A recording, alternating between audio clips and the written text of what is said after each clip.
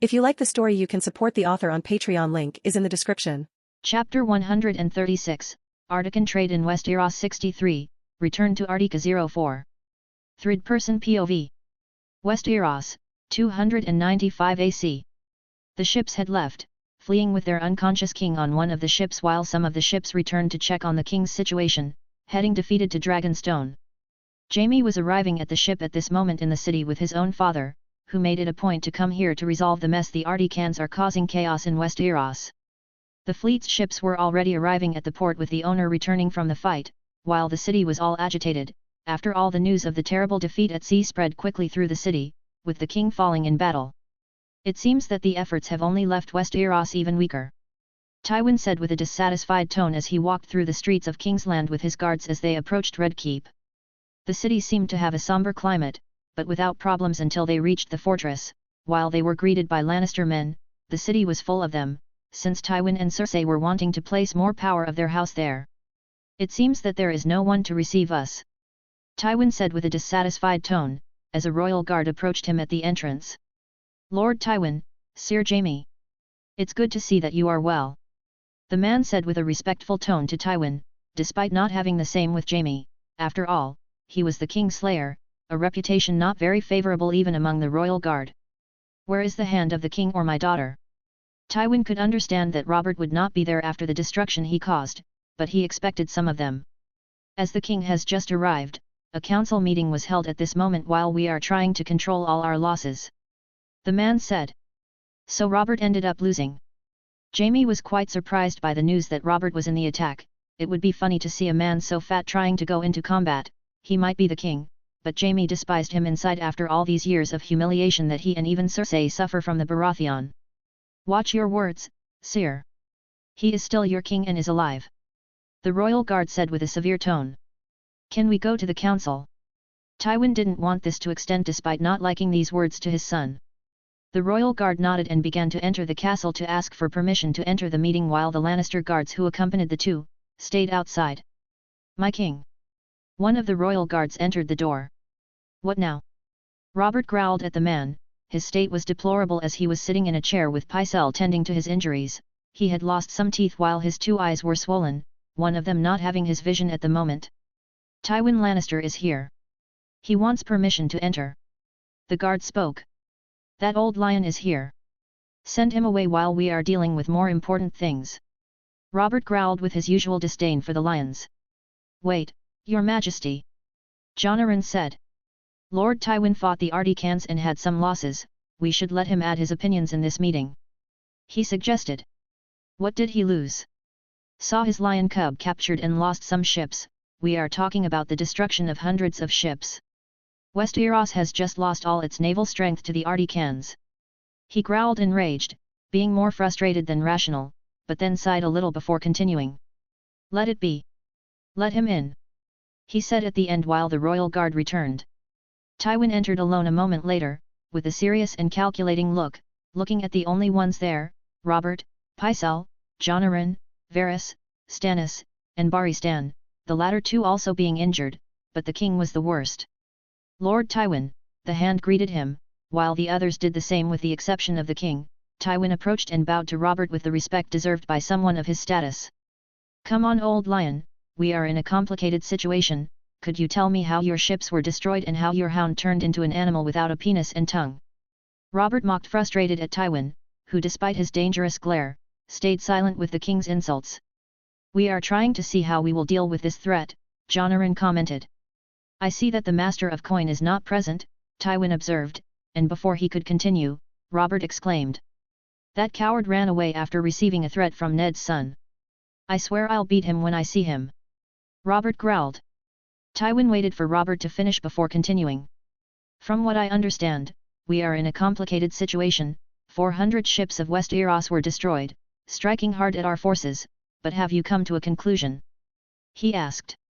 We are working on it, Lord Tywin, but as you can see, our forces don't know how to deal with a fleet that can launch wildfire with the strength of 4-meter men.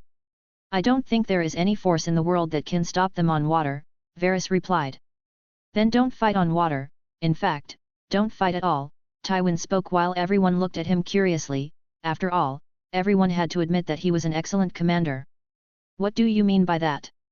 Stannis spoke, his arm bandaged after being broken with a hammer bigger than his brother uses. You know we cannot stay silent after this, Tywin began. We can send a small force beyond the wall for them to find Arctica, he said. But that's madness. Fighting beyond the wall will be a great loss for Westeros. Jon Arryn said, fearing more loss of Westeros men like that. Fighting beyond the wall is very bad.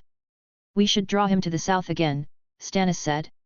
You're right, but you see, our chances are small like this, and I'm sure your majesty would not be happy to use Lord Stark to attract his son, would you?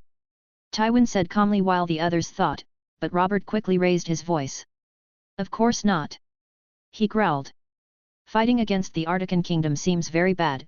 We can send a small force so we do not leave this atrocity unanswered, but we can also make a deal in the end. I heard about the cancelled marriage proposal of Arya Stark with my grandson, preferring Sansa Stark, which I think is foolish.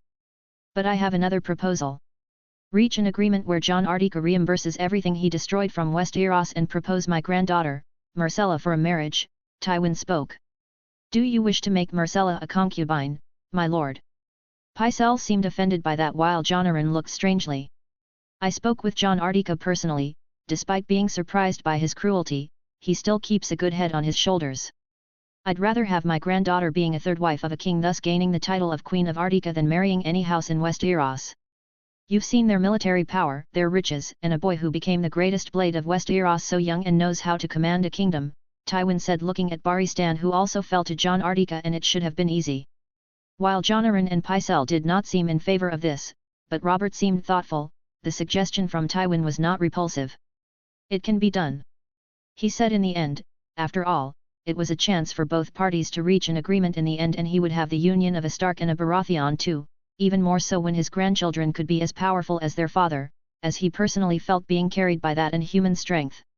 My king, you cannot be serious. Jon Arryn was against the idea of marriage with more than one wife, especially putting his daughter as the third wife of a kingdom that destroyed them and that had a different religion from his. Jon, prepare to send letters, a letter to Ned, the Wall, and to all the great houses. I want a small army invading the wild lands, then we'll talk about the marriage. Even Robert understood the importance of sending an army as a response to the north of the Wall. After all, everyone on this continent could think he was afraid of the Articans after what they did, sacrificing a small number of men and then creating a peace agreement between the kingdoms. Giving his daughter as a bride was something that could work out very well. As the meeting continued in detail, Jaime went to his sister's room, only to find that Cersei had not attended the meeting because she was trapped in her room. He approached the place, noticing a royal guard at the door, but he soon spotted something odd. The door was scratched with some type of blade. Jaime greeted the royal guard and entered, seeing his sister startled by his entrance before closing the door. Jaime! She screamed, nodding with relief that it wasn't an assassin, as she had been very afraid after all these days. It's so good to see you here, Jaime. You have no idea what I've been through. There's an assassin after me ever since that savage threatened me. Cersei exclaimed angrily, tears streaming from her eyes, her fear outweighing her anger now. Cersei, what happened? Jaime swallowed hard, remembering Jon Arctica's words about wanting to kill his sister. I don't know, every time I leave my room the door seems more and more scratched. Sometimes I can hear it being scratched at night, when the guards are changing shifts. I'm scared, Jaime, he's a demon who wants to kill me. I even see birds following me, as if they're watching me. He's spying on me, he also knows about our children. Each time Cersei exclaimed, she became more horrified, and Jaime frowned, though this last part was not a secret. Seeing Cersei in this state made him angry, but what more could he do? I know, Cersei. He told me. Jaime admitted, though he remembered some unpleasant things like Cersei having more lovers, but he chose not to believe it. We must kill him. We can't let him live. We're in danger. She seemed to become hysterical. Father is here, we must tell him about a faceless assassin immediately. She exclaimed rapidly. I don't know if that would be possible, you saw how they can destroy any enemy. Westeros cannot fight against them, let alone a faceless assassin. Jaime didn't believe in victory against Arctica after what he had seen. What else might they be hiding beyond the wall? And from what he had heard in the men's conversations, there were at least several times the number of soldiers than ships. Jon Arctica said that you tried to capture his wife. Jaime asked cautiously, wanting to know the truth because the Arctican wanted to kill her with so much effort. Cersei was a bit cornered by his question. I did what was necessary, she said, and Jaime for a moment wanted to hit her for this madness, as it triggered her situation. Jaime was about to speak, but the door opened at that moment with Tywin Lannister entering. Father! Cersei quickly cried out as he approached, crying. Stop it, you fool! I already know about your situation, sending a fleet to kill a foreign queen. I expected more from you, Cersei. Tywin had enough spies to know the whole truth. But I did what I had to do. With her, we would have had the Arctican king in our hands. She argued. You always thought you were smarter than you are. Now let's clean up this mess. Tywin said, going to a glass of wine and drinking it, then turning to his 2 children afterward. If we can't beat him in battle, we can join them. The king and I believe that having Myrcella marry him would be smarter for an alliance, he said. No. Cersei screamed immediately, while Jaime was surprised. It's already decided, Tywin told his daughter. Father, you can't be serious about sending Myrcella north of the wall to marry a savage. She exclaimed, while Tywin wanted to slap his daughter. That savage is richer than most houses in Westeros and has just brought Westeros to its knees by destroying the largest fleet we had at sea, you fool. It's decided. He spoke, leaving no room for complaint, while Cersei couldn't even leave the room due to her condition. Elsewhere, Cersei was not the only one afraid of assassins. Baelish was hidden away in a place resembling a bunker or an isolated room in the castle. He had left the city and gone to one of his friends in the Crown Lands, where he negotiated to stay hidden. He only received food at the location, while he remained isolated until the assassin would leave, because he had been receiving assassination attempts from a bird that had nearly caught him several times on his way. He was afraid of losing his life, so he simply disappeared to stay here until Jon Arctica left, as he knew it was him in that animal. Why do you Starks always stand in my way? Baelish growled with all his might, as a piece of wood in the ceiling opened with a beak appearing and a bird with an iron claw entered the place, eyeing its prey there before swooping down on him. The Arctican fleet continued heading north, passing by White Harbor, ships fleeing from them all the time and some had the Manderley symbol on their sails, but they seemed too afraid to approach them. Arya. Jon called the girl's attention at his side. You will have to return to Winterfell afterward and then to Essos, Jon said. After all, his sister needed to see her family. Yes. Arya nodded. Jon had wanted her to go see them and stay in Winterfell during this trip some time ago, but Arya did not want to miss going and promised that she would do it after the journey. With that, they continued cutting through the North Sea, arriving at Skagos weeks after the battle in front of the Sea of Dragonstone. Making the same route they took from Arctica, Jon looked at the mountains with interest, feeling if he could sense that dragon he had encountered before. I can still feel it there, but it's rejecting my presence, and it's better I do not insist. Jon thought, after all, he could not fight an enraged dragon with the fleet and without Aragon at his side, wanting to do that later. They did not have the courage to come close to the fleet. Ned Stark was reading a letter from the Manderleys who approached the fleet to request a talk, wanting Jon to come to Winterfell, but the men did not have the courage, not that he could blame them after what happened in the south. This is bad, then they are returning beyond the wall and no one can do anything. Luwin commented beside him, while his lord asked him to come advise him. His wife no longer seemed the right woman to be at his side when it comes to Jon and Arya. Jon kidnapped Tywin's son in addition to assaulting 2 royal guards, killed a bunch of septons and a maester. Plundered Old Town, destroyed the largest fleet of the Reach, defeated the royal fleet, and defeated Robert in battle. Ned could not be surprised by all this. Things were going so well. I believed everything was going so well. Luwin commented. He could not have imagined such a scenario with that boy who was usually depressed in Winterfell until his 8 name days. I don't know what to think. This isn't what I taught Jon. But I wanted to talk to him personally, to see what happened from his version. Ned was a man who valued honor above all, but he also cared deeply for his family. He wanted to know what motivated Jon to commit such crimes. He was still a bit angry, especially taking Arya along with him. Now the king wants a meeting with him, and is also asking for a group of soldiers from the great houses to launch an attack beyond the wall with the Night's Watch as a response of retaliation. I'm sure you will find out soon enough, my lord, Luwin commented, offering some support to his lord while Ned nodded. In the end, Ned stood up and headed to the Great Hall, where his family awaited his entrance. He looked at Robb, who was holding his 16 name days, already a man, and in a few more years, he would assume Winterfell in his place. Sansa, almost 14 with 13 name days, was becoming a beautiful woman, and Robert had stated that he wanted her as a bride for his son after cancelling the marriage with Arya. Bran, with 11 name days, was growing up, though he seemed very lonely, and Rickon was quite restless with his nearly 8 name days. His family was almost complete, except for Jon and Arya. "Father! Any news of Jon?"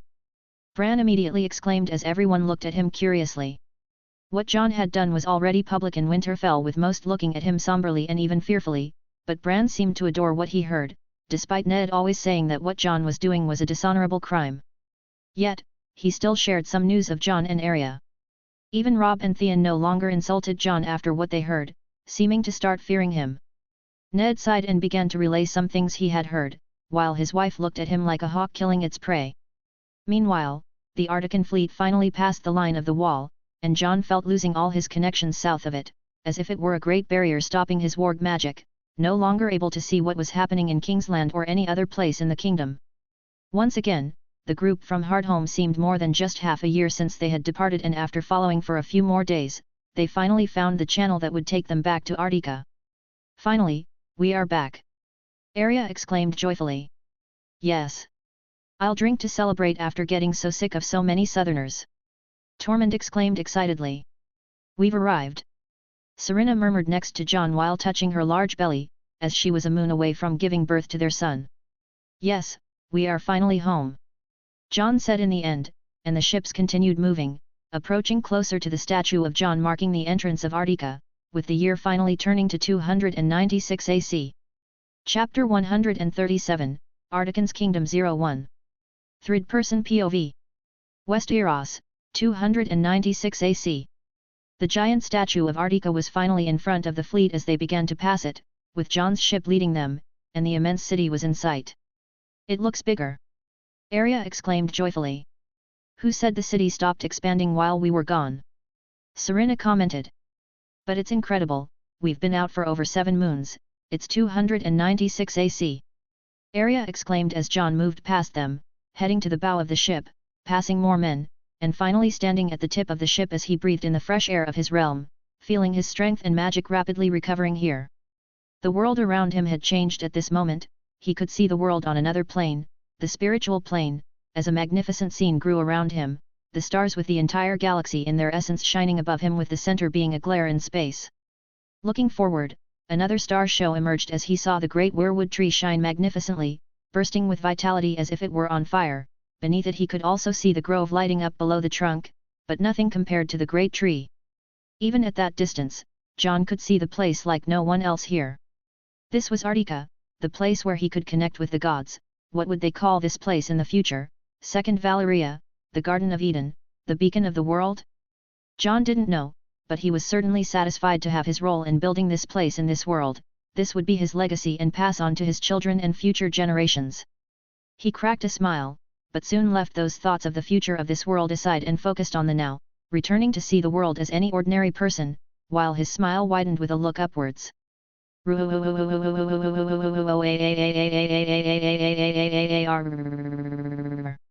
The powerful roar managed to shake the ship as the entire fleet looked up. With huge wings covering the sun, Aragon descended into the channel meeting the ships, before he flapped his wings and circled the sky, passing very close to Jon's ship, while his personal crew stared at the grey and green eyes with their sapphires. "Aragon!" Arya exclaimed with excitement and admiration. "That dragon isn't going to stop growing, is it?"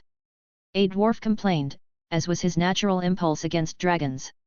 "It's good to see you again, son," Jon murmured as Aragon once again cut through the air, circling the main ship, staring Jon towards the city.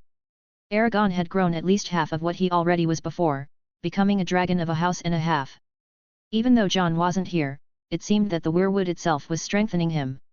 His gaze dropped from Aragon to the plantations around him. Animals began to run over the canal, on the left side of Arctica where the forests lay, running freely. Huge packs of wolves were howling, while the wolf on Jon's ship did the same, putting his head up and roaring. Articans working on the farms went to the side of the river as they exclaimed to the ships following the channel. "Welcome! Finally back!" Jon could hear them as they continued to exclaim many phrases. Phoenix and blue fire landed on the edge of the ship. Are you also excited to be home? Jon asked with a smile to the two brothers. Another sound came from the air and the giant waterfowl flew over the ship along with Aragon with another giant bird appearing beside it. It seems your parents are also here to greet us. Jon murmured and they continued on. The city grew larger and the tree began to rise into the sky as its size became more distinct. Among the ships, Eric looked satisfied while his new companion seemed paralyzed with the vision in front of her. What is that thing? She exclaimed to the huge lizard flying over the front ships. It's a dragon, the king's dragon. Eric replied. That's impossible. She murmured, her eyes trembling at the sight of a real dragon living here as her gaze fell forward, where she could see the city of her future husband. This is the realm you live in. She, as a southerner who had never seen Arctica, was mesmerized, wondering how such a place could exist in this world, even more so to the north of the ice wall. Fantastic, isn't it? When I first came here, this tree was just a few meters tall, Eric said beside her with a smile. I heard Harrenhal was 90 meters, this is even bigger. She exclaimed, looking over the fields above the canal full of plantations, stretching kilometers away. It's much prettier than the Reach. She murmured. It didn't take long for a crowd of people to appear in front of the ships as they approached the harbor. The people of Arctica were about to receive them as a whole, gathering as many people as possible from all four races that complemented Arctica. This place is... Archmaester Marwyn murmured, stunned by the sight in front of him, seeing the well-structured city with rivers running through it, several colossal buildings surrounding the great weirwood. Calm down, Maester, you'll have plenty of time to get to know this place. Jon approached the deck to begin disembarking from the ship and saw the startled look of the Archmaester he had brought from the citadel. Jon couldn't blame him, his view was filled with a dragon flying over the ship, a giant sacred tree over 100 meters casting a shadow over the city with its enormous branches, green fields, and a very well-structured city. The man just nodded, but he couldn't help but still marvel wordlessly, turning his attention to the master. Jon looked at his men. Come on, let's get ready to finally disembark on our lands, Jon exclaimed as the men began to work on the ship, closing the sails and preparing to dock it at a special port for his ship amidst the crowd with many important people waiting for them, including his other pregnant wife. Ignoring the fights that were now breaking out between Tormund and some dwarfs, Jon went to one of the edges of the ship, looking at the city while wearing his black and red armor with designs of Aragon and Ghost, symbolizing his main animals. He wore this formally to demonstrate the glory of Arctica on his return to these lands. His wife appeared beside him, wearing a black dress with some Elden metal plates interlacing on her arm between her armor. Her belly was bigger than ever as she touched it with her other hand and looked at the city in front of her. How do you think Ygritte has been doing? She asked calmly. Probably better than she was on the ships, Jon replied softly, eager to see her too. Of course, he had already sneaked a peek and she seemed very well. She had the same volume as Serena and seemed excited, waiting for them in front of all of Arctica. The ship began to approach as everyone became visible to them and it started to dock at this moment. Exclamations arose from the crowd the next moment with the people shouting for the king. His first business trip ended in war, but he managed to complete it in his main objectives and this made Jon feel that it was all worth it. The ship finally stopped and a ramp descended as Jon began to disembark with Serena by his side. There were all sorts of people there, but the entire port was filled with tens of thousands of people. Jon could see the children of the forest dancing here and there. In front of him, there were the ministers of Arctica, including the royal guards who stayed in Ygritte to be the first to receive them, with a dress suitable for a queen, calmly waiting, opening a smile for them. Jon approached as his royal guards came right behind Arya, and with the other crew members. The other ships began to dock in various parts of the harbor, while the Arcticans began to exclaim from their places at each of their docks, looking quite excited about their arrival and eager to hear stories from the south.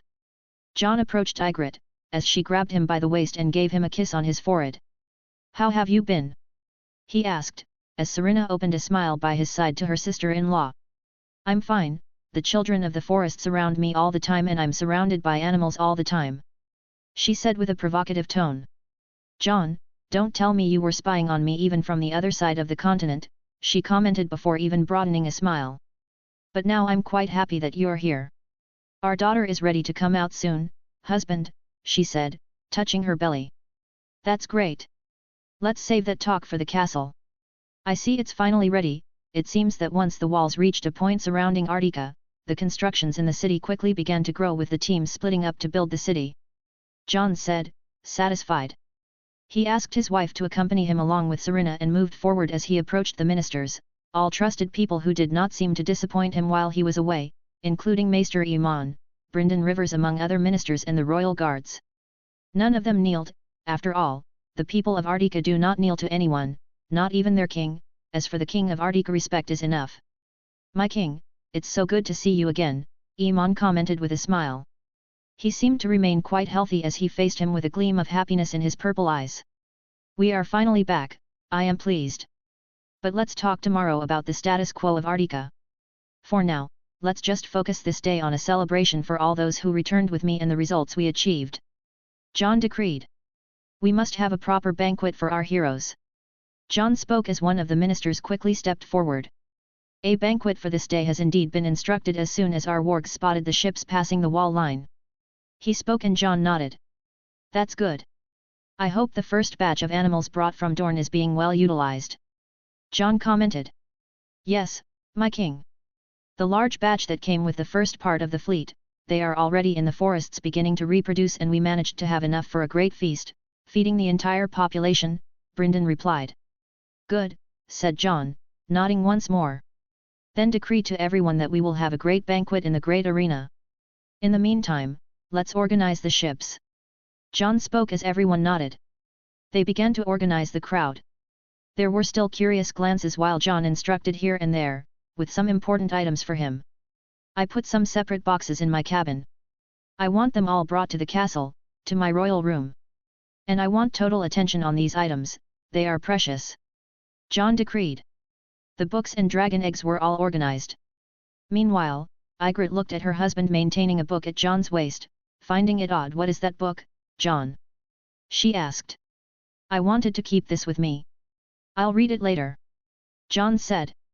The crowd in front of them began to make space as a huge wolf emerged at this moment, walking with some haste towards the group, heading towards Jon with his tongue out. Jon smiled as soon as he turned to Ghost, touching his forehead with his own and stroking under his neck. It's so good to see you again, buddy. Did you take good care of Ygritte and your daughter? Jon said, feeling the connection that both had returned stronger than ever. This meeting seemed to cause jealousy in someone, as a huge shadow covered the crowd with everyone screaming in fright, stepping back, as Aragon landed in front of the harbor, placing a part of his body on Jon's ship, making it sink a bit, causing it to sway and scaring the men inside. The other part was on the harbor with the front mats. He looked at Jon with intense dissatisfaction. Your dragon seemed not to handle your absence very well, Ygritte said by his side. Jon smiled at the dragon's jealousy breaking parts of his ship, but he didn't mind that and returned to his wives. Well, wait for me in the castle. I'll be there soon, Jon said, now turning back to Ghost. Sorry, buddy, but we'll have to take a walk later. He then left the group and went towards the dragon, continuing to stare at him without taking his eyes off him. Seeing Jon coming towards him, he quickly seemed more satisfied, lowering his head. Jon touched his face calmly, feeling the warmth of his white dragon. He wasted no more time and began to climb him, getting on his back. The dragon seemed to submit a bit while he calmly opened his wings in front of everyone. Let's go. It's been a while since we've done this together, Jon said, and the dragon gained momentum the next moment. Its wings beat and it began to rise into the air, generating a wave of wind at the dock, and the crowd could only watch their king elegantly depart once more into the skies of Arctica. After moons without this, Jon circled his realm atop his dragon, passing through the great structures, slicing through the sacred tree as he sped past the branches.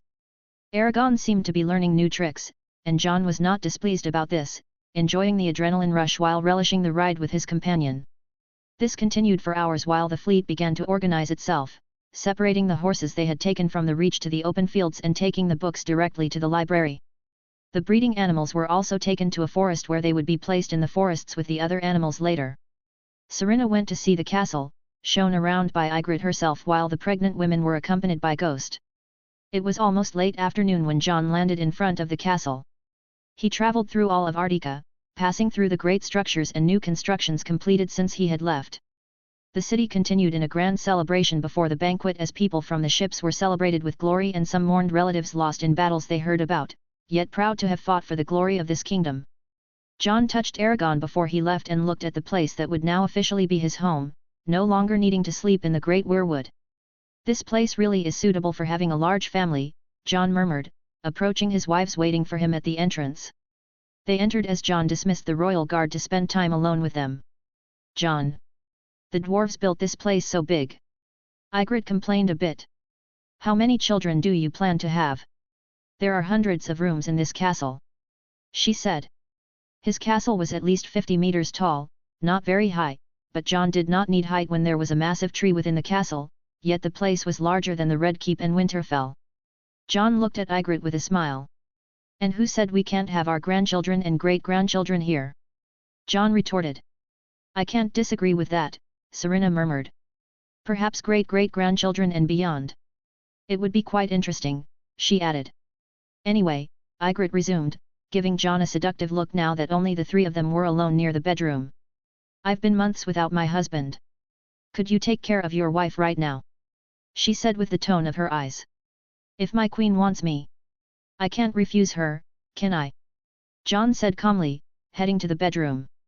In the end, Serena also joined them in bed, and the three of them had some moments of pleasure, having a light activity given the children's situation. When night fell, Arya was in the castle yelling at them whether they would attend the party or not. When she reached the room, all three were already dressed, prepared for the banquet, wearing appropriate clothes as king and queens. "Come on, Arya. We have a great banquet to celebrate," Jon spoke, and carts with the blue-horned servant, like Jon used at the wedding, were waiting for them as they left the castle. They proceeded to the arena where everyone in Arctica was gathered that night. Again, Jon hosted a huge banquet while everyone enjoyed with stories from the south, conversing with their acquaintances who had travelled with the king. In the middle of the night, Jon raised his glass, while everyone fell silent, as it was the moment when the king spoke about the journey to the south. "As you know, we returned from the south not on a peaceful journey," Jon began, as the rumours must have already spread throughout Arctica. Everyone was aware of the maritime battles they had encountered. Not that the people were pleased with this, in fact, they were more frustrated because they were not there too. This kingdom was largely made up of people who wielded their own weapons, so it was a common sentiment. Jon then continued. "Even so, we achieved what we wanted for a new step in the progress of this kingdom, and I intend to spend the next moon years developing this place with these resources. We may have made an enemy in the south, but we will quickly prove to them that they should not mess with Arctica. That is why I want to make a toast to all of us, to this kingdom that I am happy to be back in and to see you here, bigger than when I left, stronger than I expected, and more powerful than the gods could have predicted." "This is Arctica," Jon exclaimed, as the crowd also shouted along with their king, proud of the kingdom and proud of those who fought in the south, especially those who died, while their bodies would be delivered to the gods with a ritual by the children of the forest in the coming days. The celebration continued for the rest of the night. Aragon was also near Jon, in the middle of the arena with his wives and sister, and, at one point, Jon carried a tired and unconscious Arya back to the castle, leaving the arena and the people continuing to party until dawn, something especially common among the dwarves. Jon placed Arya in a separate room and went to his room with his wives to continue what they had paused. The next day, he yawned as he awoke to a dragon's roar outside. "Can you get this dragon to stop roaring so early?" Ygritte murmured with a tone of dissatisfaction, her eyes still closed, while Serena just smiled with her lips closed. Jon sighed and got out of bed, putting on some clothes, and went to his window, opening it to see Aragon flying over the ship. "You really are quite patient. We will have time for this, but I also need to organize my kingdom," he spoke to the dragon, as today was a day when he would begin reviewing everything about Arctica, population, resources, plans. Now, he had animals, sand, books, Valyrian steel, other dragon eggs. All of this would change Arctica from this point on, and he was also interested in the movements of his enemies, not those from the south, but those to the north. Then Jon got dressed and prepared to start his day as king of this land, after nearly 8 moons away. Chapter 138, Artican's Kingdom 02. Third-person POV. Westeros, 296 AC. It was still early morning, while Jon was already in an important meeting in the Senate, having been discussing with all his ministers for a few hours about his next plans for Arctica. "So we have no activities from our enemies to the north," Jon commented, looking at the pile of reports. "The dead haven't made any major moves other than bringing a few hundred men to kill tribes and add them to their army," Duncan, clad in his armor as the commander of Arctica's army, said with a firm tone. "All right, but we have a large group of free folk gathering." Jon spoke while looking at other reports. "Yes, my king. Our scouts left the wall a few fights ago to investigate the situation and found Mance's camp, the man who all outside the walls of Arctica claimed to be the king beyond the walls. Brynden said. What nonsense! Thor scoffed. Anyway, we'll deal with them if they try to harm us, Jon declared as the others nodded. Mance seemed to be gathering a group of more than 100,000 warriors, but Jon did not see him as a threat when his army was full of equipment and resources, believing that the Articans could destroy any army in the world. Even so, I don't want anyone in Arctica to be harmed by a group, so I want them watched and their movements monitored, Jon advised while the ministers nodded in agreement. Jon turned back to Thor, who stood looking at him with a serious tone. How are we doing with the sand we brought from the tournament? Jon asked. We're working with it in the furnaces and starting to manufacture glass, as you requested, Thor replied. Jon nodded, listening. I want a new batch of glass for my personal stock. How are the new structures I requested? I saw that they are ready externally, Jon said, and the dwarf nodded. The king's greenhouse and the king's furnace are ready for use.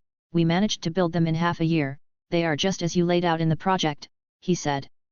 That's great, I'll be looking at it as soon as I leave here, Jon spoke with a satisfied tone. How is the sacred grove? Jon asked Seraphin, Minister of Magic and Arcane Affairs as wargs. We are doing very well, spending most of the day playing in the sacred groves and taking care of our children, she spoke with a satisfied tone. We also help here and there, always teaching about our gods to children who come every day to hear about them in the sacred grove, and we receive many people too. Jon nodded to that. His gaze fell straight on the Minister of Justice and Law, Kiera. How are activities in the city? Is the project for a guard working perfectly? Jon asked. Kiera nodded. We have 3,000 men coming out of army training, patrolling the city, and we are executing according to our code of laws. Jon heard this and nodded. How is the crime rate? Jon asked her. We've had some problems with fights, murders, and *PE with some new members who joined in these last moons, Kiera said. Jon knew that even Arctica could not avoid some cases of infiltration. After all, they are people, fights can happen, especially with dwarves, but Jon would never take lightly any crime involving taking someone's life in *PE, especially for the people who are constantly entering the walls. After all, they still believe they are living as in the tribes. We are going to impose severe punishments. Our people need nothing that leads them to such actions. For *Ps, we will castrate them and put them to forced labor or expel them from Arctica. For murders, there is no choice but the death penalty, Jon warned while the others nodded with his reasoning. We have a few hundred prisoners of war caught in Reach, a high-ranking noble and a spy from Dorne, disguised as a bard. Put all of them to work in the mines and gravel today, Jon said. He still gave some not-so-bad conditions. They would have a house outside the city, a bed and food, with Arctican guards watching them to ensure they don't do any foolishness. It will be done, my king, Kiera responded. Jon looked at Gavrin this time, the Minister of Finance and Treasury. How are we doing in gold coins? He asked as the man broke into a smug smile. We are doing very well. Our miners really know how to quickly extract the gold with the tunnels created by the dwarves. We have more than 20 million gold coins, my king, he said as Jon nodded, doubting that any other house in Westeros would have more money, but this was just something extracted from their lands. Soon, they would be doing a lot of trade, since Essos was still their next commercial point. And you, my minister? How are things? Jon asked the giant, Heron, Minister of Agriculture and Natural Resources. Stocks full to trade it for your next trip, Arctican king, he said with his characteristic tone for his size as Jon nodded. Now that we are here, we should talk a little about the south of the wall. Jon began to speak as all the men there paid full attention to him. Even those who had not yet spoken were waiting to see the final decisions with Westeros. As I said, sand, horses, iron, steel, books, and teachers were essential resources that we needed at this time, and we got them with this trip, but in the end, we entered a battle against Westeros and they bled for it. I don't think they will do nothing about it, but I believe that after seeing us destroy nearly 400 of their ships, they understood that we are not an easy force to mess with, and they feared us for it. I even believe they sought peace after a failed retaliation attempt. After all, no army from the south will survive in the north, Jon said. Why squander resources in this way then, these men from the south of the wall think? Gavrin asked, bewildered. Because they are too proud. Duncan responded, knowing the people of the north, but also knowing that to the south of the neck, they are even worse. All of Westeros is waiting for a response from the king. If he does not launch an attack, they will see that the king's position is weakened, Jon replied with a firm tone without smiling. But it was the hateful ones who sought this. Ever since we arrived in Westeros we have been thrown into schemes, that's why. He finally would give the verdict he had already decided. We will no longer trade with the Reach, since they cancelled all our supply of horses and animals, Jon said. After all, he had seen the meetings of the nobles, which was not a great surprise after everything that happened. After we spent the other of our coffers with them, my king. Junley, the Minister of Commerce, exclaimed with some dissatisfaction and anger towards those southerners. There is nothing to be done. I already knew this would happen as soon as we decided to give them an answer in Old Town, but that doesn't mean we won't charge them in the future, Jon said with a somber tone as the others nodded. If their king would campaign south in search of justice for trade, he would certainly succeed and take everything that belongs to him. However, Jon began to speak again.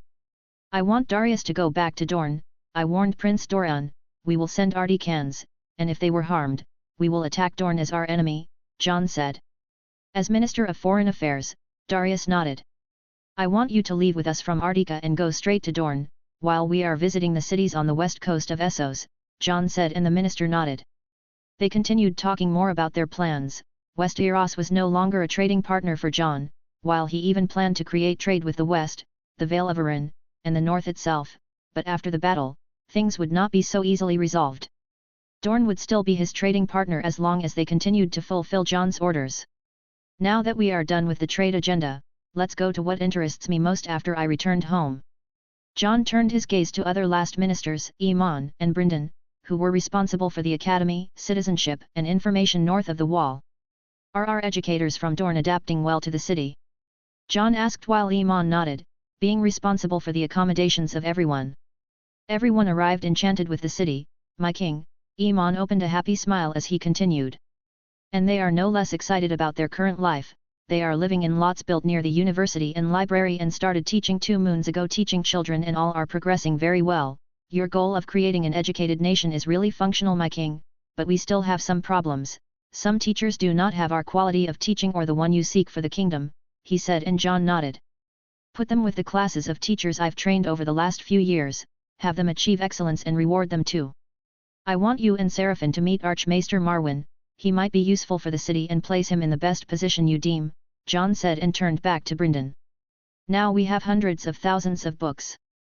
I want you to transcribe laws that we can make Arctica use the library efficiently now that we have books and pass it to the Senate for approval so that Kiera can execute it. Jon spoke as the structure of Arctica functioned. Ministers and even representatives of the Senate, who were chosen by the population to occupy each of the limited seats, wrote laws. They were placed on agendas while being approved or not. Jon had sovereign power over all this, being able to choose to interfere or not, but he preferred to leave it as is, for the king of Arctica not to have so much power, preventing a tyrant from appearing in the future. Jon was also working on other things, but would only reveal them after his first children were born. Brynden nodded. That will be done.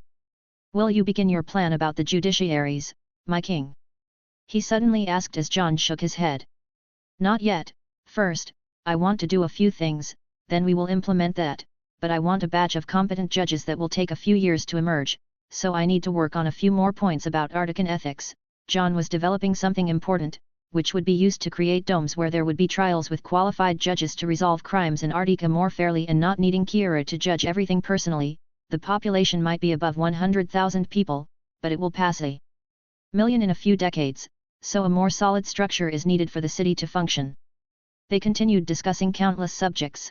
Men, giant, dwarf, and a child of the forest continued talking about Arctica. This dome formed of a king and 10 ministers, was something similar to what Jon saw in King's Landing, but with a strong difference. Here they seriously talked about the future of the kingdom. There was no personal interest, no exchange of favors or pride, anger or envy. Everyone just had the goal of making Arctica be what it was born to be. After that, Jon was alone as he dismissed everyone. Unlike the king of Westeros, he worked entirely for the growth of Arctica and to keep it prosperous. He picked up an interesting paper where Brynden had put the population of Arctica. Dwarves, 27,000, 13,000 children, there was a growth of 3,000 children since he left. Humans, 193,500, 95,000 children. There was a growth of 10,000 free folk entering the kingdom and 15,000 children since he left. Giants, 7,600, 2.5 thousand children. There was a growth of 200 free giants entering the kingdom and a growth of 500 children since he left. Children of the forest, 700, 650 children. There was a growth of 200 children since he left. Dire wolves, 1,200. There was a growth of 200 pups since he left. Normal wolves, 5,600. There was a growth of 1,100 pups since he left. Bears, 1,500. There was a growth of 100 cubs since he left. Shadow cats, 1,420. There was a growth of 120 cubs since he left. Mammoths, 510. There was a growth of 10 calves since he left. Birds, 10,000. Horses, 3,740. Jon brought more than 3,000 horses from the Reach and there were 140 foals since he left. Military power, army currently composed of dwarves, 8,000. Humans, 35,000, 1,800 wargs, all have birds and are mounted on shadow cats or bears. Giants, 3,150. Kingdoms resources /military /commercial. Ships, 600, 400 carracks and 200 galleons. Dragon glass arrows, 8 million. There was a note saying about the growth of all the data from all the numbers since Jon left. Feeling satisfied with the growth of the kingdom, dwarves had not grown beyond the more than 7,000 dwarf women giving birth to 3,000 new babies. After all, there were no dwarves outside of Arctica to join them. The same could be said of the children of the forest, who only reproduced. There were no more beyond the wall to join, but their growth was much greater in some years than the last thousands of years, stopping the race from being extinct and giving hope to them. But for the others, like the humans who are easily found in the north, there was an increase of 10,000, although there were some issues that his Minister of Justice and Law had to deal with. The majority of the free folk entered Arctica with good intentions and Jon could not fail to save them, as this was the will of his gods. The giants had an increase of 200, which might not seem like much, but considering that the race is also nearly extinct, it was good to find 200 new ones coming to Arctica on their own. They were also beginning to increase their population with marriages starting to occur. There were other data like the literacy rate of the population, iron and military equipment, but Jon did not need that now. However, the addition of 400 more ships was something very good. After all, Jon saw the number of ships now in the harbour when he arrived, with the dwarves working severely to increase the fleet at the naval construction bases on the canal side. Jon would still have a fleet of thousands of ships with his unlimited capacity to create trees more powerful than ironwood. Setting that aside, he decided to go out. After all, he had to organize the batches of iron brought for the creation of weapons in Elden Metal in the Forge district. He headed out while taking Ghost with some royal guards and left that side of the forest heading to his destination. The first thing he had admitted since he saw it yesterday atop Aragon, were the King's Greenhouse and the King's Furnace, two huge structures just for Jon to work in. These were his own personal workshops, where he would put his projects into practice and construction. One had a large glass ball on the roof to let in sunlight, over 50 meters high and 200 meters wide and long, where he would work on plants and alchemy. The other, 50x300x300, being larger due to the high temperatures not far from the King's Greenhouse, it would house a dragon by the entrance made to the side. Since Jon designed it for the creation of Valyrian steel, and he needed Aragon for this, he would try it with him for the first time to see if he would succeed during his current stay. Jon did not go to these places now, expecting to do so in the coming weeks, while his time was spent organizing the resources that came from the south, being tons and tons of iron and steel to start the production of new armors and Arctican metal. He returned to his castle and greeted his wives affectionately as they rested, but Jon did not stay long for his furnace in the castle, working through the rest of the night while also taking his Valyrian steel that he had picked up in Old Town and started to melt it to produce some interesting things. He finally took a bath and went to bed, while the next day, he was reading some things in his chair when Arya entered, with Jon breaking into a smile as soon as she emerged from the doors. "Arya, I was looking for you," Jon said. "Jon? I was going to the arena, but Serena told me you needed to talk to me," she said with a curious look. "Don't talk so loud, I'm trying to sleep." A voice came from the bed, while Ygritte was under the covers. "You seem surprised I called you here. After all, you're turning 12 years old today," Jon said, maintaining a smile. "You remembered?" she said, becoming a bit shy. "How could I not remember? I do this every year, Jon said teasingly. Come, I want to give you something precious, Jon said, starting to rise and moving to the side of the bed where Ygritte was the only one still lying down. Arya followed Jon curiously as she saw him take out a box, opening it to reveal 2 swords in a large format. This is... Her eyes sparkled at the sight of the swords. Valyrian steel, she murmured. Yes. I must say it was easier to manipulate than I imagined, so I created 2 new swords for myself, replacing my old ones. You see the design, blades like these are produced in Uti, with soldiers called samurai wielding them, Jon said, touching the 2 swords, before closing the box. Wait, you said you're going to replace yours? She exclaimed, stunned. And Dark Sister? She asked. Well, here, this is your gift. Jon pulled out a second box and placed it in front of Arya as the girl was floored, wondering what could be inside, if it really was what she imagined. Then, with her small trembling feminine hands, she unlocked the locks and began to open it with Jon watching everything with a smile. In the closed box, there was another rectangular box with glass on the front. It was the container for a sword, Dark Sister, the sword of one of the heroines Arya most respected, Visenya Targaryen, was inside. Jon, I'm not dreaming, am I? She said, trembling and stuttering. It's your sword now, Arya. Look at the sword, I've engraved some names with magic on it. They can't be removed unless the whole sword is melted, and one of them is yours to indicate that it belongs to you until you pass it on or until your death, Jon said, and she widened her eyes as she read.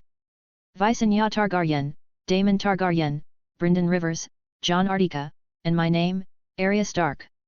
She murmured in disbelief, as she looked at each name engraved on the sword, having received the greatest gift she could have asked for from anyone. Chapter 139, Artican's Kingdom 03. Third-person POV. Westeros, 296 AC. In an extremely beautiful place with various flowers and plants, while the light struck like a ray in the middle of that location, someone approached and went to the middle of it. Jon, wearing simple clothes, looked at his special garden, different from the one in the castle where he could place a vast collection of flowers that would make any Tyrell envious, exclusively for his wives to have a privileged view.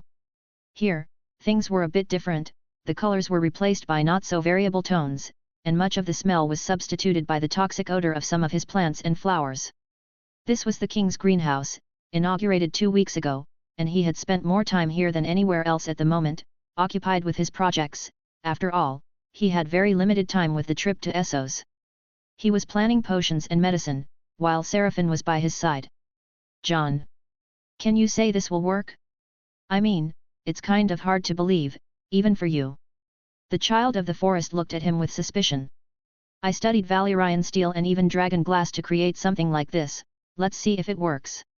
Jon commented as he reached the middle of the place where there was a tree with many leaves around it with large cocoons at its tip. The strange tree was bathed in more sunlight than any other. Jon approached, and this was his years-long project, which he finally put into practice after much study and applying his knowledge. He created a not-so-perfect portal, but he would improve it from now on, as he approached one of the cocoons and opened it, with Seraphine watching with great interest. In the cocoon, it opened as if to show its fruit, but instead of something edible, a red crystal emerged from it. Jon calmly pulled it out without damaging the plant, and the crystal was seen by both with some admiration. But the child of the forest saw the normal crystal and looked at Jon with some suspicion. You spent 2 weeks energizing the Grand Weirwood for this crystal, does it really work? She asked.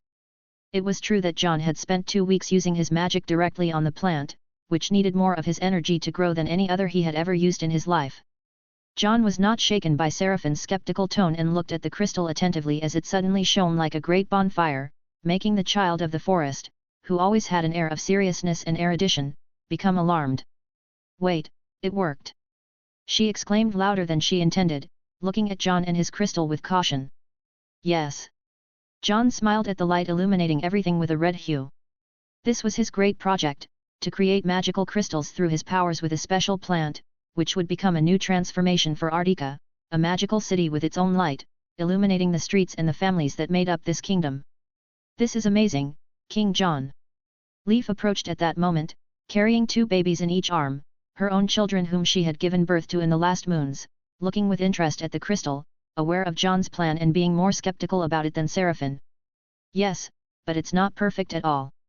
Jon had to admit, as the crystal began to lose its brightness and fade completely, as if it were losing its energy and dying.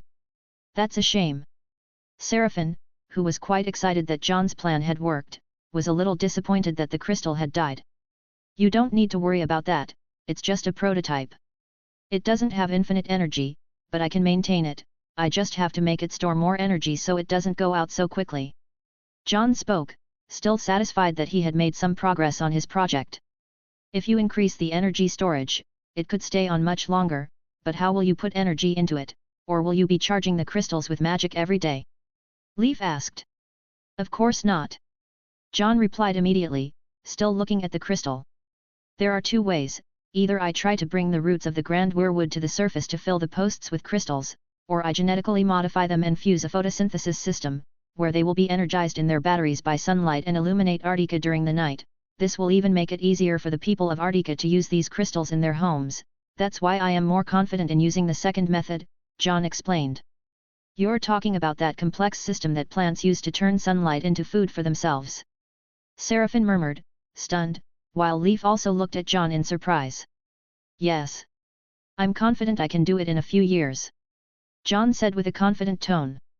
My children will see Arctica illuminated when they become aware of themselves and will always remember the city lit up for the rest of their lives. Jon was confident he could achieve this in 2 or 3 years. If you plan this, then it will surely work, King Jon. Leaf smiled. Yes, Jon. Seraphine said in a more cheerful tone. She called Jon without the title when they were alone, so Jon didn't mind. This is good. I'll work here half of my time in the coming weeks. Jon said as he prepared to leave his garden. Do you want me to prepare the vitamins? Seraphine asked. I would like the children of the forest who learned alchemy with me to do it. After all, I need to put magic in the vitamins for the babies. I want my children to be immune to diseases and any infections in these first years of life.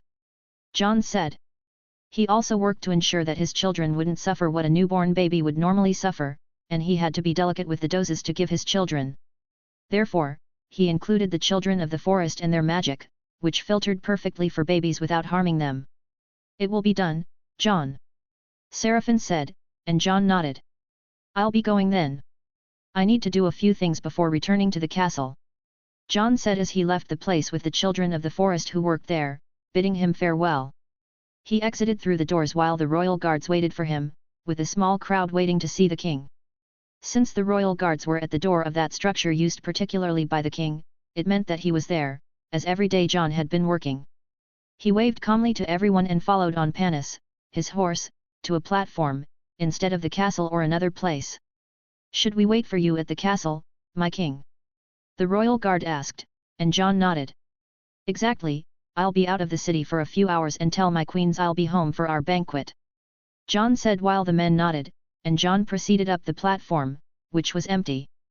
The place had more than 50 square meters, and it didn't take long for something to appear in the sky of Arctica as Aragon began to descend to that location. Jon saw his dragon with the whole nearby crowd as it landed in the place, roaring loudly, echoing throughout the blacksmith's district, while some sounds of things falling were heard with some dwarves cursing Aragon with all their might. Can you stop being so conspicuous? Jon looked at the dragon with a disappointed look while it just snorted smoke from its nose as if it didn't care. This dragon is starting to get rebellious, maybe it has entered adolescence or something. Jon couldn't help but think as he quickly mounted it, and the dragon took off into the sky, ascending above Arctica, surpassing the grand weirwood.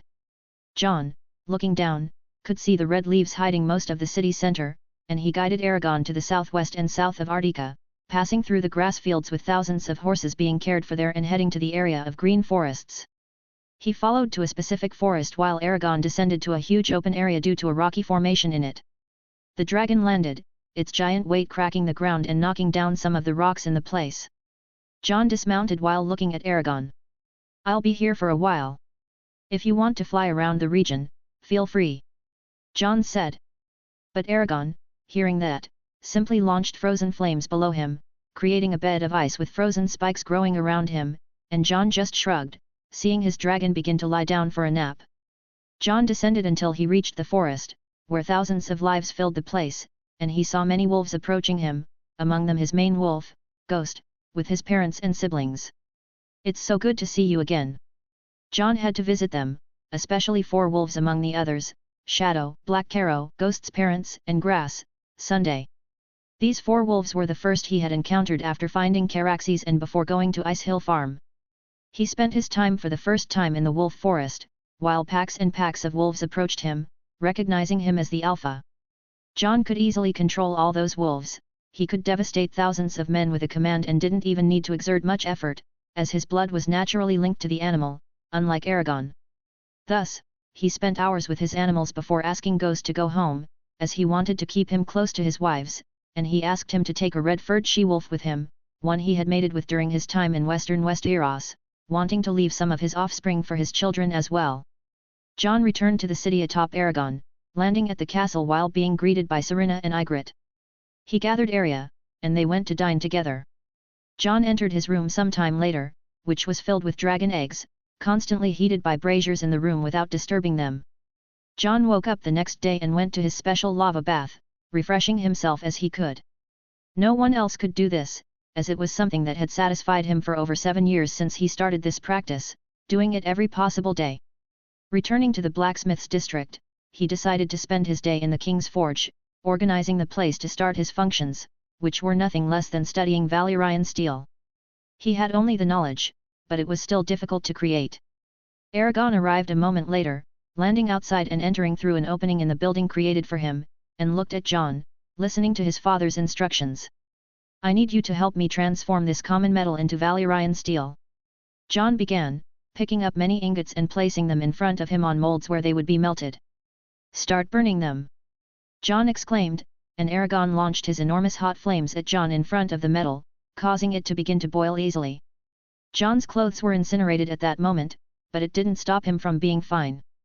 As he felt the flames covering him, he picked up a hammer with magical runes around it and began to wait for the ingot to start turning into hot liquid, and it happened easily. Jon began to hammer it, without spreading the molten iron, waiting for it to transform into magical metal. This continued for a while as Jon constantly hammered. Aragon finally tired and began to falter in his flames, unable to continue after 20 minutes of breathing fire, while Jon appeared naked, hammering the metal as it cooled at that moment. Jon continued while Aragon was his only witness, watching Jon continue to hammer the metal for 10 minutes. But in the end, he sighed, failing, seeing the metal remain common with almost no magic. "It looks like we failed again, buddy, just like all our attempts," Jon concluded, but he didn't seem disappointed. Aragon looked at him and snorted, as if blaming Jon. "Is it my fault? All right. I still don't know the reason. In Valyria, they did it with adult dragons, and they also used a Valyrian steel forge, maybe that's the secret. I'll have to see," Jon said thoughtfully. Jon saw Aragon look dissatisfied when he mentioned adult dragons. After all, Aragon didn't like to seem weak, but Jon didn't care, as he wasn't an adult dragon after all. "Anyway, let's wait a few days before trying again," Jon said, and Aragon watched him donning a set of clothes kept there for him, as if he had anticipated this result, and began to leave the King's Forge. Outside, Jon found a large group of dwarves with Thor. He didn't succeed. One dwarf guessed, looking at another and tossing a bag of gold to the first, indicating they had been betting on his success. "I told you using a dragon was a bad idea," another dwarf commented. "Aragon is essential for this, just as the Valyrians used their dragons for the creation of their steel. I will use my own dragon," Jon said with a severe tone. Sometimes, the dwarf's antipathy towards dragons was tiresome to hear. The dwarf who had spoken lowered his head in a tone of apology while Thor watched him. "Do you think you'll succeed?" he asked curiously, and Jon nodded. "Yes, although I think I'll need a Valyrian steel forge for this," Jon said. "Wait. My king, you need a Valyrian steel forge to create Valyrian steel." One of the dwarves looked at Jon, not understanding. "Yes. I plan to enter Valyria," Jon declared, leaving everyone surprised. Knowing the current state of the place after seeing the magical steel and learning more about it, they even stopped at the entrance to see if Jon had succeeded in making it, as dwarves loved metal, and Valyrian steel enchanted them more than Elden metal. Jon planned to enhance it with the runes placed on the steel he created himself, making the future Valyrian steel armor even lighter. "Thor, come with me," Jon said, entering through another door of the structure, leading to a meeting room where Jon discussed kingdom matters when he wasn't in the Senate with Thor. I need these projects, he said, taking out a sheet and handing it to the dwarf. The dwarf took the sheet and began to analyze it. You want a large structure in that unused mountain in the south. Why do you want something so big? Do you want to house what in that mountain, a handful of dragons? He exclaimed, surprised by the open structures around it, with dozens of meters around the mountain. Good that you guessed, it saves me time to explain. Jon said, smiling. You can't be serious. How? Thor exclaimed immediately. I have more than a dozen dragon eggs. I'm sure there were some dwarves helping to carry them from Old Town, so I'm surprised you don't know about them yet. Jon said, almost laughing. 12? You want to put 12 more dragons in Arctica? He exclaimed, stunned by this information. As a dwarf, he didn't like dragons either, but Jon knew he was obliged to get used to this scenario. 12, I plan to have hundreds of them by the time I die in this world, Thor. Don't underestimate me. Jon taunted while the dwarf almost fainted. Fine, it will be done. He said in a bad mood while Jon nodded. I'm going then. I'll spend the rest of the day at the castle. Jon declared as he left the forge, took his horse with his guards, and returned to the castle. He spent some time with his wives, but his attention turned to the book as soon as they went to sleep, with the pregnancy arriving in less than 7 days. He got out of bed and took the book, asking Aragon to pick him up as he flew out of the castle after telling the guards he would be out for the rest of the night. He took the book. Serena murmured. Why does he need to leave here with it? He could read it right here. Ygritte immediately complained from her side of the bed. I know, but Jon has been reluctant to read what was written for moons, maybe it's something very important he feels, Serena murmured. Jon usually kills White Walkers, is in the midst of giant wolves, rides a dragon, but hesitates to read a book? I refuse to believe my husband is afraid of a few words written on paper. Ygritte said in the end. I know, but if this time is different. I also have a strange feeling about that book. Something will happen by the time the sun rises the next day. Serena murmured with a tone of concern, and Ygritte couldn't disagree with that. Then Jon needs me. Ygritte immediately switched from a rebellious woman to someone concerned about her husband. I doubt you can reach him. Serena mocked. Jon wants to stay away, it's better to let him resolve this. You know he would be here if he wanted to be close. Trust him, he'll know how to handle it alone. Serena said, urging Ygritte to sleep. Ygritte remained silent and nodded in the end, but she couldn't sleep for the rest of the night, thinking about her husband. Jon decided to read it more than 100 meters above the ground in the enormous branches of the Grand Weirwood. Wanting to see what was inside away from anyone so he could read in peace, Aragon landed, and he dismounted, but the dragon didn't leave him. The tree was so gigantic that Aragon could sleep in its branches. Jon simply sat on the tip of one of the trunks, feeling the night breeze in Arctica, as he took the book to read. Diary of High Septon Maynard. Let's see what you hide. Jon murmured as he began to read it at that moment, starting from the beginning until he finished it entirely. Chapter 140, My name is Jon Arctic. Third person POV. Westeros, 296 AC. While Arctic was in the midst of new steps toward development, the south seemed quite agitated. Westeros was not doing well at all. The events that had until then been discussed by the nobility began to spread among the common folk. More and more people in Westeros were learning about the events in Old Town on one hand, and the defeat of the royal fleet and the fall of the king on the other. The terrifying fleet coming from beyond the wall began to bring fear to the hearts of everyone in the Seven Kingdoms. They killed the High Septon. They are against the Seven. Exclaimed a Septa in a small village in the Riverlands. They are demons from the north, coming to destroy us. Shouted a sailor after witnessing the Articans in action at a port in one of the Stormlands cities. I heard our glorious king was beaten up by Ned Stark's bastard son. Ha ha ha ha, yelled a drunkard in the middle of the tavern. Watch your words, fool, do you want to die hanged? The tavern keeper warned him. In many septons nearby, people began to pray, hoping the war would not reach them, especially by a group that had been unbeatable at sea. Will our lords do nothing against the savages from the north? Someone demanded. Savages? I've heard they live better than most common folk, a woman said. Maybe we should go there, maybe they'll accept us, another person spoke, more out of desperation for food than reasoning. You're crazy if you think we can just sail through the rough seas like that. Another farmer mocked. Let me tell you a song about the Arctican company. Spoke a bard in a town in the Vale of Arryn. Hey, I thought he was going to sing a song speaking ill of them, but he's praising the savages from the north. Call the guards. You're arrested. Wait, I'm just singing a song. The bard tried to argue as he was taken to jail. People speaking ill and some even seeing the Arctican group in a good light, although the latter was quite rare, was spoken throughout Westeros in these weeks. As for the nobility, they were in a different situation, regardless of what they thought. Letters circulated among all houses, declaring the Articans as enemies of the Seven Kingdoms until further notice, while a call to arms had begun among all houses. We certainly won't send any soldiers, Doran commented as he looked at the letter.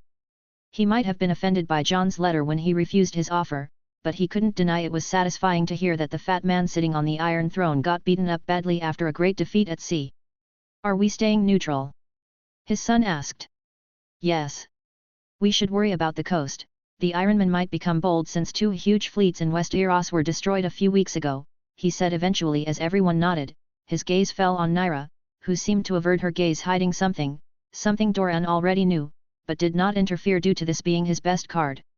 At Storm's End, Renley arrived after returning from Old Town, slightly shaken by what Jon Arctic, the man who had calmly talked with him a short time ago at Highgarden, had led his men to a massacre and takeover of one of Westeros' most important cities.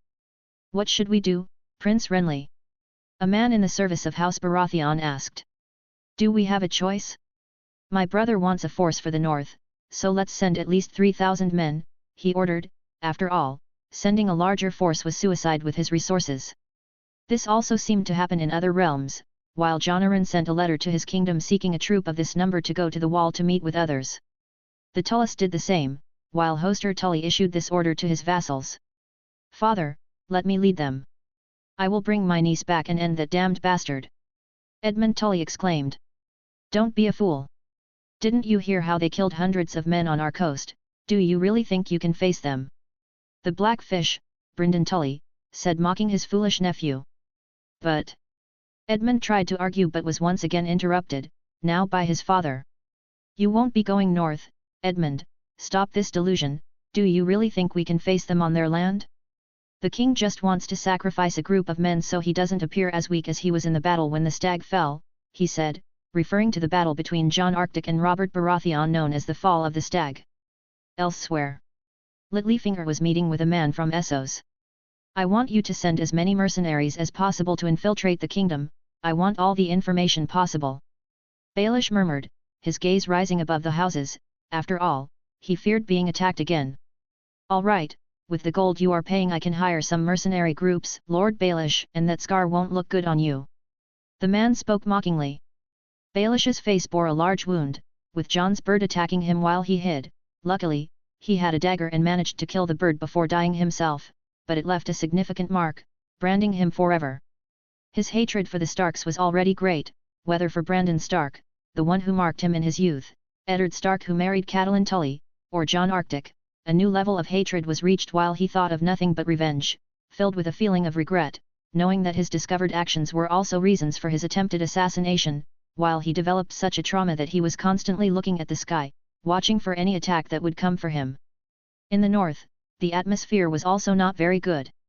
Ned. My father will send 3,000 men to the north after your criminal bastard. Are you just going to stand there? She demanded of her husband in the solar. We will not send any of our men beyond the wall, Catelyn. It's suicide to think they can fight Jon after everything that's happened, especially in his territory. Ned exclaimed. He was not at all eager to sacrifice 3,000 northerners as the king was asking, and the other realms were doing exactly that. You will be the only one not sending troops. You're trying to protect him, aren't you, even disobeying your king? She exclaimed. Don't forget Arya is with Jon. If Jon is in danger, Arya is in danger too. Ned shouted furiously. Now leave me alone, I have to pass the king's orders to the Night's Watch. He said in the end as his wife stormed out of his solar furiously. Ned watched her slam the door while his gaze fell to the window, sighing over the confusion Jon had thrown the kingdom into, although part of him believed that his nephew would not have done what he did in Old Town without a good reason. Although the North nodded to the king's order, everyone knew it was certain death to send people beyond the wall. They had strange feelings about Jon, one that the boy had kidnapped Arya Stark, but the stories that came from the south regarding the girl and how she had become a smart warrior, had captivated everyone except his wife, who was against it regardless of how Arya had changed. While Ned pondered the realm and Catelyn went to the September to pray in an attempt to calm her fury, Sansa was talking with her friends, stunned by the events. "Sansa, your bastard brother attacked the king." One of her friends in Winterfell murmured in horror. "So he really became a king?" Jenny Poole murmured at that. "Jon is known as the king beyond the wall, a wild type, he will never be a true king," Sansa said firmly. "But he defeated the king." Jenny continued. "It's because the king is very old now. My father always said how he fought at the Battle of the Trident and defeated Rhaegar Targaryen. Maybe it's time for him to pass the crown to the prince, and I will be the queen." She spoke in a dreamy tone while her friends looked on with a bit of envy. "The bastard has become a criminal," Theon said with a malicious tone. "Don't talk like that about Jon," Bran exclaimed, advancing with his wooden sword on Theon, who, even with a dislocated arm, could still easily handle a much younger boy.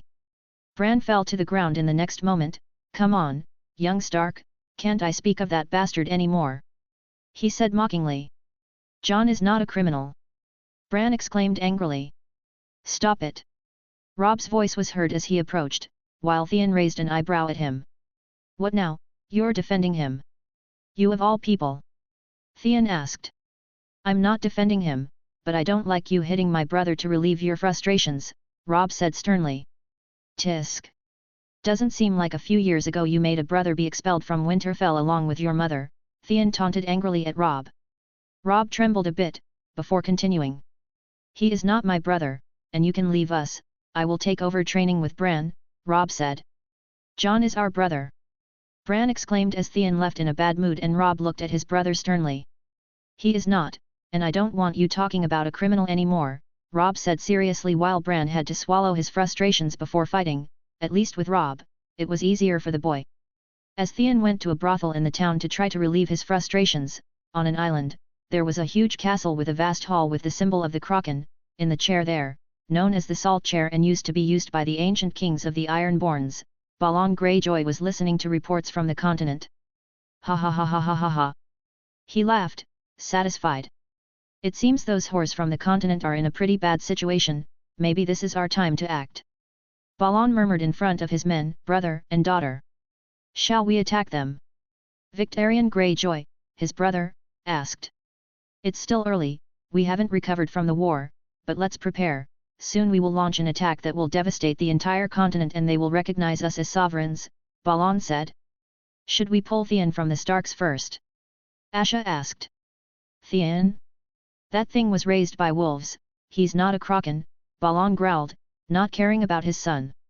"I foresee a victory over Westeros, the kraken will place its tentacles over the great houses." Aaron, another brother of Balon and a priest of the drowned god, exclaimed while the majority nodded to him believing in his words. "Let's prepare, in a few years, Westeros will feel the kraken," Balon exclaimed.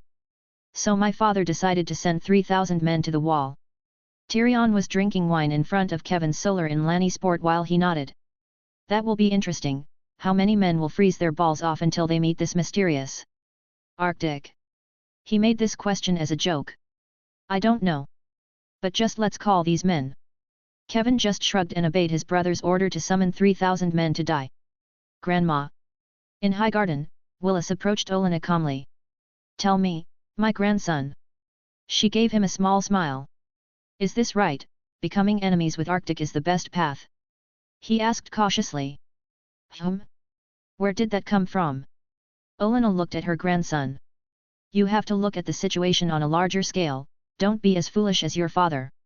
She started, but Willis was not convinced.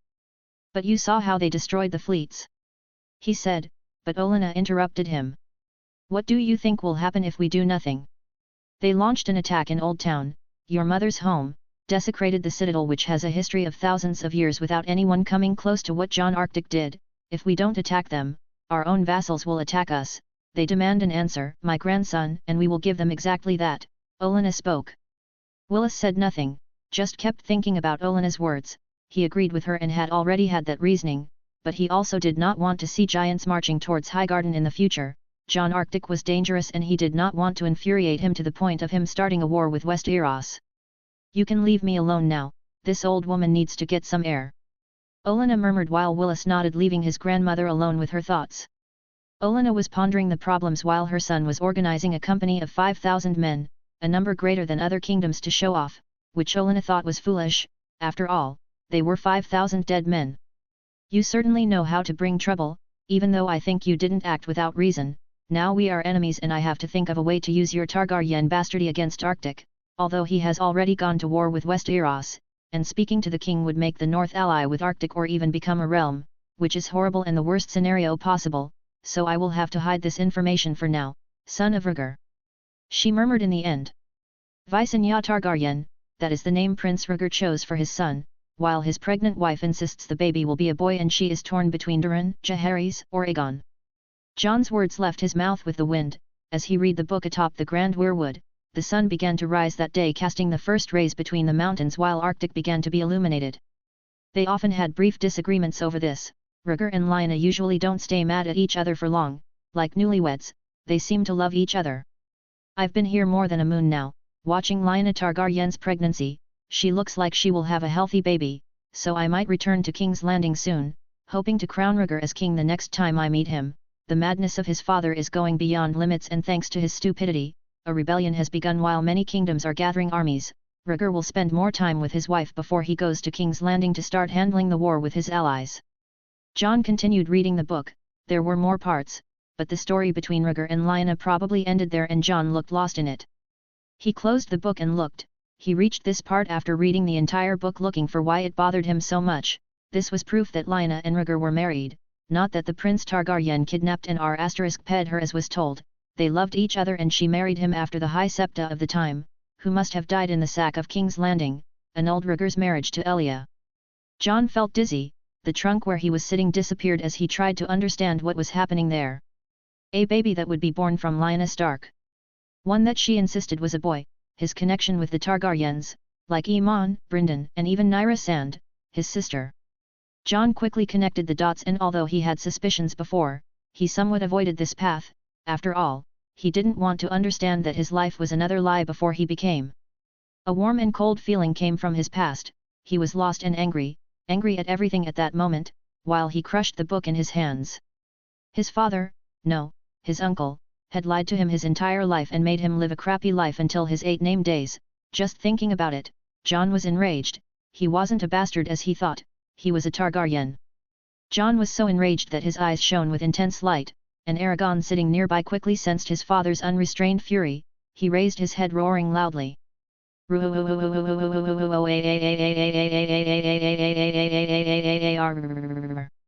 All of Arctic heard his roar that morning as everyone starting their day on the streets of Arctic immediately looked toward the great tree where Jon and Aragon were. Why is he enraged? Arya shouted from the royal castle, not understanding, while Serena and Ygritte looked out the window immediately with concern. However, it was not limited to just Aragon, as several roars started throughout the kingdom, beginning with Ghost, who went out to the castle courtyard, raising his head and howling loudly, drawing everyone's attention there. His partner did the same, while she was still lying in bed about to give birth. Another howl came from 3 other wolves that Jon brought to the castle. Even Arya's 2 wolves also howled, and the whole city was like that. The people of Arctic didn't understand what was happening as howls from wolves and growls from other animals began to be heard throughout Arctic, and even beyond, while in the forests the animals were all agitated, with many running out growling. This began to instill fear among the citizens. Even though no one was being attacked, it wasn't normal behavior, and even the warg's animals were affected, unable to contain their beasts. Jon was still enraged and didn't even understand what was happening around him, thinking only of going to Winterfell at this moment to confront his uncle. He didn't notice when Aragon seemed to shine at that moment, as a cold wind began to swirl around Jon and his dragon. It started with a cold wind, turning the very air into snow particles, and this continued exploding as people saw a frosty explosion burst from that place by the Grand Weirwood. This formed a snowstorm as a White Walker would create while it circled Jon and Aragon, showing their teeth while growling and still shining. What is happening there? Where did this come from? What is happening with the Grand Weirwood? Someone call the children of the forest. These exclamations began throughout Arctic as the animals continued growling, with even people who had not left their homes going to see, their eyes shining with fear as the snow circulated that part of the great tree, while it began to fall over the city with flakes. Jon was in the middle of that storm, but he didn't seem to care or even know what was happening there, as his gaze continued on the book in front of him, even covered in snow, he continued consumed by anger. "Who are you?" An ancient and powerful voice, one he hadn't heard for years, resonated in his mind, as if it had come from the tree he was on. "Who am I?" Jon murmured hearing this. "Are you a Snow, a Stark, a Targaryen, or?" The voice continued as Jon finally began to reason again. "I am." He didn't take long to find an answer. After all, if he had an existential crisis, all he had to do was look forward to find his answer. However, his vision was obscured by the snowstorm, as he finally realized what was happening, while Aragon continued to emit a glow behind him generating the snowstorm. "I am Jon Arctic," Jon said firmly as the wind with snow continued blowing his hair and clothes while snow accumulated around him. The storm finally began to calm down at this moment after his words, while Aragon returned to normal at this moment and Arctic finally was seen, as everyone could see the snow particles beginning to disappear too, with the animals also stopping making sounds throughout the region, while looking cautiously and confused about what happened. "Jon Arctic, this is me now," Jon murmured looking at the city he built, although he was surprised by what just happened and angry about what he discovered. He stood up at that moment and Aragon, understanding what his father wanted, lowered his neck while Jon mounted him. He then jumped from the grand weirwood. Aragon gave a roar before opening his wings right after passing close to the city, while many were frightened by the strange behavior of the dragon with Jon on top. "Jon!" Serena murmured from the castle looking at Jon beginning to take attitude. "Where is he going? What was all this?" Ygritte exclaimed stunned. Serena just looked worried, unable to answer Ygritte's questions, while watching Jon heading in a direction out of Arctic. Aragon's wings continued to beat as he gained a bit more altitude. Jon knew very well who he was at this moment, but that didn't stop him from feeling anger for everything they lied about, and he was heading south with Aragon, toward the wall and beyond. "Raccoon here, did you find Aragon's abilities too exaggerated?" Chapter 141, Anger. Third-person POV. Westeros, 296 AC. The men of the Night's Watch had been quite restless in recent days, as Lord Commander Mormont received reports from the south, with a number of men coming north to search for Arctica. He didn't know what to think as the king demanded men from the order to accompany the troops going beyond the wall, which was a bad thing, but he also couldn't say it was bad. After all, with the troops, new prisoners to enter the order with food and resources coming from the great houses to help the wall. Although it is something unique, after all, they finally called for the Night's Watch. Commander Mormont could not help but comment internally, since he never received much help from the south, while only the northern houses did that. But things were not very lively among his men, with everyone knowing that there is a fleet of 200 ships beyond the wall with an army capable of devastating one of the main cities of the Seven Kingdoms and destroying many more ships than the Ironborn could destroy in their rebellion, putting the Seven Kingdoms in a difficult position. Jeor Mormont knew that these more than 10,000 men starting to be brought to the north were men fated to die, and he had no choice but to send some rangers to share their same fate. He could not stop thinking that these men serving the watch was a much better option. And they needed it at this moment. After all, the wildlings were getting desperate to come south. Mormont did not know why, but it did not seem that Ned's son was the reason for those men's fear. He tried to find Arctica many times with requests to try to find Arya since she left, and as he also felt responsible for the girl passing through the wall under his nose, he sent some men, but the wildlings never let them go far beyond the initial region, which made them never find this mysterious place. Many believe it does not exist, but Jon Arctica did not pull all that out of nowhere. He has an army, ships, resources impossible to get in these wildlands, and he is sure that more and more wildlings are joining him. Jeor did not fail to look out the window as he saw his men having cautious glances as he was going to patrol, while a group entered the elevator to go up from the wall. They went up until they finally arrived with some men already on standby looking at nothing, while they wondered if it would be another boring day freezing their balls on this frozen wall. The first rays of sun began to appear, while a cloud was on the wall, but there was still a view from the bottom with everything calm without any movement even from the animals. "Hey, Jif!" A man from the patrol called one of the new men coming up. "You have a worried face, are you afraid of encountering the army of giants coming to knock down the wall today?" he mocked. "Shut up, idiot!" Jif muttered. "They can't knock down the wall." The man spoke despite not sounding so confident in his tone. "Don't worry, Jif. The South is sending 100,000 men, from what I've heard. They're going to destroy the wildlings. This man showed his teeth as he laughed, with some of them missing. You say that because you didn't see the Articans who came here a few years ago. You would shit yourself with fear if that were the case. Jif spoke cautiously. I've been here only 2 years, so I haven't seen, but I've heard good things. Some guys said they are thinking of running away, because now the wildlings live a much better life than the nobles below the wall, believe it? I wouldn't mind sleeping in a warm bed fucking a wildling every day. He spoke. You talk of betrayal, have you forgotten our vows? Jif mocked. Fuck our vows, Jif. You need to. He was going to continue, but was interrupted. Shut up! Jif exclaimed urgently. What now? The man did not stop mocking even more. Just be quiet. Jif growled. Aren't you listening? He spoke, making the man about to curse look quiet while trying to use his ears for whatever Jif was listening to. So they began to hear a sound of wind beating, wondering where it came from, with a low cloud over the wall that morning obstructing their view. What is that? A giant bird or something? The man murmured skeptically, looking up. We can't see with this cloud. Jif murmured as the sound grew louder than ever. Is it here? The man exclaimed, scared as he felt something pass over them, and it was immense, seeing a shadow passing by. Aragon passed close to the wall quickly while heading south, hiding in the middle of the cloud there. As he entered the present territory, he began to gain altitude, as the clouds began to lessen, and he rose in the air to not attract too much attention, flying just 200 meters from the ground, changing that altitude to 10,000 feet from the ground. Jon followed with a firm gaze, beginning to pass by Last Hearth, the House of the Umbers, as it appeared just a small structure in the middle of that land, with the town connected to the castle. Further south, Aragon passed over the lake in the middle of the north, continuing towards the heart of the north. Jon, mounted on his back, had no other desire but to head for Winterfell, which no longer seemed so far away, with the castle beginning to appear as a small dot on the horizon with Wintertown. That morning, Ned took the only time in his day where he could be more at ease, as he went to the main hall of Winterfell to eat with his family, while his children all ate quietly, his wife also not talking much at this moment.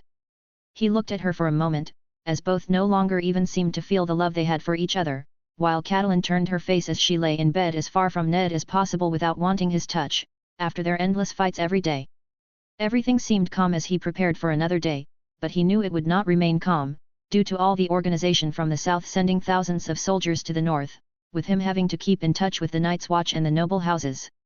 Ned also had to answer his friend and his foster father because he refused to send soldiers beyond the wall. And even with the dissatisfaction of Robert and Jonathan, Ned refused to send forces to hunt his sons. He stayed in the solar until mid-morning, while his door suddenly opened. Lord Stark. Jory Castle opened the door at this moment as Ned set his scroll aside. Yes? He asked. There's been an occurrence in the courtyard. Sir Roderick said your sons are fighting. He said, and Ned raised an eyebrow before beginning to rise to see what was happening. He went out with his guard and headed straight to the courtyard, arriving there, while seeing Sir Roderick speaking with Theon and Robb, with a quite severe tone, as Bran held his arm that seemed injured, while he saw his daughter Sansa looking distant with her friends. What is happening here? He quickly demanded as he approached. Just a bit hotter battle than usual. Lord Stark. Theon said as he seemed a bit cautious. But Bran exclaimed at that moment angrily. You were provoking me by speaking ill of Jon. He said as he returned to his father with a somewhat lost look. He just keeps talking bad about Jon, says Jon is a bastard criminal and cruel, provoking me all the time. Robb might act sometimes, but doesn't seem to care most of the time. Ned heard his son speak. He raised an eyebrow, scanning his gaze from his son to Theon. Is that true? He looked at the children, as Theon lowered his head in shame, but Robb seemed quite stubborn. Isn't it true? He questioned Ned. Is that what you think? Ned asked, a bit surprised. Didn't he attack a city in the south and kill unarmed septons, maesters? Didn't he destroy thousands of ships with thousands of lives being destroyed? Robb openly questioned his father. You may think so, but I don't believe Jon did it by chance. After all, he had peaceful dealings with Dorne and the Reach before initiating the attack. So things may not be exactly as we hear from the south, Ned spoke. But Robb didn't seem convinced at all, so he just sighed. I want you to go to class with Maester Luwin, you also need to have that injury looked at, understand? he said at the end, as the three began to walk towards the castle. Sir Roderick, seeing this, looked to his lord, alongside his nephew, Jory. There's a lot of jealousy and anger among the children. I know, but Robb has to learn that he can't be like Jon. I can understand the envy Robb harbors for Jon. After all, Jon at the same age is known throughout the kingdom, but he should at least be grateful. After all, Jon won't do anything his mother said. Jon has his own kingdom and doesn't want Winterfell. He even helped this house the last time he was here. Ned spoke. But Robb continues to fear Jon. Theon always tells him that Jon will take Winterfell in the future and he won't be able to do anything about it. Sir Roderick spoke while Ned frowned at this. I'll have a serious talk with Theon then and ask why his interest in undermining the relationship of my sons. Ned spoke in a serious tone. Ned was ready to return to the castle after that, along with his guard as he bid farewell to Roderick. However, he heard a strong sound coming and everyone immediately looked back, above the castle. However, what no one expected was a snow explosion emerging at that moment. Ned quickly opened his eyes while he swore he saw a giant creature flying, bringing that storm that caught them the next second, covering all visibility of the morning. Immediately, screams were heard all over the place with the snow beginning to expand, as the sun was obscured by that strange phenomenon covering Winterfell. What is this? Sir Roderick exclaimed in fear. Where did this come from? Jory next to Ned exclaimed as the guards training in the training yard began to run by their side to anywhere with the intention of protecting themselves, while shouting, wondering what was happening there. Ned, quickly with his hands protecting his face and seeing the situation, exclaimed. Take everyone to a safe place, a snowstorm has hit us. Find a safe place until it passes and light any fire to warm up. He gave his orders, despite not understanding where it was coming from. Snowstorms were quite rare in the middle of summer, but that wasn't even the strangest part, as nothing indicated something like this coming, while the morning only appeared with a few clouds in the sky. People all over the castle began to get scared at this moment, while the more fortunate were inside the castle, like most of the servants, with Ned's children there, as Sansa quickly entered with her friends, near the entrance, and Catelyn was trapped inside the September looking scared at the windows of the temple along with the septa. For the seven, what is this? Catelyn exclaimed in fear, never having seen something like this since she came to Winterfell. Quick, we need to pray. Septa Mordain immediately exclaimed. But my children!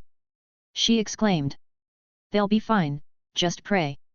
The septa insisted and Cat did exactly that. People ran all over the place, taking shelter anywhere, with shadows running back and forth within all that snow, hitting their faces and many starting to feel the enormous cold, due to not being prepared for something like this, and the snow piled up on the ground covering any land there.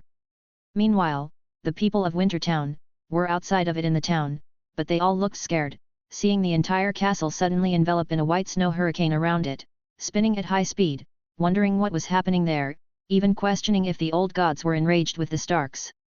As Ned ran and began to enter the castle, he suddenly felt something land in the middle of the courtyard, with everything shaking a bit. What was that? He murmured next to Jory, looking back, but without visibility due to the strong wind and the snow accumulating all over the place. Jory raised his sword, looking fearfully at the snow as he trembled. Jory, go inside, you could die of hypothermia. Ned exclaimed, noting the man was beginning to turn blue, as he wasn't wearing warm clothes. Jory, somewhat reluctant, eventually obeyed after a stern look from Ned. Ned, accustomed to wearing a cloak even in the middle of summer, managed to withstand the icy wind better along with his Stark blood. He saw people running back and forth, returning inside, shouting almost incomprehensible things due to the sound of the event.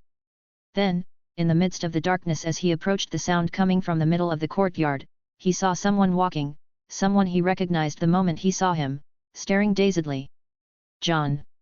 Ned murmured, seeing his nephew walking calmly through that chaos as if he were a ghost. Ned immediately gave up on the courtyard and began to run after him, wondering if it was some kind of illusion. Jon had only one thing on his mind since he had found out who his real mother was. He quickly created a storm explosion as he approached the castle, while Aragon began to glow. His dragon created a snowstorm much more powerful than the one he had made at the Great Weirwood, quickly covering the entire castle, making the whole place darken into shadow and ice. Then, without a second thought, after flying over the area a bit and landing in the courtyard, he dismounted from Aragon and went straight to the crypts with a desire to see his mother as she truly was and not as an ant who died unjustly. He quickly entered the crypt as if all the sound and chaos outside had disappeared, giving way to the sinister silence he still remembered having when entering this place. It didn't take him long to find her. After all, the old generation of Starks had been buried on the first floor. As he walked up to her statue, Lyanna Stark. Jon stopped and looked at it for a few moments and couldn't help but feel tears coming out of his eyes at this moment as he stared at the statue, wondering if it really was molded to be, with her emerald eyes looking at him hypnotically. He stared at her, remembering the horrible days here in this castle, the days when he cried like a lost child, seeking the warmth of his unknown mother, but only hunger and cold were the answer almost every day. "You were here all along and I never greeted you, mother," he murmured with a voice laden with sadness. "It's so good to see you and recognize you now." He began as tears fell like a waterfall.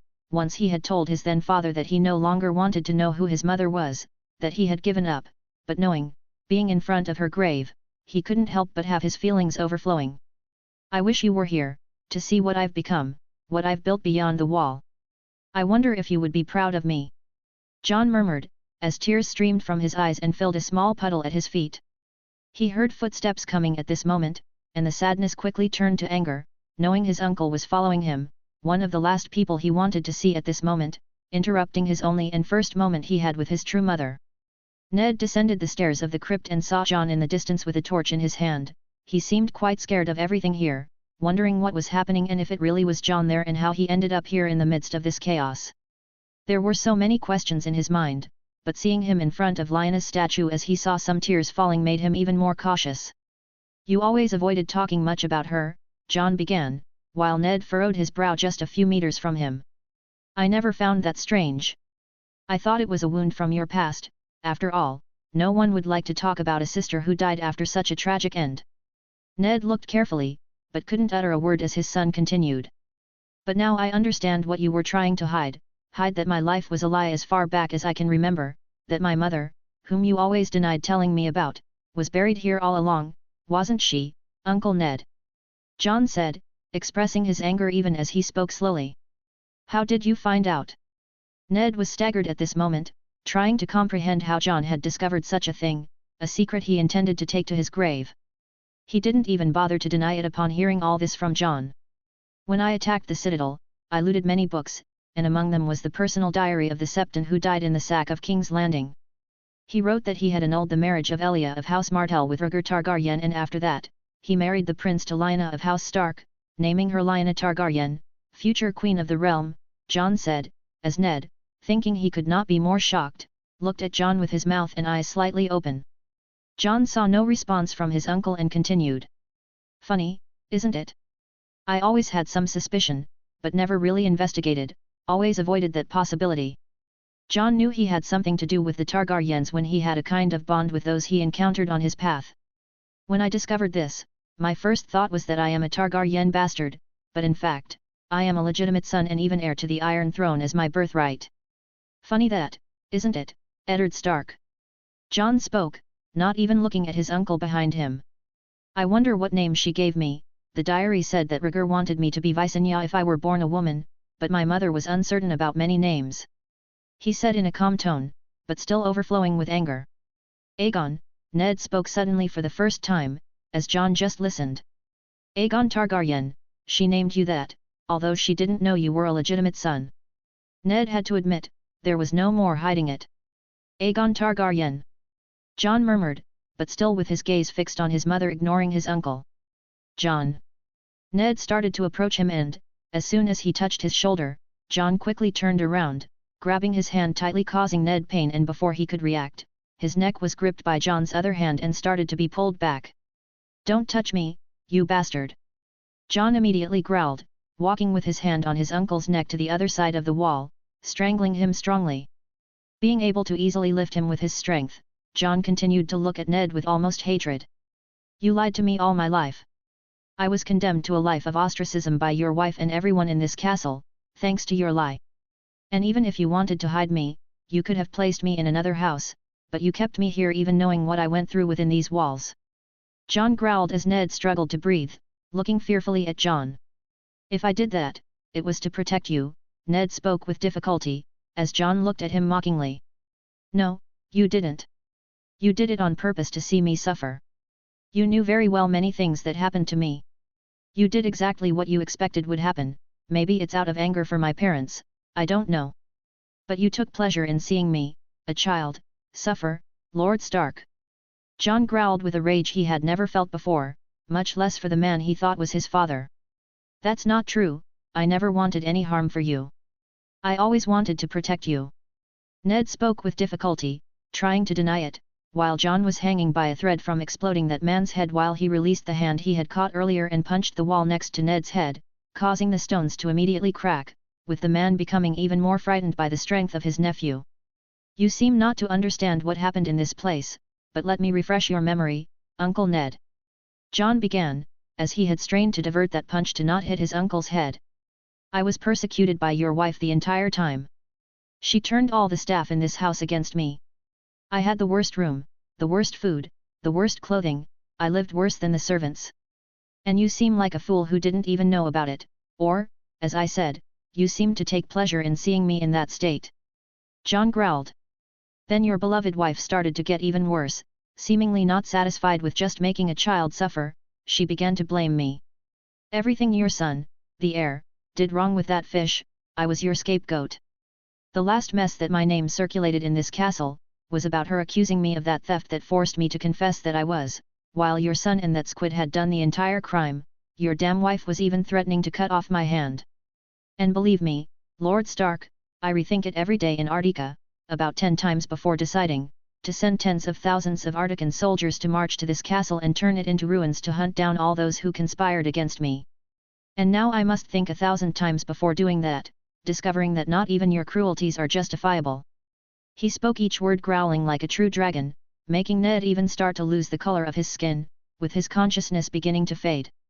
He looked at his nephew, not knowing what to say to that, but was finally released as Jon simply grabbed him and threw him to the side, making him fall several meters, rolling across the crypt floor. Jon looked one last time at the statue of his mother. Sorry you had to see this, he murmured. But your brother made me live through all this. After that, he started to leave through the crypt stairs, leaving his uncle behind before he did something foolish. Ned, still all bruised and coughing with lack of air, saw Jon leaving and quickly started to get up. Wait, Jon!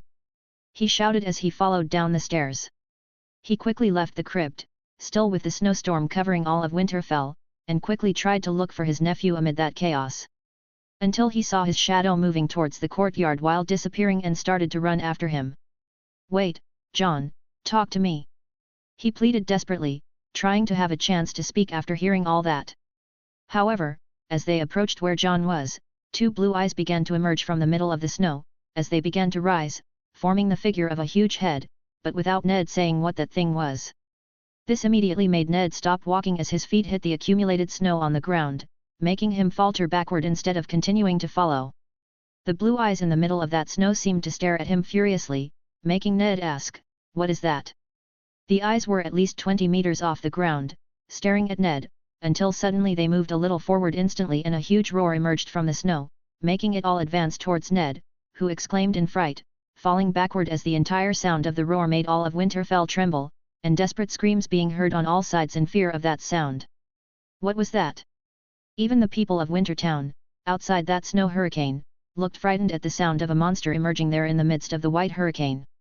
Ned fell to the ground while looking scared, seeing 2 huge shadows, like wings, rising before lowering, with a huge creature beginning to fly into the sky, only seeing its shadow, but keeping his gaze mesmerized at that, while the storm finally began to calm down. Ned did not know how long he stayed there, still, looking at where the creature had left, but finally, the sun began to rise again and the people of Winterfell began to come out of their hideouts, looking at all the snow accumulated around the castle, until some guards saw their lord there, frozen on the ground, looking up, as they approached to help him trying to talk to him, but Ned did not hear anyone, having his own thoughts about what he had just seen. Chapter 142, Jon Arctic and Lyanna Arctic. Third-person POV. Westeros, 296 AC. Arctic was finally spotted after a few hours, as Jon flew north again, unnoticed since he left Winterfell. Jon entered the city silently, but everyone saw the dragon flying over the city while wondering what had happened earlier with the confusion in the morning, where no one could say who it was and why the king had disappeared flying out of the kingdom while returning in the middle of the day again. Aragon was circling the grand weirwood, looking a bit hesitant with his gaze toward the castle. But, quickly, Jon moved his dragon downward as he approached and landed calmly in the castle courtyard. It was no surprise as Serena approached, her hand on her belly, looking at Jon with concern.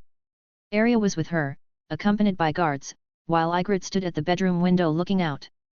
Since she couldn't move much, being the most affected by the pregnancy, Jon could see her worried look toward him too. Jon sighed. He still had his book and his clothes and dismounted from Aragon, landing on the ground, before looking at his dragon, which began to take off with a mental command. He was quickly greeted by the women. "Jon! Are you all right? What was that?" she asked cautiously. "Where did you go?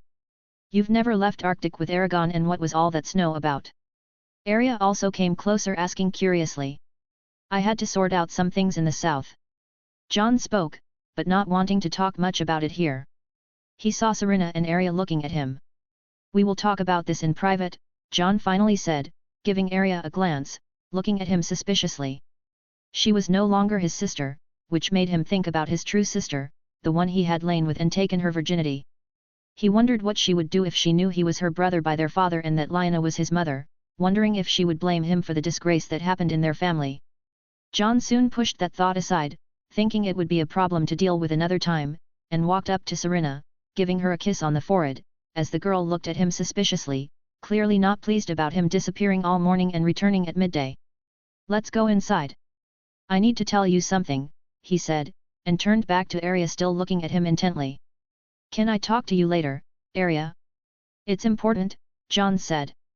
While the girl remained dissatisfied, he accompanied his wife to the room where Ygritte was quickly questioning them, but Jon took out the book and sat on the bed, asking his wives to join him, then began to tell everything he had discovered thanks to that book, telling his true origin and how his life was different from what he imagined. "So you're saying you are a son of an ancient king from the south?" Ygritte said with a tone more surprised than intended. "And that you are heir to that southern throne where southerners would kill to sit?" she said, looking at him cautiously. "Yes," Jon murmured. "So, that means Nyra is your sister?"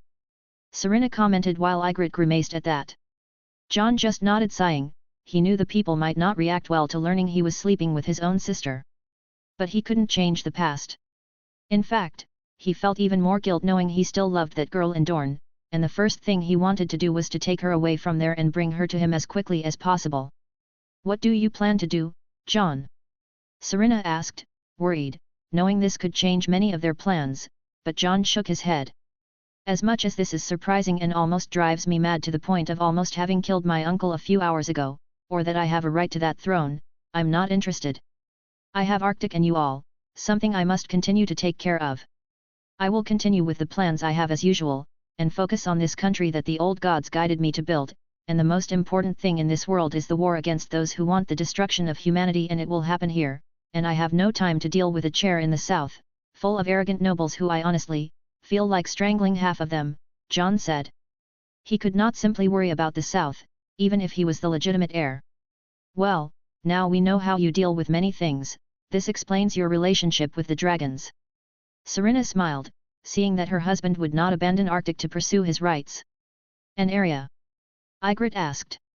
Jon thought about how he would explain this mess to his sister or cousin at this moment. "I'll talk to her later. For now, I just want to rest a bit, I need to sleep after all this," he said, just wanting to lie down and try to forget for a few hours everything that had happened from the moment he opened this book until his return from a break here. The wives ended up accompanying him, and he slept for about 4 or 5 hours until he woke up again to have a meal, while his women accompanied him the whole time. It did not take long for him to go to the sacred grove to meet Brynden and Aemon, before placing the book in front of them. "So that's why there was this commotion this morning," Brynden murmured, reading the documents about his parents' marriage, and how Jon was the heir to the 7 kingdoms. Aemon remained silent, but still maintained a surprised look. "As you can see, it seems we are relatives, but something tells me now that you already knew this," Jon looked hawkishly at them. "Yes, even if you have the powers you do, it's not easy for someone to simply bond with a dragon like you did. Moreover, the absence of your mother's name, plus the gap that you could be Lyanna Stark's son was evident," Brynden said. "I always knew that Rhaegar would never kidnap or R*pe a woman. But I am surprised and very happy that you are a legitimate son, heir to the Iron Throne. Aemon commented with a melancholic tone. However, you never thought to talk to me about this. Jon accused with a tone of dissatisfaction, ignoring the last part from Aemon. We wanted to tell you when you reached 18 years old or if Arctic was quite established. After all, we did not know how this might affect you, Brainer confessed. And now, boy, what do you wish to be? Aemon asked with a curious tone. I am what I am and will always continue to be, until the end of my days, Jon said firmly. He was no longer a Snow, a bastard son living in misery in Winterfell. He would not be a Stark and he would not be a Targaryen. He was what he built, what he would leave in his legacy, a legacy, what he did with the chance the gods gave him, this city, this kingdom, with the intention of fighting against the darkness that approached and threatened all of humanity. He was Jon Arctic, and no one else, no matter who his father was, or what he would inherit with his parents' names. I am glad you choose this, my boy. You will be the best of us all. You achieved something greater than Aegon when he came to Westeros with his sisters. Aemon said with a melancholic tone, but had a gleam in his eye the next moment. And what will you do about your sister in the south? And I must remind you that there are also Rhalla's children hidden in Essos. He murmured, waiting for Jon's response. He talked about Rhaenys and Dorne and how Aemon was happy to hear that a daughter of Elia survived, last week. I know, it's just complicated. I don't know how she will react towards me when she finds out I am Lyanna's son and her father. Jon murmured, wondering what the girl's reaction would be. Brynden looked narrowly. You slept with her, didn't you? He said, knowing how to read someone when it came to sleeping with another person, as Jon nodded. Yes, I didn't know we were related, but something connected us and we ended up spending a night together, Jon admitted. Do you love her? Aemon suddenly asked. Jon ended up thinking a bit with this question, wondering if the feeling was merely carnal or if he truly loved her. There was passion, though he didn't think love was something created in just a few weeks. Jon certainly felt a passion and connection with that girl. Yes, he replied, confirming that he loved her. Well, then that's not a problem, Aemon said. The Targaryens always married brothers to sisters, he mentioned. And Arctic, would she accept this? Jon couldn't help but ask. Like it or not, he also had to worry about public opinion, and his counselors were better at giving him advice. You built a kingdom for them, you took them from a miserable life to bring them here. Everyone sees that you are blessed by the old gods, my boy. No one will dare to say anything against you. Besides, knowing your story, the story of your family, the Targaryens, it won't be as uncommon as you think, Aemon spoke, and Jon nodded. It's good that our family didn't completely die out, my boy. Aemon continued to speak. It makes this old man remember having dead hopes before meeting you, and you changed all that. You are your father's son and the one who will lead the family from here on, and even if you choose not to want the Iron Throne or even to dominate the South. You are grand, greater than any other. Remember that, he finished. Yes. Uncle Aemon, Jon spoke with a small smile. And we will rescue our family, he said with the intention of seeking out the others. We'll get the uncles from Essos and Nyra from Dorne. He said with a firm tone. Aemon approached Jon as he accepted a warm hug from the older man, but the next moment he felt something while hearing a strong howl coming from the castle and another from the sky. They're being born. Jon immediately exclaimed and left Brynden behind as he headed for the entrance of the grove while Aragon landed right there. Jon took off with his dragon and quickly went to the castle, landing at the entrance and running inside. How are they? He asked the first person who came to greet them. My king, both exclaimed that the water broke and all the midwives in the castle are running to the room and are preparing them for the birth. The royal guard gave his report as Jon nodded entering the place. He looked aside while also feeling that the wolf with ghost was about to give birth, but it continued happening. Jon. My nephews are being born. Jon found the door full of guards while Arya appeared anxious at the entrance. Yes. I'm going in. Jon playfully slapped Arya on the head and immediately entered the room. The bed was surrounded by some midwives that Jon had trained in the Arctic hospital and with a child of the forest, Leaf. They were already here because Jon requested their stay at the castle last week.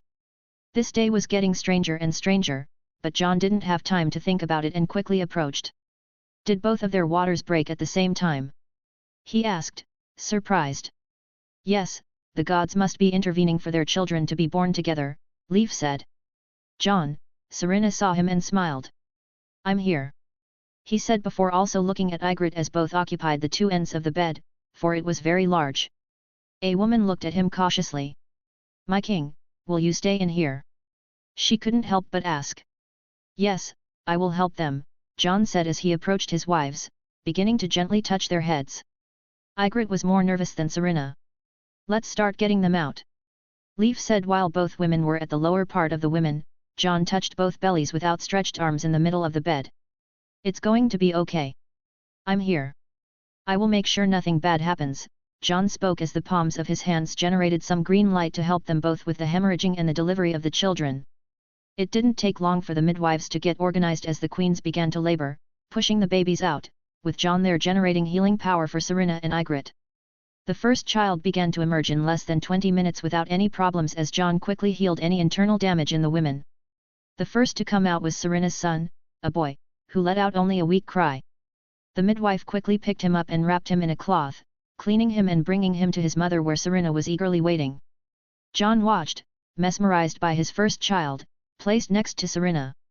The boy had dark hair and slightly opened his eyes, seeing the world for the first time through his small eyes, showing two different colored eyes, while the left had an amethyst color, the right had a green as bright as Jon's.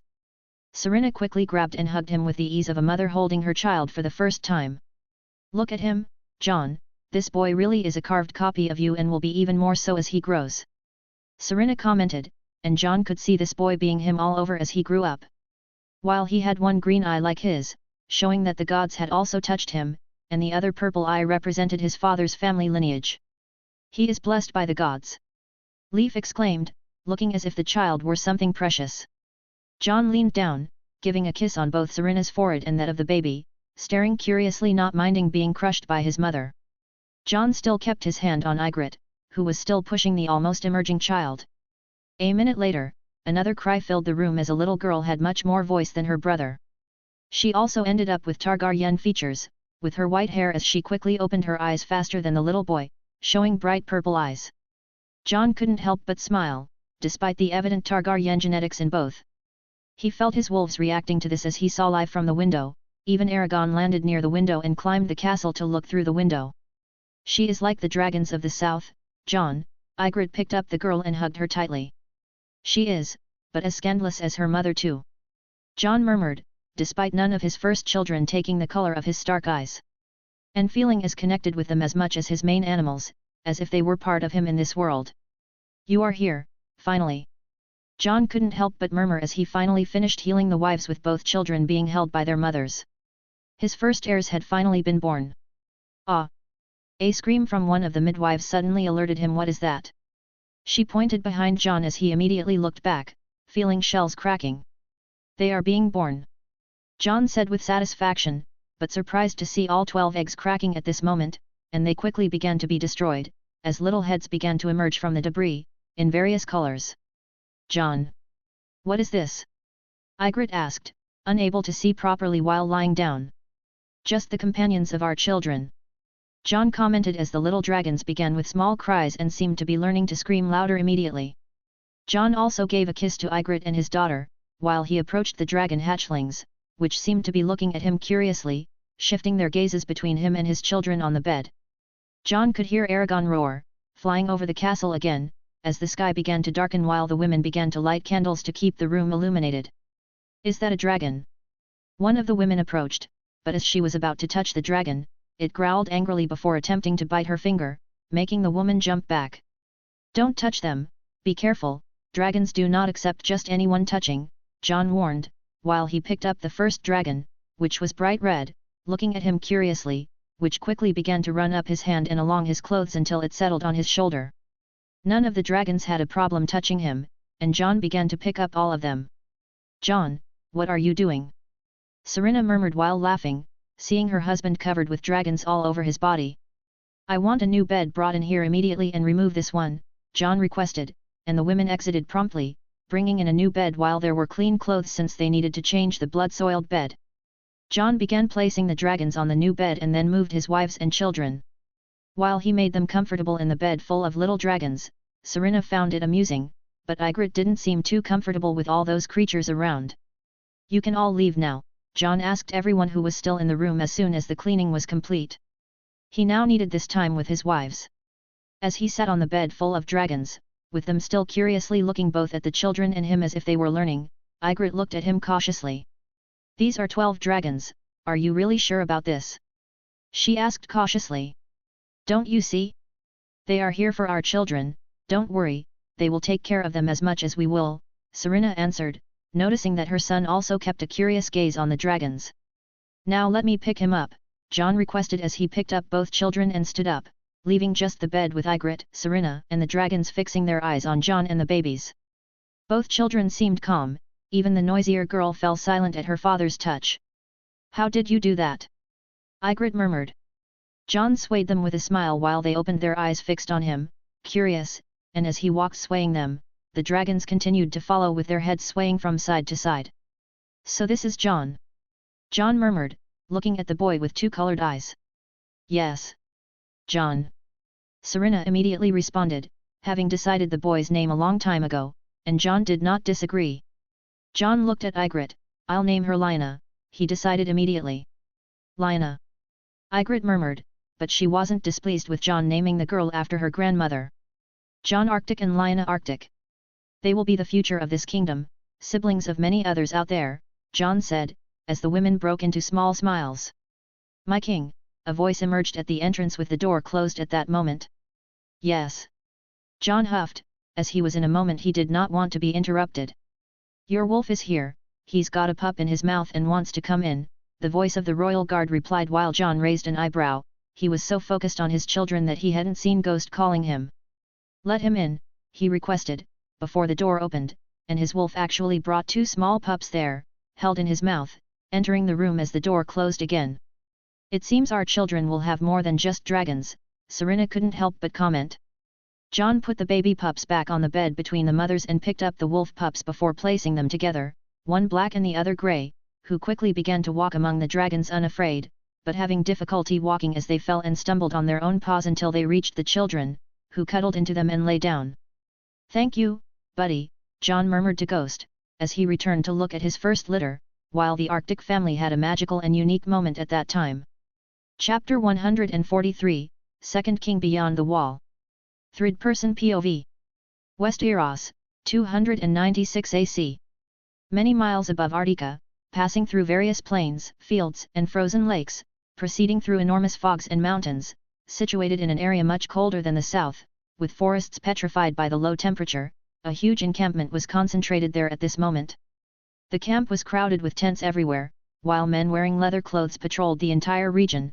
There were two races, the giants who lived bringing logs to the camp and the free folk, with more than 400 giants and 110,000 people of the free folk gathered there. Among the men, there were 200 wargs. This camp has been in this northern region for almost a decade, gathering everything they could save from the cold shadows, the darkness, or death gods as many used to say. However, the enemy is beginning to move. In the last moons, the camp started receiving attacks while their scouts began to disappear, never a direct attack, just picking off one here and there, as if they were waiting for something bigger to come. Seeing the camp starting to be attacked from all sides, the people there began to worry as those monsters were becoming increasingly aggressive. The pressure on the leader began to build.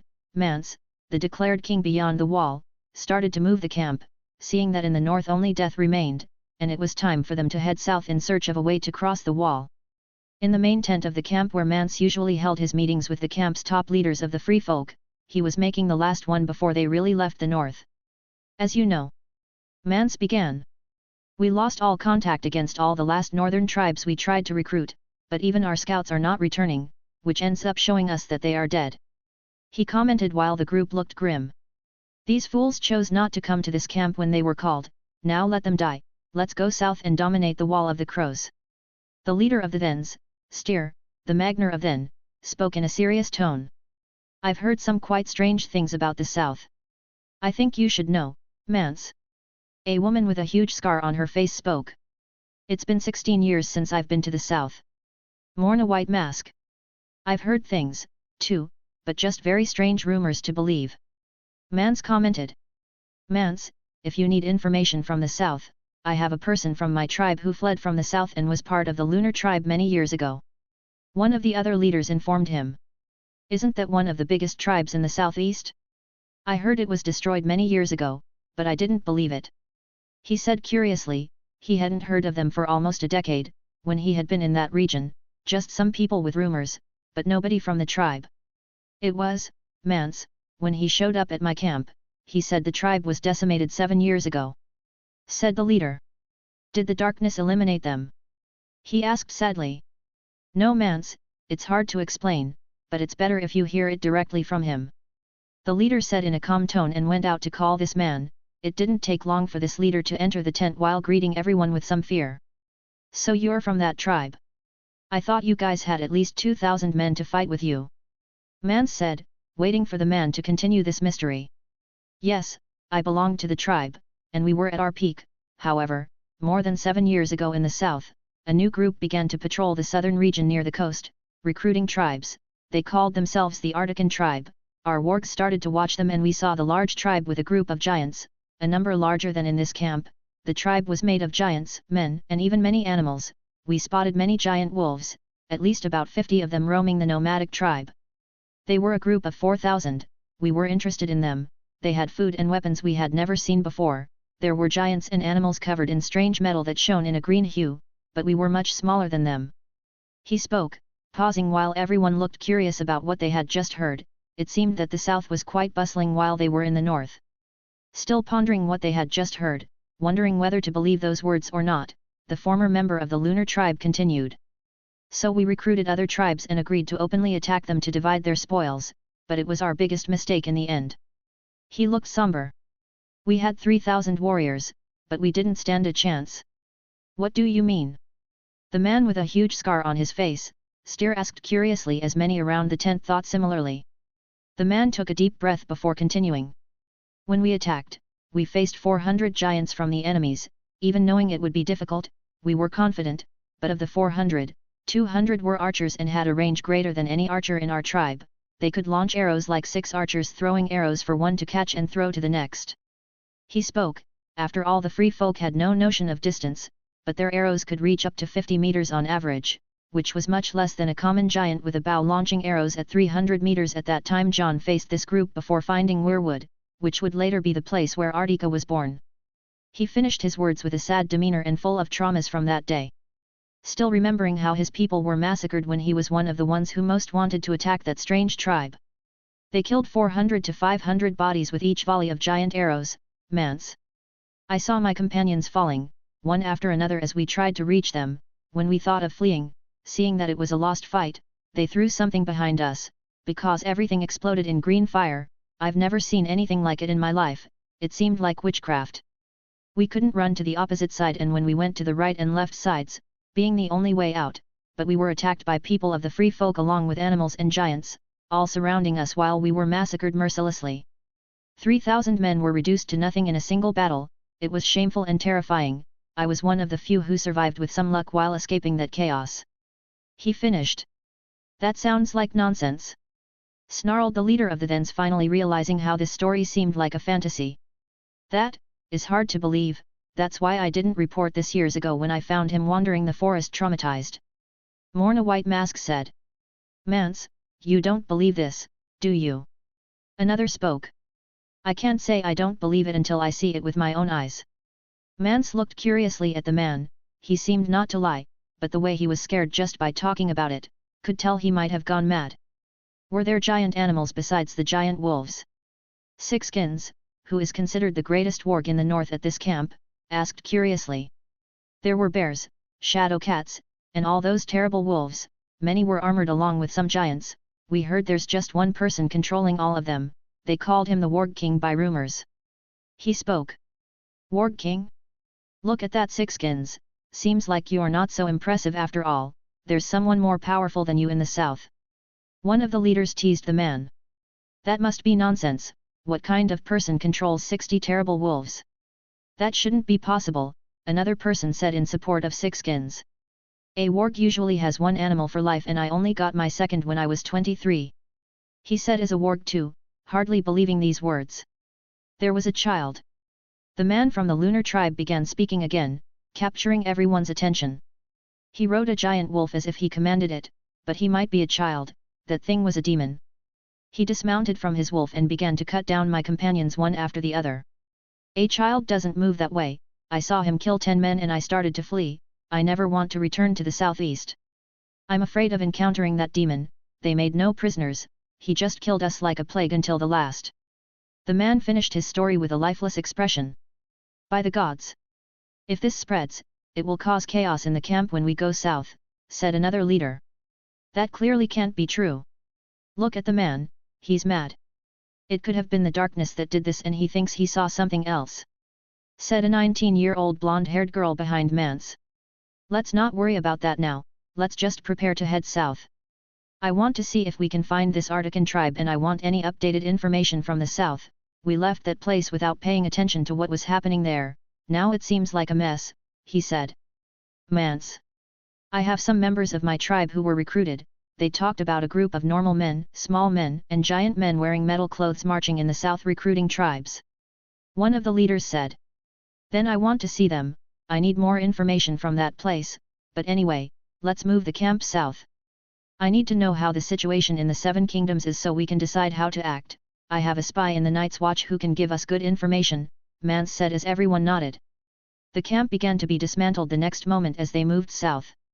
Meanwhile, Mance started to hear more about this strange group in the south and seemed quite hopeful about recruiting them to attack the wall, seeing it as a potential great ally with the resources he heard about. Perhaps they would even have to take them by force, but he believed he would handle it well when he has more than 100,000 people to fight by his side. Meanwhile, a moon had passed in Arctica since the royal birth, while the kingdom entered a week-long festival after the children were born. Jon had to participate in some banquets held in the arenas, carrying his children. What relieved him was how the children seemed not to care about all the noise even though there were hundreds of thousands of people paying attention to them, or even when Jon had to take them to see Aragon while the small dragons followed him along with the wolf pups, which basically followed them and stayed close when not with their mother nursing them. And as Ghost stayed with Jon all the time, his companion was also there while Jon was near his children. It was a strange feeling being a father. He shared his blood with those two little beings and felt happy and fulfilled by this. He wanted them well and wouldn't think twice about giving his life to protect them. Little Jon, as everyone called him being the firstborn and having his green eye trait, was the quietest of his children. He was calm, yet curious as his eyes looked from one side to another, seeming to want to learn about the world around him. Lyanna was the opposite when it came to behavior, as the girl was entirely imperative. She laughed more easily than her brother and cried much more, while she liked to move, trying to crawl and even trying to climb on Jon's and her mother's clothes. Both wives, Serena and Ygritte, came to the conclusion that they would consider both children theirs to avoid any jealousy from either, while trying to treat everyone equally, and Jon appreciated that. After a week of festivities, Jon isolated himself saying that he wanted to be part of his children's first month, so he left all the city's work with his ministers and he could only be called in case of an emergency and stayed that way while Arctica continued to develop as expected. His only concern outside his family was his experiments in developing potions with dosages for growth and immunity strengthening for children and the magic stones created by his tree in the king's greenhouse. After all these weeks, he finally decided to have a serious conversation about something he had waited a moon to address, with his former sister. He was calmly walking through the castle, following the corridor, while his guards accompanied him, but it was not just his guards, but 12 dragons walking behind Jon in line, making sounds all around, yet still following Jon closely. At the end of the corridor, there was a door with many guards at the entrance. You wait here. I'll go in alone, he told his men, as they lined up with their companions already at the entrance. The doors were opened for him as he entered the room, in a unique environment within that castle, and there, unsurprisingly, were his wives with their children, Arya and Ghost with his companion. This was a place he had built to be a kind of special garden in the middle of the castle, with a small stream running along the roots of the grand weirwood, passing beneath the castle and overflowing water above. The garden had been designed to make the environment more natural, with a huge glass window allowing the sun to illuminate the place. Jon approached them with his dragons, while watching Arya playing with his daughter, having fun as always. After all, the two were very much alike. Jon. Serena smiled as her eyes went to the dragons following him, while the little wolves ended up staying with their children all the time. These little creatures are following you everywhere now, aren't they? She laughed at the comment. Jon just smiled, watching the small creatures approach as they began to disperse, coming closer to where the children were emitting childish sounds as if they also wanted their attention. Jon didn't know who they liked more, but it didn't matter. He avoided stepping on some of the dragons surrounding the group and approached, giving a small kiss on the forehead of each wife, Arya and his children, before petting Ghost at the side. Could you give us some privacy? Jon looked at his wives, who quickly understood. After all, they themselves had urged him to talk to Arya about fatherhood. Jon had put it off due to the birth of his children, but knew it was time to tell. Stay Arya, and come Ghost, with your companion, come keep us company. Let's take a walk, Ygritte said. Arya was confused as Serena and Ygritte led the two giant wolves out the door, leaving just her, Jon, the dragons, little wolves, and their children while Jon had taken little Jon from Serena. His son watched him with curiosity, raising his little hands and squeezing his cheeks, laughing. Jon opened a loving smile, finding it amusing, looking into those eyes so different and magical at the same time. Lyanna saw this too and began to cry, pointing her little hand at Jon. Arya saw this, now being ignored by the fussy Lyanna, and immediately complained. Jon, how do you do that? You're the only one she wants to get away from me for. She just wants her father's lap. Jon commented, approaching as he took little Jon from his lap while picking up Lyanna before giving the boy to Arya to hold. Despite the girl Stark's dissatisfaction, she found herself being stared at by the curious Jon, who looked at her with as much curiosity as anyone else. Look who it is. It's Auntie. Arya finally smiled at that. Meanwhile, Jon kept Lyanna lively in his arms while laughing the whole time as he made gentle rocking movements, walking calmly from one side to the other while the dragons just watched, turning their necks like a bunch of meerkats. She's going to be so beautiful with that white hair. Arya looked at Jon, unable to refrain from commenting. Jon sighed and realized that he should tell her. After all, Arya kept asking why the girl had this hair color while the boy shared a purple eye, but Ygritte always dodged it, saying Jon would explain it in the future. Arya, do you know why both were born with purple eyes? And why Lyanna has this color in her hair? Jon asked, as Arya looked at him touching the dragons at their feet. Although they didn't much like her touch, they also didn't move away since the children were there. I don't know, Arya responded. Ygritte always avoided talking about it. Said I should ask you. Why does your daughter have white hair and purple eyes? She asked. It's because I am a Targaryen, Jon simply said. Arya was distracted, but quickly raised her gaze, surprised as if she were looking at a Jon who had been born with a second head. What did you say? She asked, incredulous. Jon sighed and came closer. Listen, when I found out about this, I was equally shocked. That was on the same day they were born. It seemed like the gods were warning me about my true origin, and to understand how this would affect our children, so when I left Arctica, I went to the statue of my mother in Winterfell. But, then your mother? Arya murmured, still shocked. Wait, you've been to Winterfell? Statue of your mother? She exclaimed, startling little Jon a bit, and the dragons screamed in disapproval. Calm down. Jon approached as he touched little Jon's head in front of Arya. It's not the way you're thinking. Your father isn't my father. I am the son of Lyanna. My father is Rhaegar Targaryen, Jon spoke to her for the first time. Arya looked at him even more shocked, trying to process the words that had come out of his mouth. Is that true? So, you're my cousin? She said in an unconscious tone. I know it's hard to understand. My life has always been a lie. I believed your father was my father, but he lied so much, that in a moment of anger, I almost crushed his face on the same day I learned the truth. When I went to my mother's tomb, Jon continued. You went to Winterfell that day, you really almost hit our father. I mean my father. She was trying to absorb all this information without being able to think properly. Arya, you might be angry about what I've just told you. Yes, I am the son of Rhaegar, the one who died at the Trident in the battle against King Robert. I went to Lyanna's tomb because I wanted to see the statue of my mother. I wanted to see my mother, buried in those crypts all this time without me knowing the truth. When I left Winterfell at 8 name days, I decided I wouldn't speak of her with my father again since she was dead, but honestly, she was always someone I wanted to know who she was. When I found out, I went straight there, but unfortunately, your father appeared. It was the moment I was looking at the statue. Jon paused, taking a deep breath. I was so enraged that I lifted him up and punched the wall next to his face. I didn't want to do anything stupid, so I left before something worse could happen. I was angry, Arya, Jon finished, feeling relieved to finally have told the truth. Jon didn't even have time to react as Arya threw herself on him, careful not to hurt little Jon, leaving the king of Arctica slightly surprised.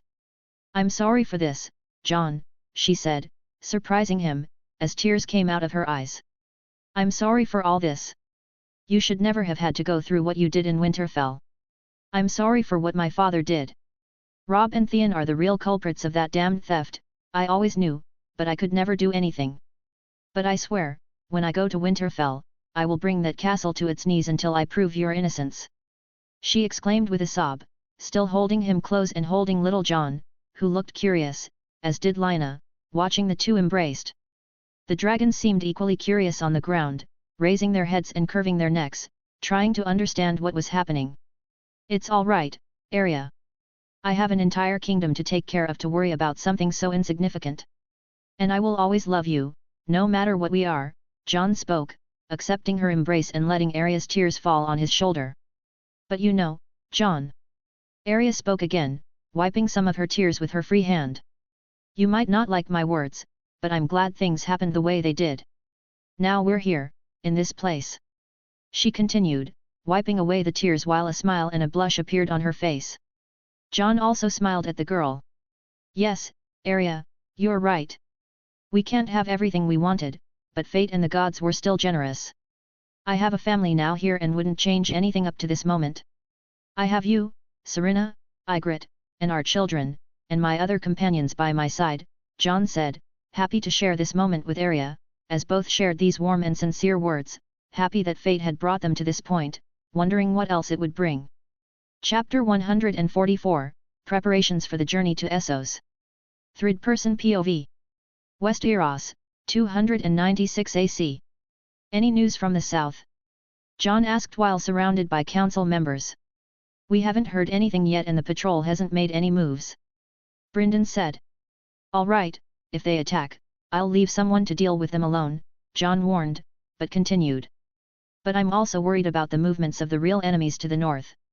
We are just dealing with men in the south, but to the north, our true enemy remains silent. We haven't seen any suspicious activity from them on a large scale yet, but I know they are still waiting to make some move. But I'm sure I can still make my trip to Essos. However, I need some direct contact, to understand the situation from here." "There's a large group coming from the north, right?" Jon asked. "Yes." Brynden spoke and Jon nodded. "It's very likely to take years to reach this part with their army." Jon commented after all it was a lot of people to move, he himself wandered almost a year with a much smaller group than this one, through the region before finding the place where he would build Arctica. "About our trip. I'm leaving with some ministers." Jon spoke again while the topic now was about the trip to Essos. "Should I go to Dorne, my king?" Darius asked and Jon nodded. "Yes, I want you to see our situation with the Dornish and also I want you to do something important. I need you to deliver a message to someone important and even take her out of Dorne if she agrees. I won't let her be a political piece of her uncle, not anymore." Jon spoke with a serious tone, as his minister spoke. "You will continue handling the projectiles of the kingdom. Maester Aemon will be responsible for managing the educators for all the Articans. I'm sure we can at least alphabetize them in the common tongue in 2 or 3 years, after that they will learn new languages, the children will be even faster." Jon spoke and continued looking at the daughter of the forest. "Of course, my king." Aemon responded with a small smile. "About my project, I've worked all week to create a tree that meets the need to create a luminous crystal that charges through solar energy via photosynthesis. For that I had to create a plant organism in it and it needs exposure to the sun, but it will take a year to start producing the crystals, if nothing goes wrong as well. I'll leave the rest with you Seraphin, I want you to take care of the project," Jon advised. The daughter of the forest nodded. "Kiera, continue organizing the new district judges, I want everyone to be judged honestly within the ethical framework we set up." "I will take care of all that," the woman said firmly. "I also want you to recruit wargs. We have some crimes that I myself have to investigate when we can't find a culprit and I unravel them through the memories of the animals, my source of surveillance, but I couldn't do this forever, that's why I want you to start recruiting people who are capable of tracking down the criminals and solving the crimes." Jon spoke, after all he had been doing some of those jobs last week, it was very rare, but he wouldn't leave the people without justice and ended up catching the criminals, many of whom are working together with the prisoners from the south or even with their heads beheaded. Arctica should be just with those who are part of it, as for the enemies, they will soon feel a terror as soon as they think they survived in the lands beyond the wall. How many ships do you intend to take, my king? Thor asked. All 500 ships. I'm sure you will build a few more to continue the trade with the south and to start trade with Essos, as we make contracts with the continent. Jon said. Do you think the continent will welcome us after what happened in Westeros? Darius asked cautiously, and Jon was not annoyed by his question, after all it was something rational and to debate. They might not accept us. Jon admitted, but let's see what they have to say, it doesn't hurt to try. Besides, we have business with products much superior to the market at an affordable price, not to mention that we have the monopoly of ice and Dorne is the only kingdom that can enjoy this trade until further notice. Jon spoke. But I want Gavrin to accompany me to Braavos. Jon went back to speaking while everyone looked at him, especially Gavrin curiously. How may I assist you, my king? He asked, and Jon just cracked a smile. You are my master of coin, about what we discussed 2 weeks ago regarding my plan. I'm going to do it. Jon declared with a smile. My king, you're going to buy. The minister was stunned by this. Yes. I'm going to buy the Iron Bank. He declared, leaving everyone there stunned. Are you really going to do this, my king? Brynden said, surprised, having never heard anyone make such a statement. Yes. I'll start by becoming the main shareholder depositing currency, it will be advantageous for them, after all our bank is almost being created and we will start to inject money to circulate in Arctica. Today we have a lot of work, but everyone benefits. I want the currency to circulate and be the reward for everything that the Arcticans work for. This will make people with innovative ideas emerge, and the market will do its own work. Jon declared, after all, he believed in a free market, where the tax of Arctica would only be collected to handle its basic institutions, such as state, security, health, and education. After all, even the people who make it up need to receive money for their work. Couldn't this end up having some problems, my king? Darius asked again cautiously. That's why we will maintain rules that no one, not even the ministers and king, will be above our fundamental laws. This will prevent someone from being immoral in any position they hold in Arctica, with judges to judge any important case, no matter who. After all, I do not want one day some mad tyrant to assume my position as king. Jon spoke with a firm tone. He did not want to see his kingdom that he himself founded, being destroyed as happened with many of the kings of the south. I see, and with the Iron Bank. Will you assume the economy of Essos, my king? Gavrin asked curiously. Yes. I can't take the money from Essos, but I'm sure there are many products that we can trade there and labor. It will be an economy that will benefit all of us, and I will have the security of the Iron Bank not trying to profit from me, while I have the most power of it. Jon said as the others nodded. Anyway, I will prepare. I will leave here in 2 weeks. So I want everyone to work on their own projects and everything to be ready by the time I return from UTI.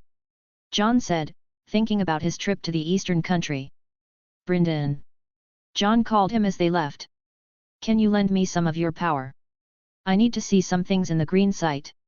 Jon asked and Brynden nodded, and they headed to the Great Weirwood, while Jon entered the green site with Brynden after a year without doing so. What do you want to see? Brynden asked. There's a dragon in Skagos. I want to know which one. Jon said, making Brynden raise an eyebrow. A dragon? He asked, not knowing about it. Yes. I felt it and it even spoke to me through the mind. Its eyes were bright green and even evil, with flames also having the same coloration as wildfire. I researched and I believe it to be cannibal, who fled during the Dance of the Dragons. At this moment, he is larger than Balryan the Black Dread, from Aegon. Jon said, after all that dragon was immense now. That is quite unexpected. I had never looked at this dragon. Brynden really had never researched where this dragon was and did not expect it to be so close to the wall the entire time, let alone alive. All right, let's see this dragon. Brynden said as they followed, leaning on the roots of the Grand Weirwood. Brynden quickly used his powers to connect with the past while Jon and he transformed their eyes into white globes. Everything darkened as they woke up in the middle of the Dance of the Dragons. This event had already been seen by both, so they ignored the war happening in Westeros between the Greens and the Blacks, while they focused on staying in Dragonstone. Now we have to know when he left his nest.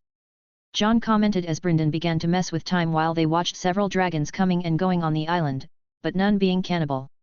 Then finally a dragon that was not at all small, being larger than all except for Viagar, came out of its lair spewing green flames all over the path as it flew out of the island, with people screaming at it, but it didn't care as it headed north. "It seems this is the moment, we'll head to Skagos and wait for him there," Brynden said, and the scene shifted again as Jon and he found themselves on the northern island, with snow covering all the forests as they waited on a mountain. It didn't take long for the giant bird to appear in the sky, as it began to fly over the mountains near them. Jon wondered if anyone had seen the dragon, but it was likely not.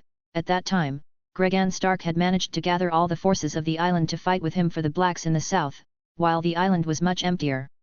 The dragon seemed to be looking at the mountains and investigating the dormant volcanoes on it, as it started to flap its wings at one point and descended into a cave where it entered after hitting the rocks several times to enlarge the entrance and remained there until the end of the Dance of the Dragons in the south. Over the years, it only came out to hunt, but it had a lifestyle that summed up in going out to eat enough and hibernate, something Jon did not know dragons did. Cannibal went out to hunt large fish and even whales in the trembling sea, while over the centuries, Skagos knew of its presence, almost declaring it as a god, or, as they were drawing on their walls for the tribes there, as the Lord of the Mountain, even delivering some offerings in search of blessing and protection. The vision ended there as the dragon remained on the mountain to this day. Brynden returned to his normal state and looked at Jon curiously. "What do you plan to do with him, my king?" he asked. "After the trip to Essos, I intend to try to tame him," Jon declared. "Do you think you can manage that? He is probably the most powerful dragon Westeros has ever seen," Brynden spoke with a concerned tone. "Aragon is growing fast. When I return, he will be prepared and wearing armor, then I will face him. If you think I can be defeated, I have confidence to the contrary," Jon said firmly, and Brynden just nodded. "Now I must go, I need to speak with Aemon and Archmaester Marwyn." Jon bid farewell and left the Grand Weirwood and went to the university where he found both in a hidden room with important books.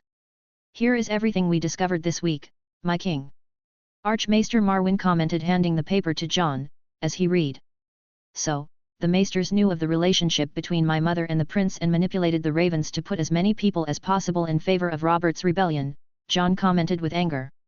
"Even that maester before Luwin, that bastard had received the message, but he did not deliver it to my maternal grandfather," Jon spoke angrily. "Not just that, my boy." Aemon spoke with a sad tone. "They poisoned Rilla and her babies, making her lose the babies, while making the king crazier and more paranoid with other poisons," he spoke with a sad tone. "They analyzed all the books that Jon had stolen. There were many secret things they researched, like wargs, theories, and magical arts, despite hating magic. But Jon was more interested in how they tried to manipulate the entire continent. They had the ears of all the lords of Westeros, they could pass any wrong information or convince their lords of the path they wanted the city to take. I'm sure everyone in Westeros would be shocked with this information. Even Tywin did not come out unscathed while his wife was poisoned in the last pregnancy," Marwyn said. Jon did not care about that now, he just sighed. "Let's just keep this information and maybe use it in the future, but now is not interesting. As for the knowledge of the Citadel, we don't need it, since it's inferior to that of Arctica," Jon said. "Yes, my king, it seems that my colleagues have always been quite anxious whether in this generation or before." "I am quite shocked," Marwyn murmured. "Now I'm heading back to the castle, so organize things," Jon spoke as he left the university and went to the king's castle to spend his time with his wives and talk about the trip. Meanwhile, a man was striking against the rocks using a pickaxe. He was tired as he sweated all over his body, in a state he had never reached before in his life until a few moons ago. As he hit to break the rocks, he wondered how his life had ended up so far from his family, being a prisoner beyond the wall. "What am I seeing? A southerner working, 2 southerners working, 3 southerners working." And to help, he began to hear a song behind him in a not-so-tuned tone as a deep voice sang. This was a dwarf overseeing the prisoners, whether it was him or the hundreds captured from the Red Wine Fleet. "What am I singing, Pop?" Another dwarf approached with his mount, looking curiously at his friend. "Nothing much, just counting how many southern workers we have here," he said. "You sing very badly and your music doesn't match. So learn." This year the dwarf spoke with a smile in his eyes. "1 kneeling southerner working, 2 kneeling southerners working, 3 kneeling southerners working." He began to sing. "Mine sounds better, Mac," Pop complained. "So how about we sing together?" Mac suggested, and Pop nodded. "What am I seeing? A southerner working, 2 southerners working, 3 southerners working." Both began to sing together. Can you shut up? Suddenly, the former Lord Hightower shouted, making the dwarves surprised as they looked at him. Did he curse us, Mac? One asked. I believe so, Pop, what shall we do? Lord Hightower's brother was getting increasingly irritated. Not only had his life been reduced from feasts to something so humiliating, but he also had to endure this mockery from the common folk of these lands. This is torture. Someone like him should not be going through such a situation. He thought, frustrated. Can you stop singing and shut your damn mouths, you damned dwarves? He shouted, while the other men at his side looked on cautiously, wondering what would happen to him. Looks like the southerner is upset. What can we do with him, Pop? Mac asked. Let's make him run naked across the wall. Pop suggested. That sounds very good. Let's see if he won't appreciate our songs after that. Mac said confidently. But first let's sing. I am seeing a southerner working, 2 southerners working, 3 southerners working. They went back to singing again to annoy him even more. Shut your damn mouths! The man exclaimed with all his strength, driven mad by his situation, and, regardless of being punished for it, he just wanted to lash out at someone and curse his damn fate. Ha ha ha ha! The dwarves were enjoying themselves and laughing at the man's suffering. Any problems? Suddenly, heavy footsteps began to come, with a giant approaching in armor and shield and spear. All the prisoners froze as he approached, while the dwarves had a smile. We have one of them offended by our glorious music, we don't know what to do with him, he even was offending Arctica, a dwarf said with a sinister smile. I see, you will be punished, the giant announced as he approached him, while the man looked terrified at that. Wait! Don't take me to that place again! The man now remembered that the punishments here were harsh and he was about to be taken to one of them. The man spoke trying to convince them not to do it, but it was too late, as he was taken to an isolated cell without food. He could only watch as he was led by the hand of the giant, to the city, while the common people lived there. He was being treated like a dog. If he had known this would happen, he would never have obeyed his brother's orders and would have helped the Articans to kill their own maesters and septons, but it was too late and he could only curse his life as he was led away. Meanwhile, in the castle, Jon was having a conversation alone with his wives in the garden inside the castle, while holding his 2 children and gently rocking them to keep them calm in their father's arms. He looked at his wives seated and decided to break the silence after a small talk about the next trip he would make to Essos. So, you've decided to stay, that's good, I'd prefer you stayed even this time and you will come with me. Jon said to Serena and Ygritte. Yes, someone has to stay and look after the children. Serena spoke. And someone has to take care of you. Ygritte said as Jon smiled. Serena was pregnant again, a fact discovered 2 weeks ago, so as the journey will be longer, she will stay in Arctica taking care of little Jon and Lina, since she could breastfeed them, while Ygritte, who was not pregnant, would come with him. All right. I think we can do it this way. It's a pity that I couldn't be together in his first year, but it is at this moment that we need to strengthen Arctica, for their future and for this nation to be prosperous. I will cross the sea and they will have an ideal Arctica, Jon said, kissing both babies. The women nodded as Jon turned back to look at the city. So it's decided, let's start preparing to travel to Essos, Jon declared. Raccoon here. The next chapter begins the trade journey to Essos. Don't worry, there are not so many characters to work with, so it will be faster than the one in Westeros. Chapter 145, Journey to Essos. Third-person POV. Westeros, 296 AC. It was morning while Jon was eating with his family when Arya approached the table, making him raise an eyebrow at her, as she was wearing a dress with her sword at her waist. We're eating, Arya. Why are you bringing that sword, with you? Jon asked with a raised eyebrow, while the girl shrugged rebelliously. Lina and Little Jon at the table looked on curiously as Arya approached them, giving them a big kiss on their cheeks before picking up Lina while Jon just watched curiously. Lina immediately made excited sounds at Arya, receiving kisses from her. Serena and Ygritte continued their meals peacefully while Arya continued holding Lina to sit with her. Jon picked up his son, who was standing there watching, and placed him on his lap to eat something healthy at the table. Little Jon looked at him with his green and purple eyes while his small hands clutched Jon's arm, holding him there. Jon then cut a piece of fruit and gave it to him to eat. Give her this, Arya, Ygritte said, handing a cup of milk to Lina to drink. The girl nodded as she fed the little girl with the cup little by little. Jon. Wind can come with us, right? Arya suddenly asked about her old friend, the child of the forest. Yes, but you must behave. Jon warned. Yes. Arya exclaimed as Jon nodded to that. Serena smiled at this before placing her hand on her son's head, who was on her husband's lap. He looked at her while eating the piece of fruit Jon gave him and smiled back at her. The family continued eating in peace for a while, interacting with each other, until Jon decided to leave first, as he had responsibilities as king that day. Take him, I'm going to the Senate, Jon said, lifting little Jon and handing him to Serena. He then stood up from the table and left the area with a few guards.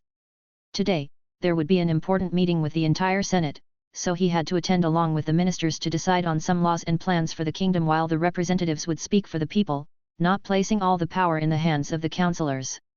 After that, he went to the council to organize some more projects, mainly related to the quartz and the crystals, while Jon went to the king's greenhouse to check on the tree that would produce the first crystals this year, with Seraphine and Leaf by his side to discuss the project. Jon left the greenhouse while flying Aragon a bit over the sky of Arctica before returning to the castle in the late afternoon. All the dragons were near Aragon's landing strip, as Jon watched with interest as they approached the massive dragon.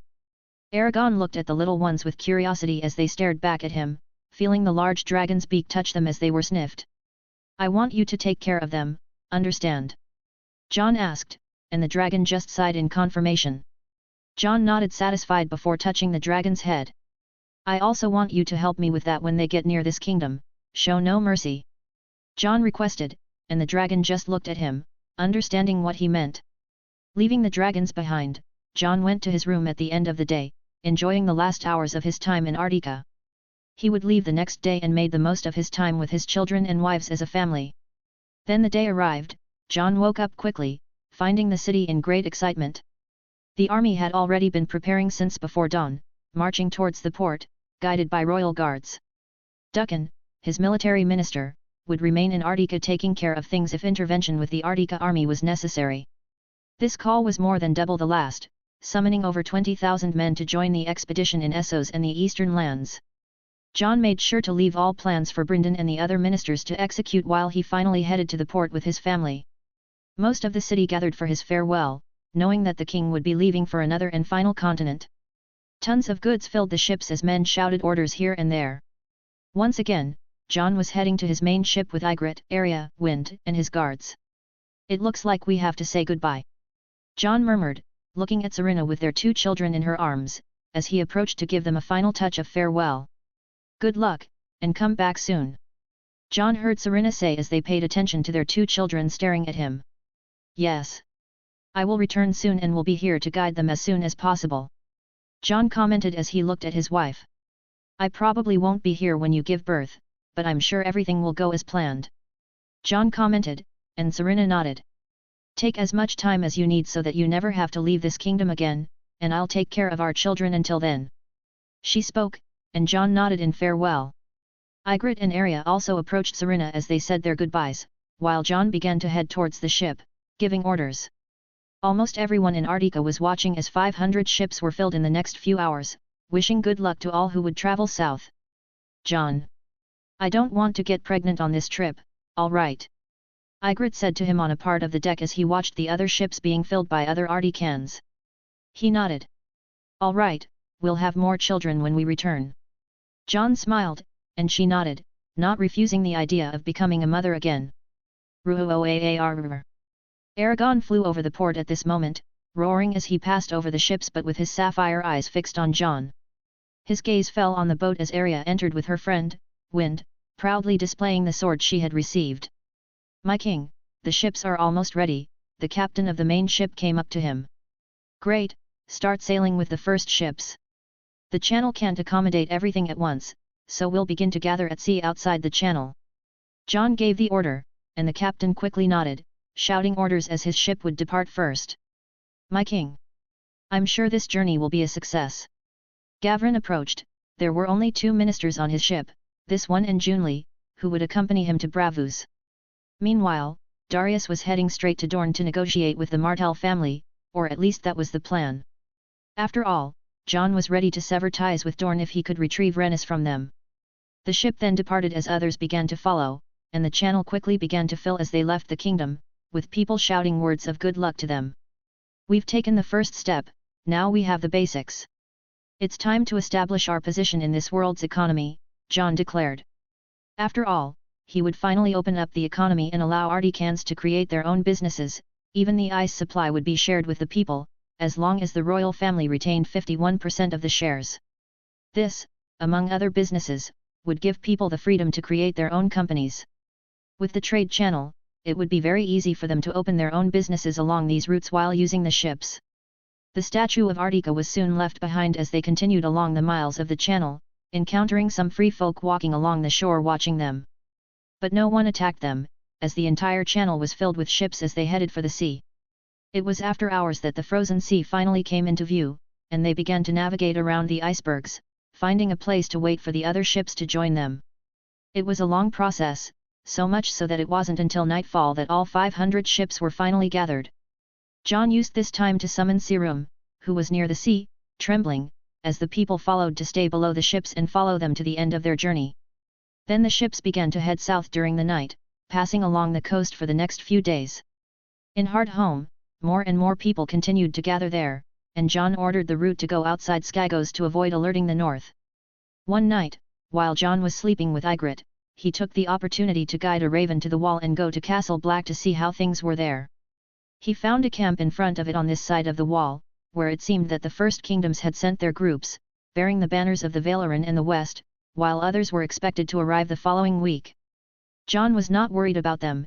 After all, Aragon had been instructed to deal with all of them, and he could eliminate thousands of men whenever he wanted. After Skagos, they continued heading south for a week until they finally began to see Essos on the horizon. The first stop would be Braavos, where they would see how they would be treated after their reputation for what they had done in Westeros. Meanwhile, a group of 50 ships split off from the 500, heading south, heavily armed to face any force at sea. However, they doubted that Westeros could attack them after what had happened, as they headed towards Dorne and hoped to meet the fleet to the south before moving to the southern cities of the continent and then to the Jade Sea. In another place further south, in one of the coastal cities, Pentos, as the sun rose, the city began to bustle with the movement of merchants and inhabitants. In one of the city's most luxurious houses, a young woman with silver hair watched the horizon with a calm expression. She was Daenerys Targaryen and knew she was a pure-blood Targaryen, with her violet eyes reflecting the sea. As she thought about her life and how she ended up here after all the misfortune, she and her brother managed to get to Braavos while she was just a baby and lived with Sir Willem Darry, who cared for her and Viserys until his death. Since then, the two siblings found themselves at the mercy of the generosity of the lords of Essos, moving from city to city in search of support to reclaim the Iron Throne. Today, their patron was Magister Illyrio, who had provided his house for them to live in Pentos until it was time for her brother to act and claim the crown. As Daenerys continued to gaze at the horizon, a sense of unease grew within her. News had been arriving from the west, surprising news of a new kingdom establishing itself beyond the wall, launching an attack on Westeros, and defeating Robert Baratheon at sea. She had been shocked when she heard about it at dinner while her brother and Illyrio conversed. Her thoughts were suddenly interrupted as she looked to the side, seeing her brother appearing in another corridor, talking with Illyrio as they walked. "Are you saying we can't get involved with them?" Viserys shouted. "My prince, you've heard the rumors, we cannot contact that group, they are extremely dangerous." "There are many rumors that their king is a sorcerer," Illyrio commented, which did not seem to satisfy Viserys, while Daenerys listened from the side without them noticing. "They defeated the Stag King. They are my chance to claim the throne of my family and what is rightfully mine," he exclaimed angrily. "But that doesn't mean they are trustworthy. You might even take advantage of the chaos they are creating in the Seven Kingdoms, but trusting them, I wouldn't recommend that," Illyrio said firmly, insisting that the Articans should not be trusted. Daenerys listened in silence. "You underestimate me, Illyrio." She heard her brother begin to laugh. "I have something that Northern Savage might be interested in," he said firmly. "My prince, you can't be thinking." Illyrio seemed worried. "These savages might be a better opportunity than your suggestion to talk to the desert savages. I'm just trading one savage for another, who will be my future subjects, and I will gladly give my sister to them, as I would to those desert horses," Viserys said firmly, while Daenerys became more concerned about her future and her brother's plans. She would be lying if she said she wasn't afraid of these Articans and what they could do to her. Viserys and Illyrio walked through the corridor, continuing their conversation until they came upon Daenerys, who quickly looked at the ground, not wanting to offend them and awaken her brother's dragon, who would hit her when that happened. Dany. My dear sister. Viserys smiled, seeing Daenerys as a valuable bargaining chip. I'll be attending to some matters now, my prince. Illyrio said as he withdrew, leaving Viserys talking to Daenerys, who looked at him with fear. Illyrio continued his way through his mansion, heading to his solar. He spotted a raven perched with something tied to its leg, waiting for him. He nodded in satisfaction, recognizing the owner of the scroll, someone he was about to send a message to. Approaching the bird, he took the message tied to its leg and sat down to read it. It was from Varys in King's Landing. Varys spoke of how the realm was unstable at that moment. The council seemed to be quarreling over various matters, trying to find a way to deal with Jon Arctica and his powerful kingdom. They began by sending men to their deaths in the north, while Tywin Lannister wanted to make a bold move by marrying Princess Myrcella to the king beyond the wall. Varys also mentioned that council members were being attacked by the sorcerer, while Baelish and Cersei seemed to be seeking a direct and brutal alternative, trying to have the Arctican killed by a faceless man. But Tywin saw an opportunity, believing he could access Arctican resources despite what had happened. He seemed to see much to gain by allying with the group. Illyrio didn't know what was worse, the Targaryens forming an alliance with the Arcticans or even the Lannisters. He knew this would complicate all his plans, and he and Varys were working to ensure the people of the north did not enter into an alliance with anyone else, aiming to isolate them and deal with them in the future. He quickly grabbed a quill and began writing a report to his trusted friend in Westeros. We must destroy any alliance they may form. After all, our best candidate for the Iron Throne is in the Golden Company. In a few years, he will be ready to claim that seat and rule Westeros, as is his right. Illyrio wrote as he finished, placing it back on the raven and sending it westward. Illyrio wondered what the next moves of the Arcticans would be after what had happened with Westeros. After all, Varys's little bird spoke of rumors about the Arcticans planning to come to Essos as well, seeking trade. But he didn't know if this move would happen soon. After all, their reputation wasn't the best, and he was sure that other cities besides Braavos would be afraid to open their ports to them. If they came to Pentos in the future, would he allow their entry? His city could be sacked, or he could even allow them to have contact with the Targaryens. He should do everything to prevent that. After all, Illyrio needed to accelerate his plans against the two siblings, wanting to remove them from the game for the next player to enter the Game of Thrones. Illyrio didn't yet know that the Arcticans already had a fleet approaching Braavos. Only a few ships had spotted them, but none could match the speed of those ships, which were passing other boats as they headed to Braavos at that very moment. In another part of Essos, where a mountain full of volcanoes continued to erupt from time to time, with rivers of lava flowing across the land filled with smoke and heat, deep within some of these mountains, a beast had remained dormant for thousands of years, sleeping silently, waiting to be awakened. Horses ran across the desert as large groups of men shouted, heading toward V's Dothrak to face their gods. In Mirian and other slaver cities, the slave owners continued their luxurious lives, keeping many slaves to serve them. Farther east, the culture was very different from Westeros or even Essos. Rice fields stretched for thousands of square kilometers, with people wearing bamboo hats working to harvest and place the grains in straw baskets on their backs, continuing this practice for hours. A group of horses suddenly passed by them, heading toward a large city in the distance. They wore strange armor with military helmets very different from what was used by soldiers in Westeros, and their swords were curved. They rode into the city, passing through the gates where spearmen stood guard, allowing them entry. They rode through the city until they spotted a large castle in the center. They quickly entered and proceeded inside. They were greeted by a person who came to meet them. The three samurai quickly bowed to this person, a woman covered in many scarves to keep her body concealed. Princess Kojiki Hiri. They said as the woman nodded. Come, my father is waiting for you, she said as they followed her into the Japanese-style castle. There, a man sat on the floor in a room, watching them attentively as they bowed once more. Lord Shimura. The man said. Shogun-sama, the samurai greeted. Sit, let's talk, the shogun of Yiti said calmly. Chapter 146, Arctican Trade in Essos 01, Braavos 01. Third-person POV. Essos, 296 AC. It was a month at sea when they finally began to see the 45-meter Titan in the distance. So small. I prefer the statue of our king at the entrance of Arctica. Tormund exclaimed on the ship as they approached the continent closer and closer. I agree with you. Arya murmured beside him while looking for Jon talking with the ship's captain. Give the order for everyone to stop now, we've come too close and the city must be on alert thinking we're going to attack them. Jon said as he saw the ships at sea looking quite scared with 500 ships stopping in front of Braavos with Arctican flags.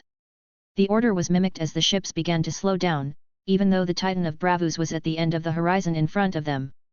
The main ship began to break away along with another 19 ships, following the lead. Let's see what we will find in this city. Jon commented as Ygritte approached him.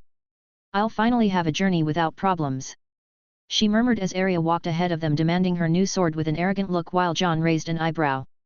While the 20 ships headed for the city, another 30 ships broke away from the fleet to the south, following Jon's mission to speak with the Martells. As the group of ships was approaching, many ships in the waters saw them and all, without exception, fled to the city's port as quickly as possible. With news that the Articans were arriving in the city even at the statue that housed some men prepared to defend the city, they quickly went into panic with the sea being filled by all those hundreds of ships while they had stopped in the middle of the water, as some continued towards them. Quickly, a raven was sent directly to the Sea Lord of Braavos, who was in his mansion delighting in his food and talking with some bankers about city matters and gossips, the main topic being ironically the movement of the Articans. After all, after the war they disappeared from the sea going beyond the wall, and was discussing ways to try to curb this threat in case they came to attack him or become enemies. Can we fight with so many ships, if we fight them? The banker asked with a cautious tone. I don't know, you saw their weapons, can we fight against that? The Sea Lord murmured. Maybe we can create an alliance and pay for their weapons, we can offer something big. One of the bankers spoke. Well, that might be. Before the Sea Lord could finish his sentence, a man dressed in exotic clothes and bald, reminding Varys from Westeros, entered the place with an urgent face and despite the Sea Lord being displeased with this, there must have been some explanation with the look of the man. Sea Lord. It's urgent, the Arctican fleet is in our waters. He spoke with the warning paper from the guards. What did you say? The Sea Lord quickly stood up along with the bankers with urgent expressions on their faces. Should we close the city, are they going to attack us? A banker said with a worried tone. Let's first see what they want, what are their moves. I hope they are not bringing 200 ships into our port right, we have some advantage at the foot of the statue, only some number can pass. He spoke as they thought they would have some time if they were their enemies. Sea Lord. The eunuch said with a worried tone as his lord looked at him seeing that he had not finished. The message doesn't speak of 200 ships. The Lord of Braavos quickly looked at the paper while reading. Twice the ships or even triple, from 400 to 600 ships stopped at sea, what madness is this? He couldn't help but murmur a bit scared by that number of ships. How is this possible? Did they have so many ships hidden in the north? The bankers couldn't help but look at that alarmed. It doesn't matter now, there are at least 20 ships heading for the port, we should see what they want. Sea Lord replied while the other bankers were nodding. Maybe it's business, you know. One of the men replied while the owner of that place nodded. I'm sure the Iron Bank would love to talk to them if they're here for that, so it's better to prepare a reception for them. I would go to the port personally to receive the Artican. I doubt we could resist their weapons, so it's better to hope they're here to negotiate. The Sea Lord ordered. The bankers quickly headed to the Iron Bank while the Sea Lord took his best guard and a group of men to the port, and it didn't take long for the news to spread through the city while everyone panicked due to the rumors they all knew about the Articans, and people screamed and ran through the streets. Guards! Don't let this spread. Make sure people don't do anything stupid. The Sea Lord exclaimed from his horse while he rode protected by the city, and the city guards quickly tried to contain the more agitated population as they increased each time they got close to the port. The real chaos was at the port, while ships loading goods onto their ships quickly picked up the pace as men shouted orders and cursed at each other in every possible language. They hurried and didn't want to be in the middle of the conflict while all eyes fell to the feet of the statue where 20 ships with blue snowflake flags headed for the port. They are coming. We need to prepare, grab your weapons. We should take shelter in the city, forget the goods. Exclamations continued throughout the port as sailors took up swords or any weapon, men locked themselves on ships and others ran to the city, while the line at the entrance had drastically increased. Clear the way. We need to receive the Articans. The Sea Lord exclaimed as his guards quickly joined the city patrol to clear a path for them to reach the port. It was after a while that the Sea Lord finally arrived at the port, looking at the ships while waiting for the arrival of the Arcticans. Meanwhile, another group arrived at the port, wearing clothes of one of the many houses that were at the port and which belonged to Westeros, while they were doing business in the city at this moment. Everyone was surprised by the arrival of the Arcticans, and more so than the others. After all, there were only a few at the port who were calm while most were in panic. The Westeroses were on a higher level after the Arcticans devastated their lands. But this last lord was dressed of the Manderleys, and the commander of this group was none other than Wayley Manderley himself, who had heard about the Arcticans and followed to the port to see them and understand what their intentions were after more than 2 moons inactive. His gaze fell on the ships and quickly returned to his men. "Stay alert, prepare for any dispute. I want a group with me, we need to talk to Ned's son." He spoke as they prepared to try to meet with the approaching ships. Meanwhile, Jon and his family passed through the legs of the great statue and continued looking at the city with the busy and frightened port in front of them. Braavos was an ancient city with a design different from any city in Westeros, but no less than any Jon had visited, not even Old Town. Many considered Braavos the most important commercial point of the known world, where all places gathered to exchange goods. A part of the port was already empty while ships tried to go around them, believing that staying was not a good choice, while Jon didn't seem to care. "You really made quite a bad impression on these southerners, they fear you." Ygritte couldn't help but murmur. After all, she wasn't in the battles when they returned to Arctica, so she was surprised by what she heard. "It's good they're afraid." Arya spoke beside her with the same arrogant tone. The first ships began to dock while the main ship took a place further back, finally stopping while thousands of eyes stared at them there. The port had been closed off while a group passed by the guards and by the clothes. Jon quickly recognized him as the Sea Lord of Braavos. "It seems we are treated with some respect. Lower the plank, let's talk to our possible hosts," Jon advised as the giants moved a huge board, scaring everyone below with those 4-meter men being seen for the first time by everyone. Jon followed, wearing his Elden metal armor in black and red colors, with his dragon and wolf emblazoned on the chest. It glimmered slightly in a green hue with the reflection of the sun due to the magical metal. Jon, now of adult age in this world, had an imposing stature, with a muscular body, quite different from when he first wore this armor at 11 name days, when he visited Winterfell, standing out like a hero from stories. He was the first to disembark from the ship, descending the plank, while his men followed soon after to act as his guards and ensure his safety. The Sea Lord, along with his group, approached him looking not with disdain, but with fear and caution.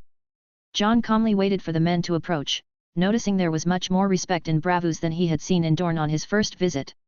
"Hello, dear visitors," the best-dressed man, who was the Sea Lord, approached alongside a middle-aged man, who carried a thin sword by his side. Jon noted that he was quick and experienced while keeping a hand on the weapon to use it to protect his lord at any moment, but he did not care about that now, as he addressed the man who spoke to him. "You must be the Sea Lord of Braavos." "I am Jon Arctica, King of the Kingdom Beyond the Wall, Arctica," Jon introduced himself calmly. "It is an honor to receive you here, Jon Arctica, and monarch of the kingdom so many of us have heard about." The Sea Lord responded cautiously. "We just did not expect your visit, otherwise, our reception would have been much grander." He spoke, despite wishing he had never seen this group in his life, but he had to maintain a due respect because of how dangerous they are. "You must forgive us for that. We are returning to the sea to negotiate with Essos. Braavos is the first city we have come to on this route. There was no way to send a raven, otherwise, we would have informed you of our arrival," Jon spoke, understanding the man's position. "I understand," the Sea Lord said, now with a more pleasant tone. Jon was not as hostile as he had imagined he would be, so he found himself speaking more openly and sincerely with the Arctican. "Have you come to negotiate your products?" he asked. Jon nodded. "Yes. That, and I would like to talk with the Iron Bank about a proposal," Jon said, and the man looked a bit surprised but had something to discuss with Jon before they continued. "Before that, King Arctican. You are aware that our situation is a bit uncertain, right?" the man began.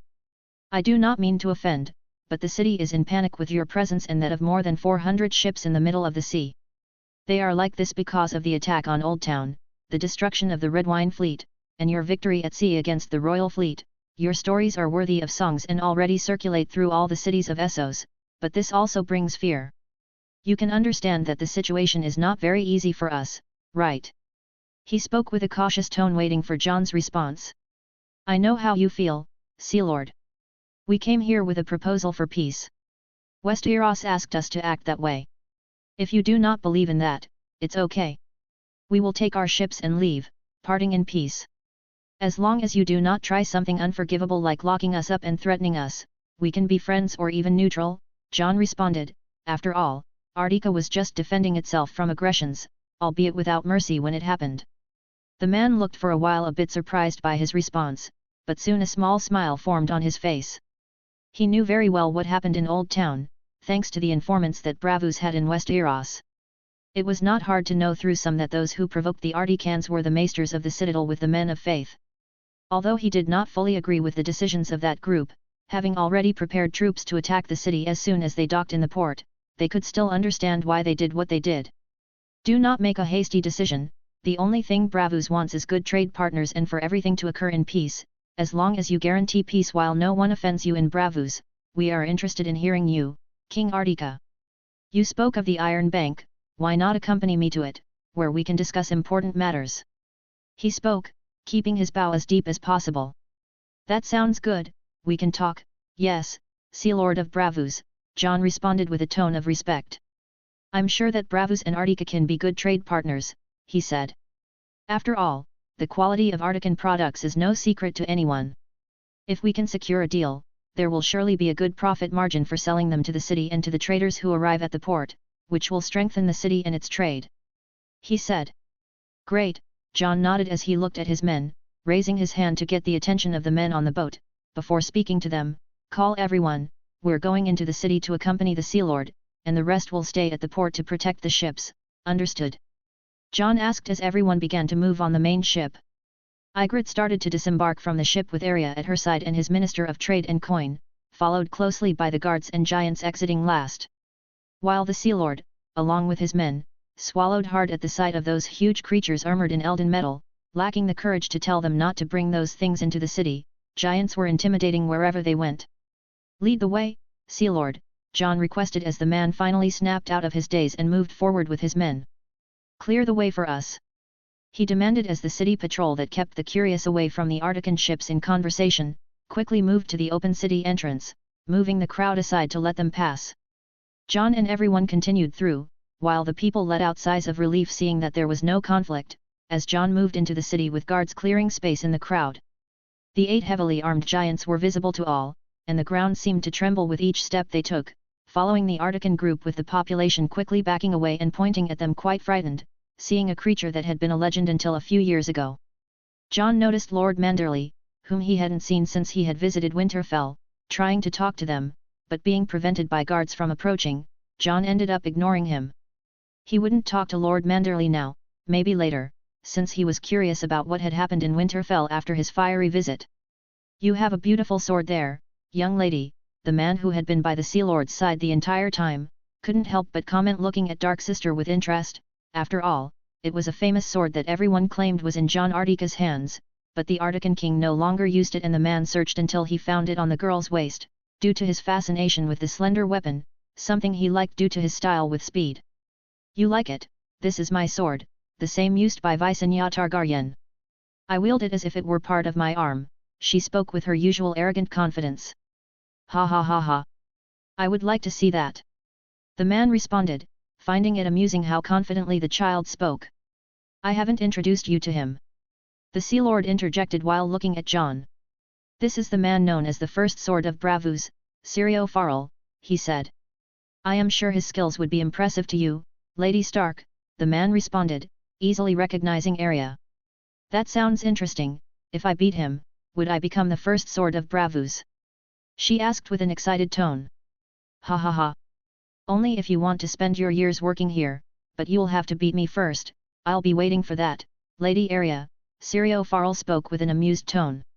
Jon remained silent as they continued through the city, crossing bridges in the middle of the city connecting one part with another, while people followed them to continue watching them, until they came upon a large structure in front of them, surrounded by walls and heavily armed men, much more than was found at the port. After all, this place housed millions of kilos of gold. It looks like the Senate of Arctica, Ygritte murmured next to Jon, as he nodded looking at the place with an ancient and grand appearance. The gates were opened as soon as they arrived by order of the Sea Lord, while the guards welcomed the Arctican group to pass. Jon finally faced the largest money depot of the known world, the Iron Bank, in front of him. Jon cracked a big smile at this, while the other Articans were with him looking surprised. "Here we'll begin our negotiations," he whispered, as he moved forward. Chapter 147, Arctican Trade in Essos 02, Braavos 02. Third-person POV. Essos, 296 AC. The Articans were quickly greeted by a group of 12 men at the entrance, surrounded by guards, all very well dressed, who awaited them with a certain elegance of Essos, but not as much as those slave leaders who were so fond of jewels and earrings with pincers. As Jon approached, the man at the front of the 12 stepped forward. He bowed his head and looked at Jon carefully. "Welcome to the Iron Bank, King of Arctica," the man said, as soon as Jon was close enough, before continuing. "It is an honor to meet you and see you at our prestigious bank, Jon Arctica. My name is Tyrosh Nestoris. I am a representative of the Iron Bank and I am here to welcome you. These are our 12 magnificent men, known as the key holders. They take care of the entire Iron Bank and make the biggest decisions. And they are here to greet you with all due respect," he spoke.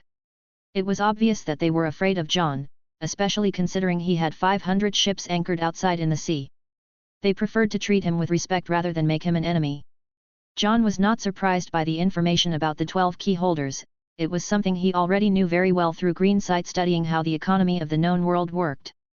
They were the most influential and powerful men in Braavos. They controlled several local trade companies and were those who made the biggest decisions in the bank, such as whom to charge higher or lower interest rates, or whether to lend or not. Jon cracked a respectful smile at them. "Well, I'm impressed with the reception.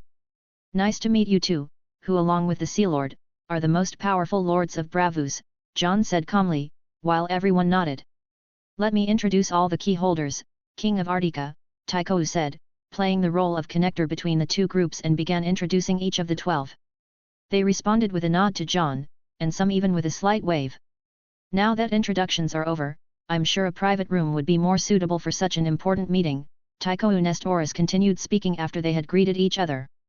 "Bring bread and salt for King Arctica, so we can make him comfortable in our humble bank," he said in a calm tone, while another Braavosi man brought the bread and salt. After the guest ritual was completed, they began to enter the bank. "There are some courtesans present. I'm sure your wife and sister will be quite comfortable accompanying them," the Sea Lord said. "Please, I want them to stay only with our guards," Jon spoke. After all, he didn't want his family mingling with the city's luxury prostitutes. "That's fine, King of Arctica, it won't be a problem." The Lord of Braavos nodded, respecting Jon's decision. "They will be led to a pleasant place where they can wait while we finish the meeting," one of the key holders spoke as Jon nodded. The group began to separate, while guards along with Ygritte and Arya and 10 royal guards moved to one side, and Jon along with his ministers and another 15 royal guards moved along with the Sea Lord and his guard with the 12 key holders, Tyrosh, and the bank guards. Jon wouldn't put Arya in this moment to negotiate with these men, as this was the most important negotiation he would have on his journey since he started moving from Arctica to Westeros, and doubted another would surpass it, so he didn't want to offend these men. "So these men help you organize the powerful and mysterious Arctica?" The Sea Lord looked at the 2 men behind Jon. "After all, they will represent Arctica through me. It's good that you already know them, for I am sure we can bear good fruit from this negotiation," Jon spoke. "I am Gavrin, Minister of Coin and Wealth of the Kingdom," the man introduced himself to the Sea Lord while the key holders looked on with interest, as this man controlled the finances of the new kingdom rising in this world, with great financial power. "This beside me is Junli, Minister of Trade," Gavrin introduced his colleague soon after while the mentioned minister nodded to everyone. "It's a pleasure to meet you," the Sea Lord said with a respectful tone. "You all know each other very well, due to the good business everyone benefited from today." Jon did not miss the opportunity to speak a few words at the introduction. "Of course, King of Arctica. As your words suggest, we can derive good negotiations," one of the key holders said, as the group followed him further into a room with an open view to the sea, yet completely isolated from any other location. "The guards will wait outside." A key holder spoke as both the Braavosi guards and the First Sword of Braavos, along with the Arctican guards, waited, the latter carrying a box to be called upon. Jon entered and quickly surveyed the area using some animals he encountered along the way and even his eagles that flew outside. It was clear that there were some people attempting to eavesdrop, and Jon identified someone below them and another person hanging outside. The Iron Bank would not allow anyone to spy on them, especially during such a high-caliber meeting with all the key holders present, so they were placed there on purpose. A stone table was situated in the middle of the room. The 12 key holders sat on one side with the Sea Lord, while Jon and his 2 ministers sat on the other, with the Minister of Commerce and the Minister of Coin bringing bags with documents while Jon remained there in his armor.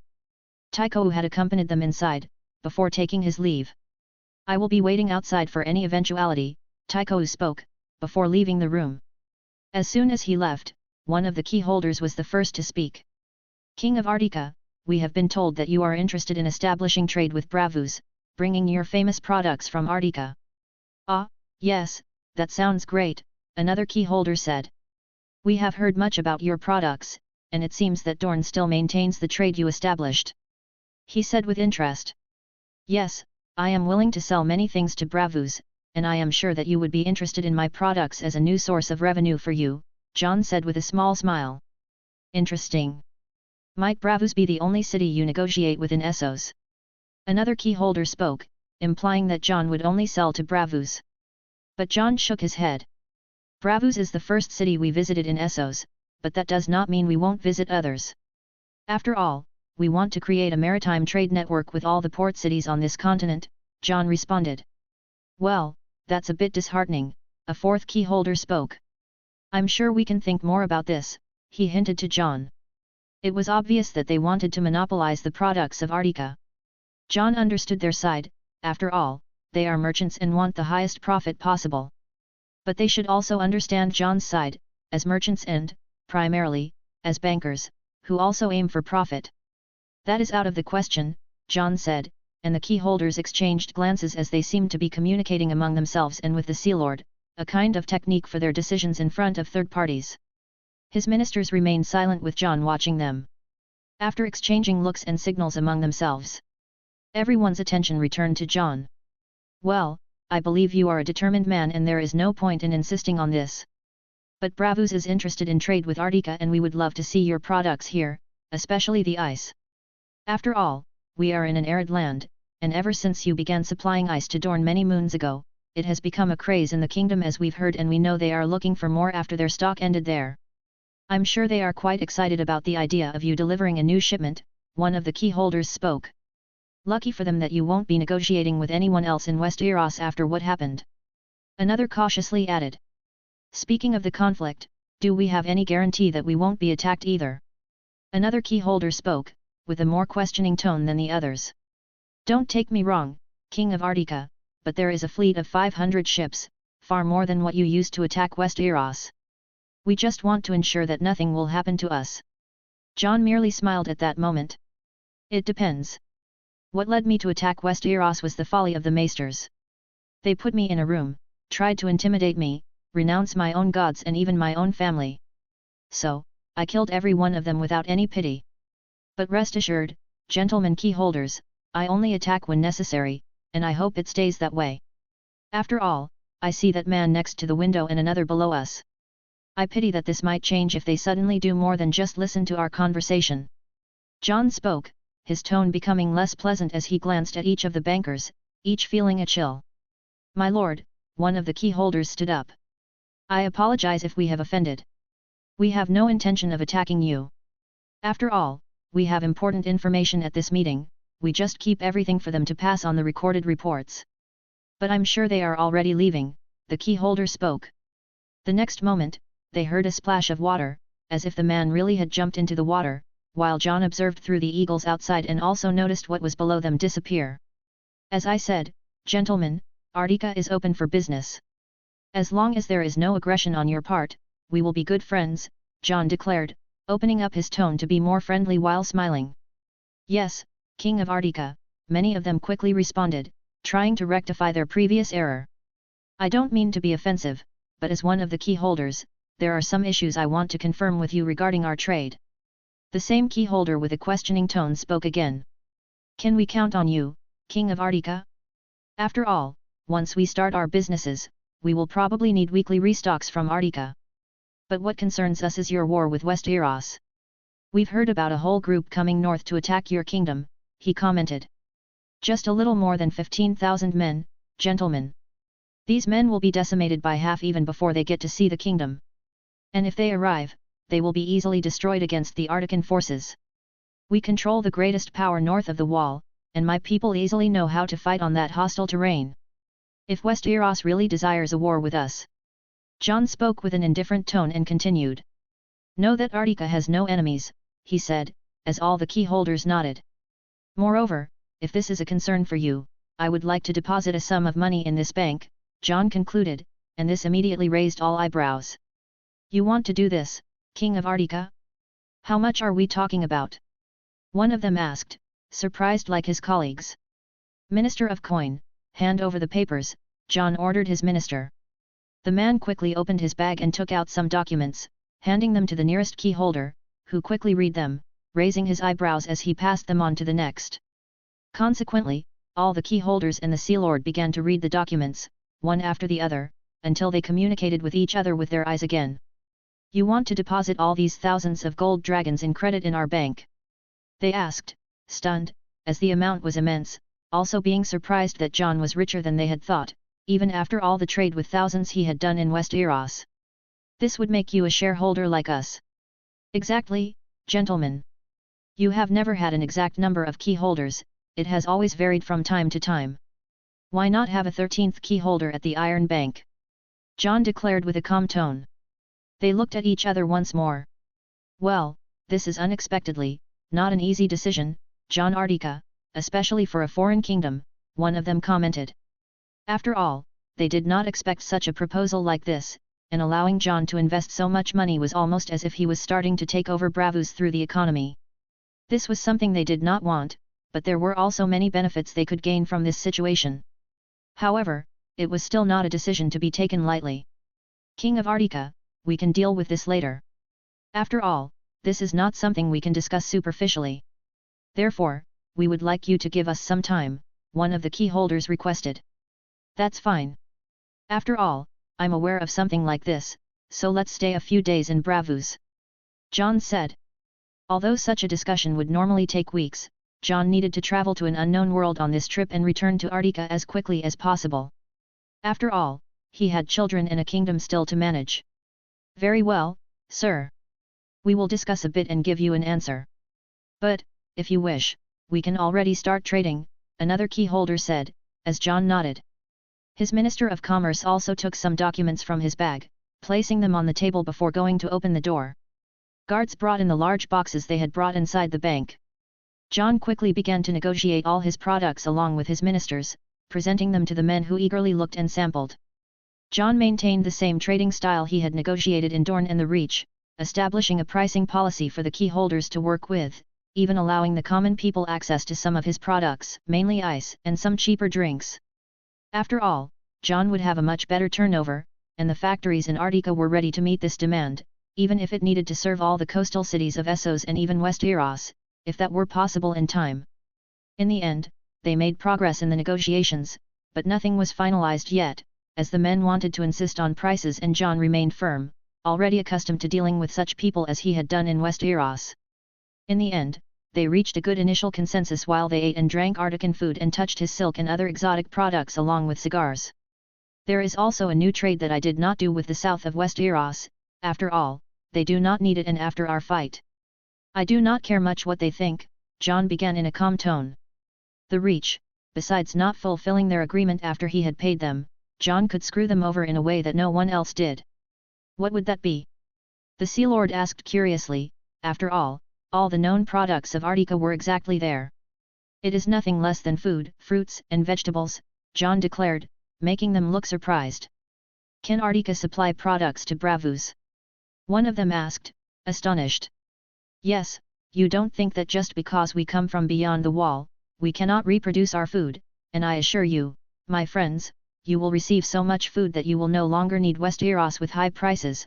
Moreover, you could even sell to the north, which may be smaller than the Reach, and the Riverlands sell to the kingdom, making a large profit. That is until you manage contracts with the north itself, Jon declared. Braavos, like all the cities of Essos, needed to import food from Westeros due to their arid lands. Besides offering a product even cheaper than Westeros delivers, this would be a blow to the Reach and the Riverlands, who supply outside of Westeros, and if Braavos managed to resell to the north, because Jon believed it would be very difficult for him to sell himself, it would be a final blow to these kingdoms and the loss would be catastrophic on their high profit margins. That certainly catches attention. Can we see your products that you grow in your fields? They asked and Jon nodded. We left them on the ships, but we will bring them over these next 3 days. That's great, then let's conclude our meeting for today. I'm sure we have already accomplished a lot and are starting our future and solid, commercial partnership, one of the key holders spoke with great satisfaction. Let's go then, keep these samples and taste as much as you want, Jon spoke while the key holders were delighting themselves with the drinks mixed with ice, enjoying the pleasure of drinking something cold in that heat. King of Arctica, may I invite you to my mansion? I'm sure it will be a good place for you and your family to stay in the coming days. My family and I will treat you with the respect befitting your position, the Sea Lord offered, being an opportunity to solidify his relationship with someone so powerful. Very well, Sea Lord, we will be accompanying you, Jon spoke at the end as the man nodded and they left the room with the key holders having a big meeting at this moment to decide what to do after everything they had heard. Chapter 148, Arctic Trade in Essos 03, Braavos 03. Third Person POV. Essos, 296 AC.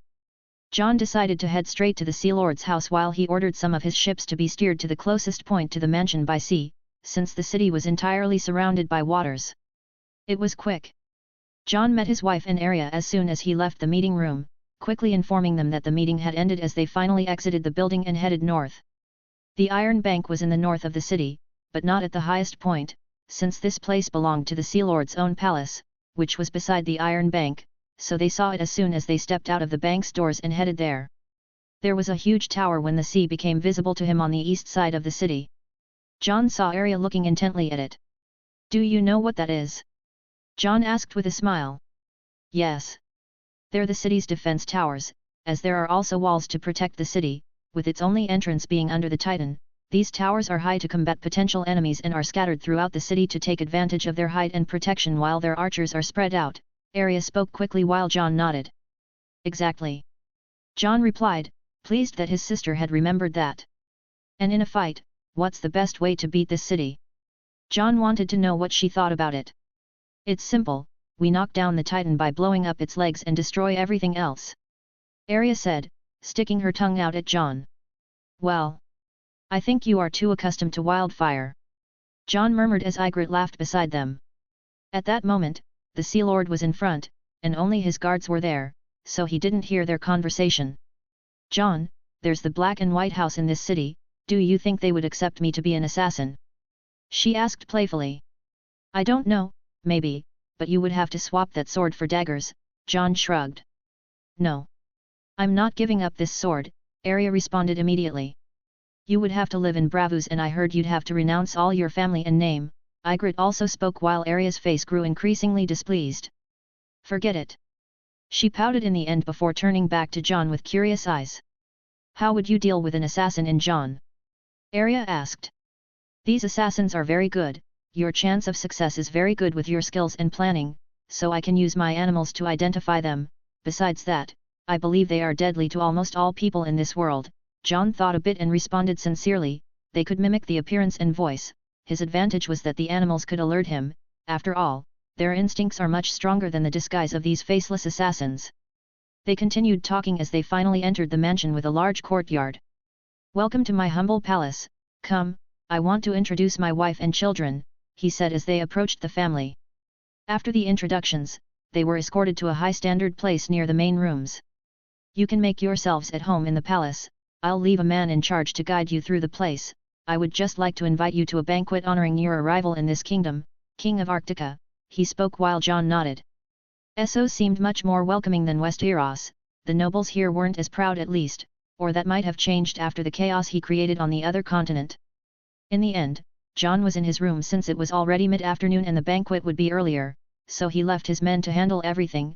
After all, 3 ships had come to the port next to the Sea Lord's palace, which, as usual, Jon distributed his products to the party guests, where he passed to make everyone better acquainted, it was a way to promote them. Jon also took care of his security, while keeping some snakes hidden among some boxes to enter holes looking for secret entrances behind any spy as usual, but found nothing here. it seemed that the Sea Lord tried his best not to offend him. Anyway, he spent some time with Ygritte, while his wife continued to gaze at the beauty of Braavos from the high point where they were, having the view of the entire city from their balcony, with many giant structures standing out, especially those isolated in the middle of the water. Everything seemed normal until his guard knocked on the door. "What is it?" Jon asked while reading a book and drinking some Arctican wine. "My king. There is a man here on behalf of the Sea Lord informing that there is a noble from the north wanting to speak with you," he heard the voice of one of his guards as he raised an eyebrow.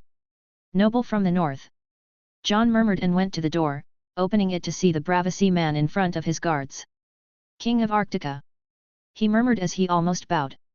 "Speak, man, who is the noble?" Jon demanded. "Lord Manderley. He has come to our gates asking for an audience with you and your sister," he said. "So he came all the way here?" Jon murmured, already spotting him at the port. "Is there a room where we can meet?" Jon asked the man as he nodded.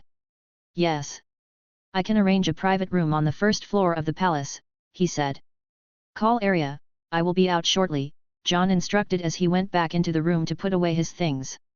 In a moment, he emerged in an unassuming outfit, but it was in his armor that he had disembarked from the ship before the first negotiation, accompanied by Ygritte and meeting Arya outside in a black dress, still with her sword at her waist. "Let's see what he wants," Jon said as they went to the first floor and proceeded to a room that the palace man had arranged for them, and Jon confirmed that there were no uninvited ears while they settled on a sofa with their guards behind them, waiting for the Braavos to call Manderley in question. Wayley Manderley was at the entrance when he was finally called in. When he was at the port and tried to speak with Ned's son, he had no chance with the men of Braavos stopping him, so he could only see them from afar. He was lucky those giants weren't beside the group, otherwise he wouldn't see any of them, while he saw the King of Arctica along with the Sea Lord entering the city on horseback while their guards surrounded them. It was still strange for him watching the group advancing further into the city, realizing that Ned's son had indeed established such a powerful kingdom that when he first heard of it in Winterfell he didn't quite believe it and even mocked Ned internally, despite the respect for the Stark, that a boy had made a kingdom in the north. But now what he could see, was shocking that an entire fleet of 500 ships with at least 20,000 Arcticans, much larger than those 150 ships that wreaked havoc in the south, and these 500, were outside of Braavos, keeping away all ships coming to the city and others fleeing, believing that it could be an attack. His belief that Jon Arctica had abducted his sister died when he heard the rumors that came from the south and the songs about the Wolf of the North as they exhaled the ballads speaking of Arya Stark highlighting her bravery, beauty and intelligence in her encounters in the south. She was very well trained and seemed to be a better lady than his sister if the rumors were true. Now he was going to meet with him finally as he entered the palace where he ended up coming several times when he could have a meeting with the Sea Lord about business and matters of white. After all, he was an important client for Braavos, being the richest house in the north and the only one with such a powerful port. His goal was very simple there, to take Arya Stark back to the north as Ned always wanted. So he hoped to have a good friendly conversation and leave with the girl from there. As soon as he entered the room, he faced Jon Arctica sitting in the middle with two women and several guards. It was easy to recognize him by his green eyes, and he was no longer the boy he had met in Winterfell. He had grown tall, much more than his age would suggest, with a distinctly crafted demeanor of a warrior who, according to rumors, had defeated anyone who dared to challenge him on his journey to the south, humiliating each of his opponents, whether it was the Red Viper of Dorne, the Kingslayer, the Mountain, Barry Stan Selmy, and even the king himself, defeated one by this boy. Wayley would have laughed if someone said a 16-year-old boy could defeat all these adversaries, who were famous throughout the Seven Kingdoms, in just 1 year, becoming the best sword to have passed through Westeros since the fall of the Targaryens. After all, there was Arthur Dayne, whom many said could surpass Jon Arctica if he were alive. Beside him was a very beautiful woman with almost flame-like red hair. She must be a second wife. The brunette he heard was traveling with him was not present, and on his other side was Ned's daughter who made Wayley wonder if she really was the daughter of his lord. The girl would be extremely beautiful when she became a woman, and that would not take many years to happen. The three stared at him as he didn't know quite what to say while only 4 Manderley guards accompanied him. Compared to the warriors with shining metal, he felt a bit embarrassed by his men merely wearing leather. "King of Arctica," he commented, finally breaking the silence, thinking that this was the best way to deal with them. After all, he did not want to also feel the fury of those 500 ships attacking White Harbor and devastating the city after what he heard about how he acted in the south. "Lord Wayley Manderley," Jon replied calmly without standing up while the three remained silent. "Would you like to sit?" Jon cracked a small smile, pointing to the empty Braavos sofa in front of him. Ah yes, of course. Weili, still a bit stiff, nodded, sitting down before turning back to Jon. I hear that your kingdom beyond the wall has grown much. He said, trying to start the conversation. Are you speaking from a military standpoint? Or my trade and wealth, or is it my growth in so few years? Jon asked with an amused smile. He couldn't deny it was good to see a noble looking at him with so much caution. I would say all three at the same time, King of Arctica. When I saw you at Winterfell, I never thought we would be here discussing something like this and how powerful you are. He admitted. Many things happen. Lord Manderley, the future is always uncertain and anything can happen, but even so, I always make sure to look after my people, with a prosperous future for Arctica, Jon replied with a smile. I understand, wise are your words. Your story. Manderley didn't know how to finish. I don't know how they will tell my story in the future, Lord Manderley, Jon interrupted him, before continuing. But I certainly will be satisfied if they talk about how a boy of 8 named Days who cleaned the stables with horse dung in Winterfell, became a king who leads tens of thousands of men, dwarfs, and giants. I will be very satisfied, Jon spoke. I think you are right. Manderley said. Let's stop talking about this, now tell me, Lord Manderley. And what would you like to discuss with the most hated man in the north? I said, making the man frown a bit. I don't think you are the most hated, King of Arctica. People just raised a misconception about you, and as you can see, your sister is fine, but still, you are loved by many with your stories of how you helped the north when you were just a child, he spoke. Jon never captured me, do you hear? Arya decided to speak this time with an accusatory tone to the man, while he nodded. I know that, as I said before, it was a misconception on the part of some. He spoke carefully before looking at Arya. And I'm here to deliver a message from your father, Lady Arya. He said as Arya quickly softened her anger. Arya looked towards Jon, who shrugged in response. You can talk to him freely, Arya. He said while she looked at Manderley with suspicion. Speak, she demanded, as the man couldn't help but notice her sword in her hand while she was unable to rest it on the sofa. He quickly recognized it as the legendary sword by the pommel shaped like an egg and dragon wings for the guard. He tried to ignore the shock of seeing Dark Sister in Arya's hands before turning back to the girl. Your father wants to see you again, he asked me to tell you that he and your family want you back, that he wishes to see you at home after all these years, he spoke with a cautious tone. This seemed to stir something in Arya as she shook her head at the end. I will return, but not now.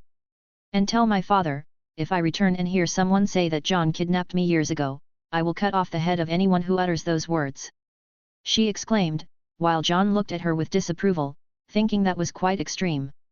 Arya missed her father and the others, but she still wanted to be with Jon. But your family? Lord Manderley tried to argue. After this trip, Arya will return to Winterfell, Jon stated. Tell my father that in a year, I will be back, after all, we are heading east, it will be a long journey, Arya said quickly with a smile. I understand. Weili had no leverage here, so he simply nodded, unable to argue further. About Winterfell, how is House Stark? Jon asked, no longer calling him father, wanting to know what had happened since he visited Winterfell with Aragon. Despite the discomfort, Lord Manderley turned back to Jon.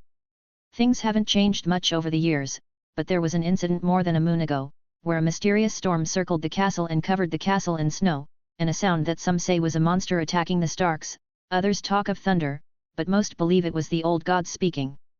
Rumors are circulating in the north that the Starks had angered the gods or something like that, he said, while Arya and even Serena looked at Jon with wide eyes at that moment after hearing that, wondering what Jon had done. Manderley continued. But Lord Stark has changed, so they say. It's said he was in the middle of the courtyard when the gods roared. It seemed like he heard their demands. Since then, he barely speaks with his wife or even spends time with his family, while he locks himself in his solar every day since the incident. Nobody knows exactly what Lord Stark is thinking, but many say that the old gods spoke directly to him, he finished. Jon sighed upon hearing this. I see. He said, as he was responsible for all this mess. Anyway, tell Lord Stark that we will talk again one day. He said vaguely as Manderley looked confused at him. Just say that and he will understand, Jon clarified, since he did not plan to go to Winterfell with Arya. Despite doubts about this, Wei just nodded, planning to pass these mysterious words to his lord. The man didn't know what else to say. After all, he couldn't demand anything here, and as Arya did not plan to return to Winterfell. Manderley couldn't deny he wanted to know exactly what Jon was negotiating here with 500 ships. After all, the city still received him and he was here being a special guest of the Sea Lord. King of Arctica, may I ask something? He asked suddenly with caution. Jon seemed to read his mind at that moment. If you're wondering what I plan to do with the North, you don't need to worry about your people becoming my enemies. As long as you don't harm my people, I am not your enemy, Jon responded, while the man from White Harbor seemed to sigh in relief with that, but Jon hadn't finished thinking about another thing. Tell me, Lord Manderley, how have you been handling the food stocks in the north? We know we've had the longest summer of the last generations and the winter always lasts as long as the summer before it. Have you been storing a lot of food to face it? Jon asked, while Wei thought for a moment. Despite being surprised by the question, Wei answered honestly, we have some stock, but we haven't started buying in bulk, he replied. They hadn't yet made powerful deals with the south. I see. I doubt the north really buys Arctican food, but that might change with third-party purchases. Since one of my deals with this city is a new food supply, I guarantee the price you'll pay with the fixed margin I require to sell to the end customer is much better than what you buy from the Riverlands and the Reach, Jon said. After all, if he sold to Braavos while they could profit, they would resell to the Kingdom of the North, pulling an even lower price or causing the southern kingdoms to lose their sales, leading to their entire harvest spoiling or even having to lower prices, which was also a significant difference from what they usually earn. After all, they place quite abusive prices since the North had no choice but to buy from them. You plan to sell food to Braavos? Wei was surprised by this. Exactly, we are still negotiating in the coming days, Jon said, introducing a cheap alternative for food in the market. He didn't do this in Westeros because it could complicate buying his horses in the Reach. Not just a cheaper alternative, but also a greater variety than what they usually consumed. After all, in Arctica they can have very variable agriculture and even in winter they can still produce more food, with almost all the grains, fruits, vegetables and legumes in the world. If that's true, King of Arctica, I see no reason why we wouldn't buy from Braavos. Although I'd prefer to buy from you, since you are the direct supplier, I can't guarantee this from the other houses. Manderley spoke and recognized how the other houses did not view Jon, especially since Jon had gone to war with the crown and other important houses of Westeros. Your crown will not be able to say that you are strengthening the enemies with this and tell you about a price that is 1/10 of what you usually buy from the Riverlands and the Reach, Jon said, while Lord Manderley's eyes widened at this. The King of Arctica had already looked at the market to see how it operated before this proposal.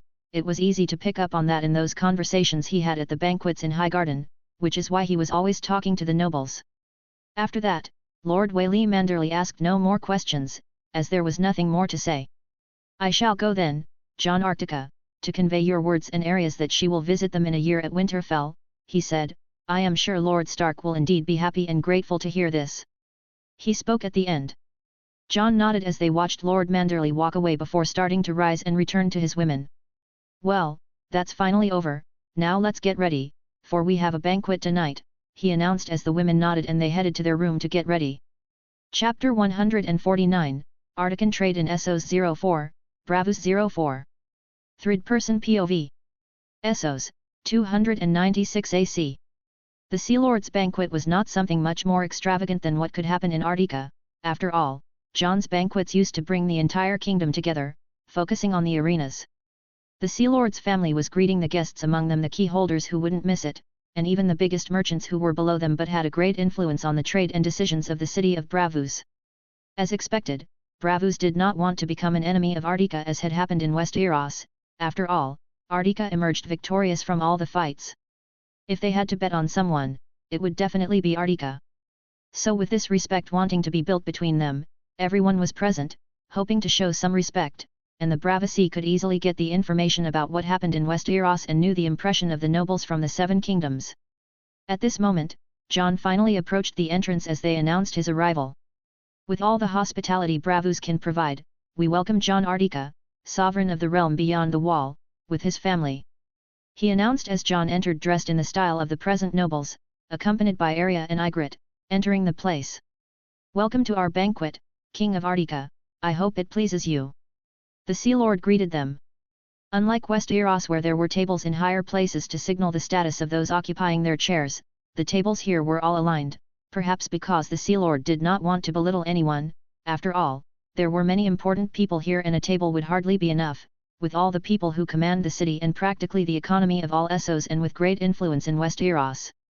Jon ended up sitting with the Sea Lord while the key holders surrounded them, not just his family accompanying him, his ministers as important people and keys to the kingdom, should accompany him as they shared conversations among themselves.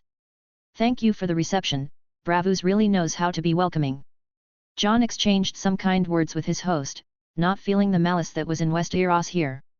"I don't like how those prostitutes are looking at you," Ygritte murmured by his side as soon as she sat down. Around the hall, some courtesans were with some personal guards, looking directly at Jon as if waiting for an opportunity to talk to him. "I'm not interested," Jon said, ignoring those glances. After all, he had no interest in these women, especially women who shared the bed with other men. He ignored the glances and continued eating while talking with the Sea Lord and the key holders at that table, trying to gain their trust with some humor, since his goal was to be a key holder of the Iron Bank and he had to also be friendly with them without overdoing it. After all, he is still a king. "That's interesting, you have different ships, if possible, I would like to take a look when possible," one of the key holders said, interested in the Arctican carracks docked in the port, which were very different from common ships. "Certainly, that wouldn't be a problem," Jon responded before continuing. "I hear that you export wood from Westeros." The King of Arctica had a peculiar look.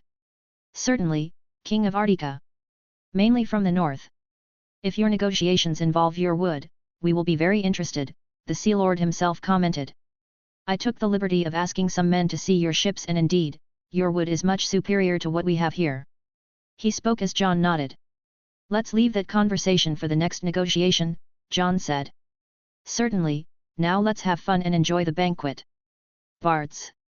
exclaimed the lord of this palace, as music began to fill the air. Couples went to dance on the floor while Ygritte looked at Jon. "Do you want to dance?" He smiled, knowing the woman liked to do that, but always pretended otherwise. Jon ended up taking her to the floor while dancing, and those who tried to make Arya go to the floor were all refused. As Jon continued dancing with his wife, he finally stopped for a moment while he was interested in a particular conversation with the Sea Lord. As he proceeded, he was approached by a woman wearing revealing clothes, the very courtesan who found a gap to approach him, while Ygritte immediately looked at him like a hawk as soon as she sat back down with Arya. "King of Arctica. It's an honor," she began, but Jon immediately interrupted her. "I'm busy right now, perhaps another time," Jon said and quickly dodged, continuing his way as his guards followed him through the hall. "King of Arctica." The Sea Lord was visibly surprised as Jon approached him at this moment. "Sea Lord. I would like to have a conversation with you if possible," Jon said while the man was talking to another at that moment. "Of course. Could you give us a moment, my lord?" He spoke to his colleague, who nodded, as he turned back to Jon. "Please, King of Arctica, follow me," he requested as Jon followed him to a balcony, seeing that the Arctican wanted a more private conversation. "Tell me, what would the King of Arctica like to discuss?" Sea Lord returned to Jon while carrying a bottle of Dornish wine. After all, the Arctican products had not yet been distributed at the party as they would be later. "Nothing much, Sea Lord," Jon began in a calm tone. "But I would like to know about something quite peculiar. I heard that the Targaryens lived here," Jon spoke subtly, while the Sea Lord raised an eyebrow at him. Hearing this question from the King of Arctica about the Targaryen siblings was a surprise for the Sea Lord, wondering what he wanted with this information. "You're not thinking of?" Sea Lord murmured to Jon. "It's not what you're thinking," Jon said, shaking his head. But the man in front of him smiled insistently. "I've heard that Daenerys Targaryen is of marriageable age. I'm sure that you, being who you are, could try to obtain the Iron Throne through your children with the Targaryen woman." The Sea Lord still spoke, rationally, while casting a bait to see if Jon had ambitions to conquer the Iron Throne. Jon wanted to laugh at him at that moment upon hearing this, since he did not need a marriage to obtain the throne. After all, that chair belonged to him by right of birth already.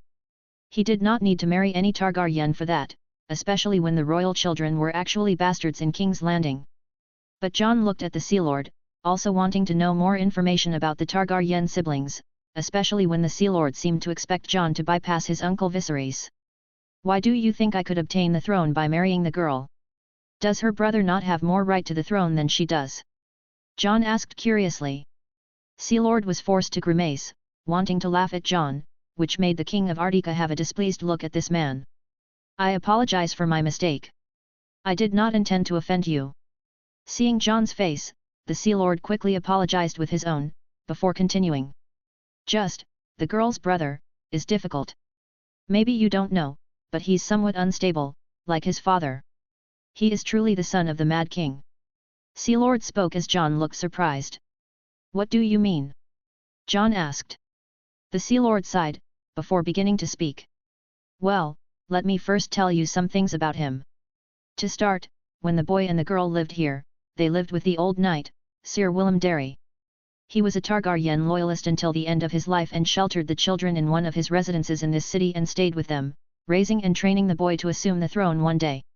However, the knight could not live forever and ended up dying a few years ago. This caused the servants of the house to loot the place and leave the siblings to their fate, with only one belonging, their mother's crown, which he sold some time later. He spoke as Jon was surprised by this. He sold. Jon raised an eyebrow. Do you know where the crown is? He asked immediately. After all, it was the crown of his paternal grandmother. Although the Sea Lord was a bit surprised by Jon being interested in this, he nodded. One of the key holders has it after buying it from the people who bought it from Viserys. It's in his collection and he quite flaunts it to all of us. After all, not everyone can have a queen's crown in their collection, he spoke. Jon nodded, interested. Could you tell me who it is? I would like to buy it back, if possible. He requested. The Sea Lord saw no problem in this and said he would introduce the man for the negotiation. Now tell me more about her brother and what is wrong with him. Jon requested, returning to the conversation. Well, after they ended up living on the streets, the boy never had stable behavior, always arrogant, and worse, he couldn't control his anger. I myself wanted to beat that brat, thinking he could demand that I and the Iron Bank help him in an impossible dispute for him when he was just a child. Even with Sir Willem Darry still alive at that time, he already believed he was even the king of Braavos. It was Sir Willem Darry who saved him after he declared he would leave this palace at the time. The Sea Lord spoke, remembering that spoiled boy with disdain, before continuing. And when the boy was on the streets, the situation worsened. All those he tried to seek help from despised him. Even those who saw a chance to support the heir to the Iron Throne, gave up as they saw his instability and lack of rationality of the boy, looking more like a lunatic than a king. He was known here for a long period as the Beggar King. Still, he and his sister lived in misery for a long time, but then they left the city a few years ago, the Lord of Braavos said. Jon was a bit surprised by this. He had to admit that despite the evidence of the maesters poisoning his grandfather, he was still evil, after all that his grandfather killed the other grandfather in such a cruel way. It was strange for him to see himself in this situation, but if his uncle was like the Mad King, Jon didn't quite know what to do with that boy. After all, from what the Sea Lord had said, it would be much easier for him to try to demand something from Jon than to recognize him as his family. What should I do with him? Maybe I should first talk to him personally and see if he really is like that. As for the girl, Jon thought and looked at the Sea Lord at this moment. Is the girl also unstable like her brother? He asked. The Sea Lord shook his head this time. No, she was a sad and passive girl, even afraid of her own brother. I believe he hit her to vent his frustrations. The girl seems to have a fate very similar to that of her mother, from what I've heard. Quite sad, isn't it? He said. And if they left? Do you know where they went? Jon asked, knowing he was being quite insistent on this and the Sea Lord was not a fool. He realized that Jon had some interest in the Targaryens and smiled. Maybe I'm right, even though you don't seem to want the throne, maybe you're interested in having a third wife. After all, Targaryen blood is quite precious and any monarch would like to have it. The blood of the dragons and their lineage. He suggested. That's not what I'm thinking, but I would like to see them. They are in Essos, right? I intend to find them somehow. Jon was sincere. Well, since you speak that way, I will grant this information as a courtesy of Braavos. If you want to find the Targaryen siblings, they are in Pentos, the man spoke. After all, it wasn't a secret to him. And anyone with a good base of information network could find them. Even Westeros, if they wanted, could locate them. But Varys was quite manipulative in this sense, preventing any information about the Targaryens from being exposed to the king of Westeros. "Thank you for all the information," Jon replied. "Now, how about we continue with the banquet?" the Sea Lord suggested. "Of course," Jon spoke as the man smiled. "It's time to sample your incredible products before we start our negotiations tomorrow," he said, while the Arctican ships had already stocked a large amount of products this afternoon and were just waiting with the orders to be delivered in the middle of the hall. Jon's men quickly began to bring them, while Jon's minister made his presentation, as he always did on all trips in the middle of the place. As people continued to enjoy all the Arctican products with them being released, especially the ice seeming to be a great pleasure for the warm nights of Braavos, Jon returned to his table, watching his minister of coin talking with some key holders. Satisfied with this, he returned and sat down next to Arya and Ygritte. "You haven't danced even once?" Jon asked with a playful look at the girl. "And you think I will?" Arya murmured. "Then come, let's see if you're still a lady," Jon replied, grabbing her by the arm and pulling her along, while the girl let out an expression of surprise and amusement at the same time. Arya didn't mind as the two began to dance in the middle of the dance floor. The night progressed, while the great magnates of Braavos continued to converse and sample the Arctican products. Jon stayed with his family, with no important matters to deal with, but occasionally spoke to someone. His ministers, on the other hand, were busy, continuing to present the products and listening to all the negotiations of interest. The banquet ended some time later and Jon returned to the room with his wife. The next day, Jon woke up and his gaze went to the window, seeing through the eyes of some animals, Arya fighting against the man known as the First Sword of Braavos, Syrio Farrell, in a quick fight in the middle of the yard. "She moves like a cat, it's amazing, she's pleasantly surprising Syrio Farrell murmured excitedly, while he continued to attack with his sword the Valyrian steel sword of the girl in front of him, who was pleasantly skillful. "I am faster than that," Arya murmured, increasing the intensity of her blows. It was only after a while that Arya ended up yielding to the man, falling to the ground exhausted.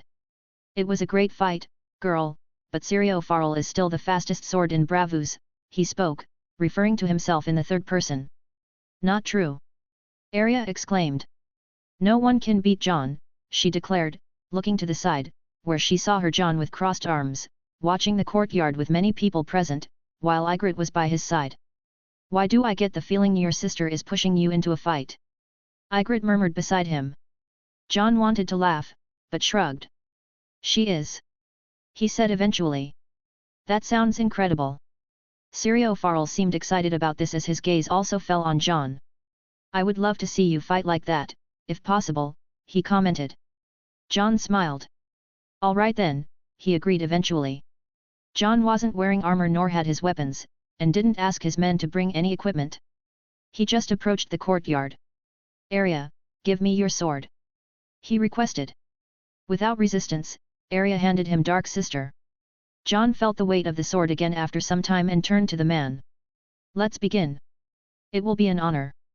Syrio Farrell spoke excitedly. More and more people began to gather to see the fight, including the Sea Lord and his friends, who watched with interest from one of the balconies. What happened next surprised everyone who wasn't Arctican.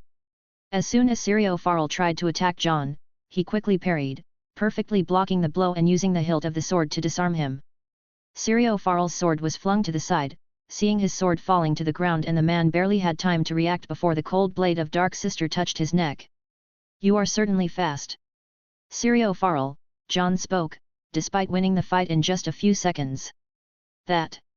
Syrio Farrell barely had time to form a thought to respond to Jon's comment, which seemed more mocking than anything, as Jon withdrew the sword from the man's stunned neck and placed the sword in the ground, in front of Arya. "You can keep training, Arya. I'll be going to negotiate with the Iron Bank," Jon spoke, looking at the Sea Lord, who nodded to him. Jon then left the place, while Arya flashed a mischievous smile, looking at Syrio Farrell, who was still frozen after losing so quickly, especially when he bragged so much. Chapter 150, Arctican Trade in Essos 05, Braavos 05. Third Person POV. Essos, 296 AC. Jon returned to his room and donned more formal attire, leaving his armor on a mannequin in the room, and proceeded back to the Iron Bank, accompanied by his royal guards, the Sea Lord and the men of Braavos. They left the palace and headed to the Iron Bank once again, returning to the room from the previous day to resume and continue the negotiations. As they settled at the table, the key holders initiated a discussion. We discussed extensively the possibility of you becoming a shareholder in this institution since we concluded our conversation yesterday. They began. Jon listened in silence as they continued, flanked by his two ministers. We have come to know of your interest in establishing your own bank in Arctica, which is quite surprising, yet it still leaves us doubtful about your intention to add another one to our bank as well.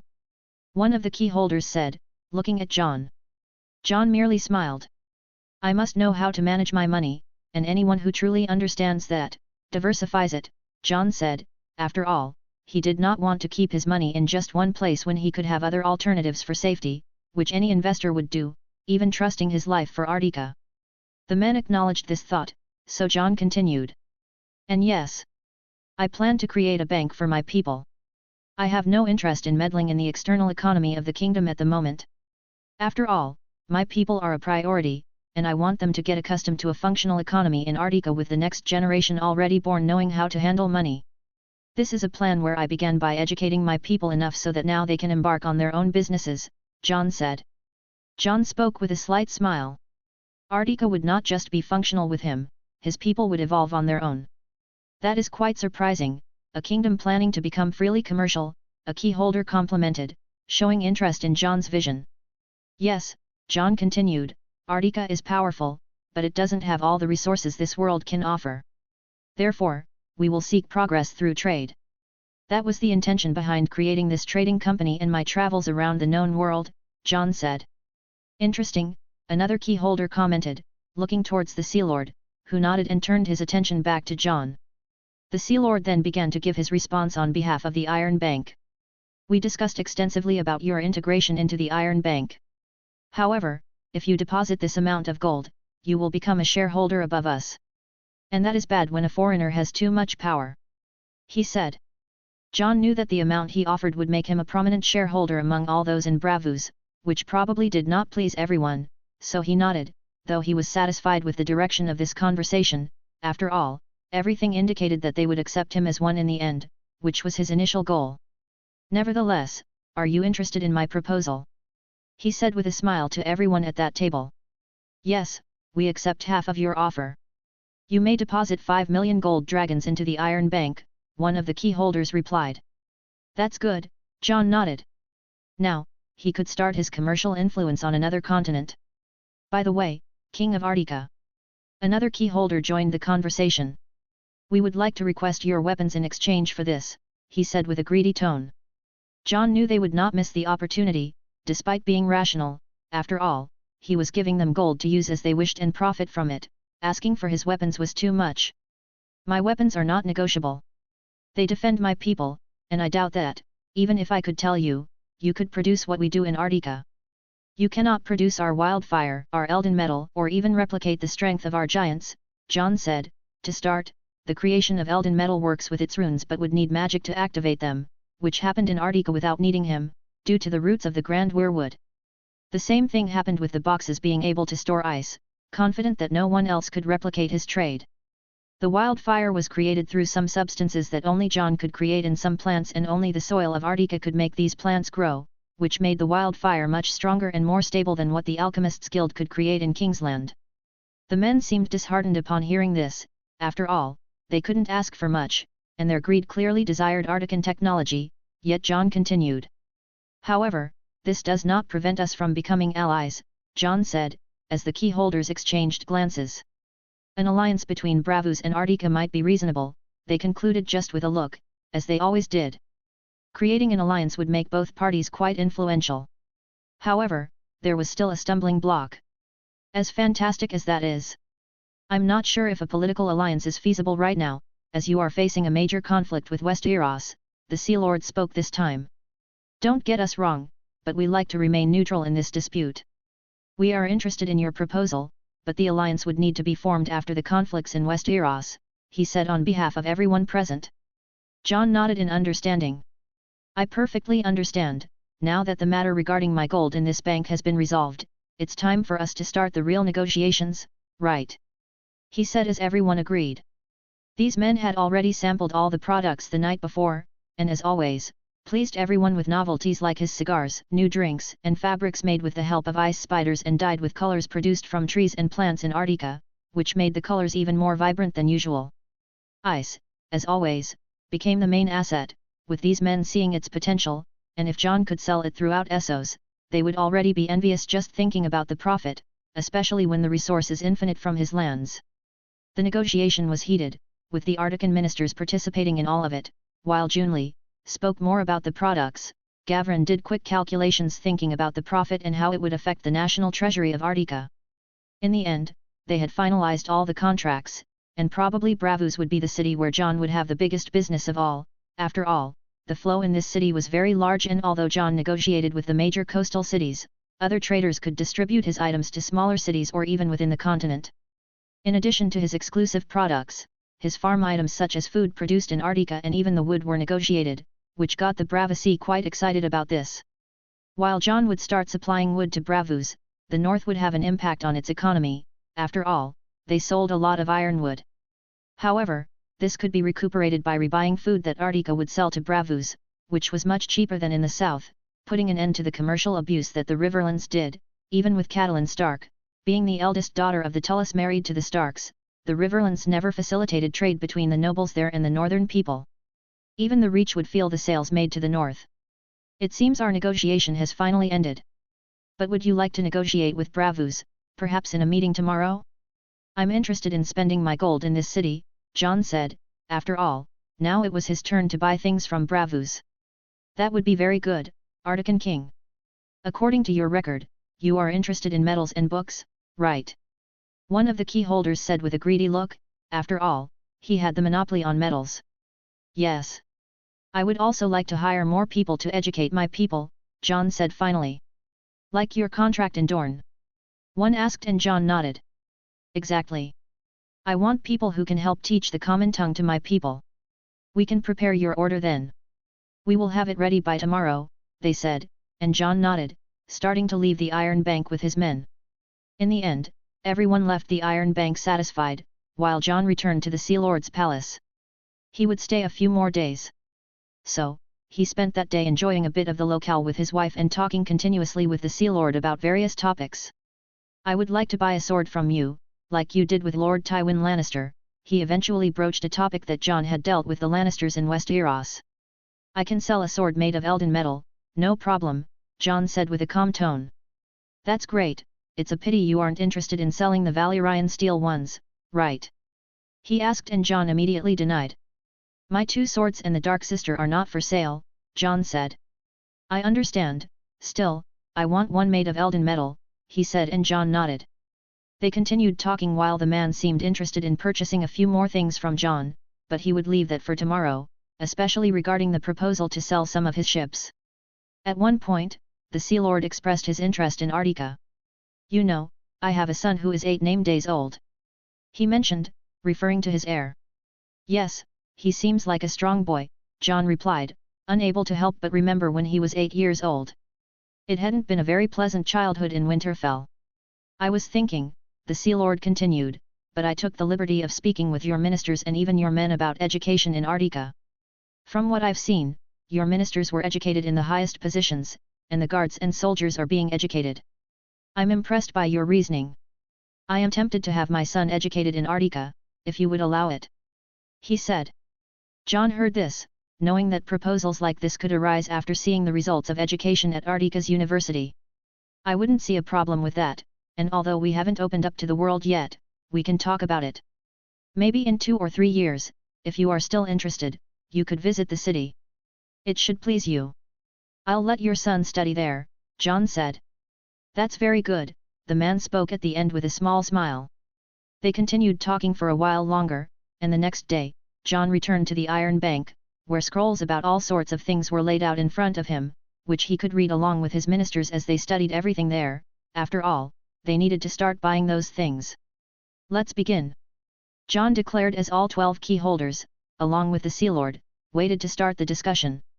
In the end, 5 hours of negotiation took place while various Braavosi men had to come at this time as they marked everything Jon negotiated to start loading onto the Arctican ships. In the end, they bought tens of tons of steel and iron, thousands of new desert-bred horses, many of which even the Dothraki cows demanded as mounts, plus 20,000 breeding animals, which would be removed from outside the city, in pastures in the mountainous region, 100,000 books taken from the city with an interview for more than 10,000 lecturers for the common tongue in Valyrian, under the same contract they had with other teachers in Arctica taken from Dorne. We are very pleased with such a sale. The men murmured satisfied, seeing millions of gold coins entering the city through the sales. That's good. Arctica is happy to acquire all these items, anyway. I would now like to negotiate with one of the key holders, Jon spoke, looking at one of them specifically. Yes, the Sea Lord mentioned your interest in one of his items. I usually wouldn't sell that crown, but you have something I am very interested in, he spoke at the end, and a small negotiation began. In the end, Jon won 10 Arctican carracks in exchange for his grandmother's crown. This item was exclusive and could be obtained from his carracks, extremely fast ships. Jon even refused to win them in the end to keep them even more exclusive and trade for the crown. With everything ready, they returned to the Sea Lord's palace once more. Jon asked for some Articans to stay at various points in the city to interview potential teachers and even some artisans hired to teach a few things to the Arctican people as well. At night, there was another banquet to celebrate the commercial partnership with more products from Arctica. It was only the next day that they began their preparations to finally depart from Braavos. Meanwhile, ships began to leave the fleet at this time, as the Braavosi people prepared to start collecting all the resources sold to the Articans and leave them at the ports for collection. The main port was not used, but various points around the city began to fill up with ships from Arctica. Things were much calmer now, seeing that Arctica posed no danger. Among these ships that left the fleet, 10 of them ended up circling the city until reaching the Iron Bank, where there was high security to receive them. 5 million gold coins began to be unloaded, while many high-ranking bank officials counted the bags to verify everything was correct. The ships continued collecting animals, metals, books, and people for half a day while other ships approached the Sea Stone Palace, as there was a need to store a huge stock to supply the city during this initial movement, with 50 ships full of stock to deposit in the city. So, you want to do it here?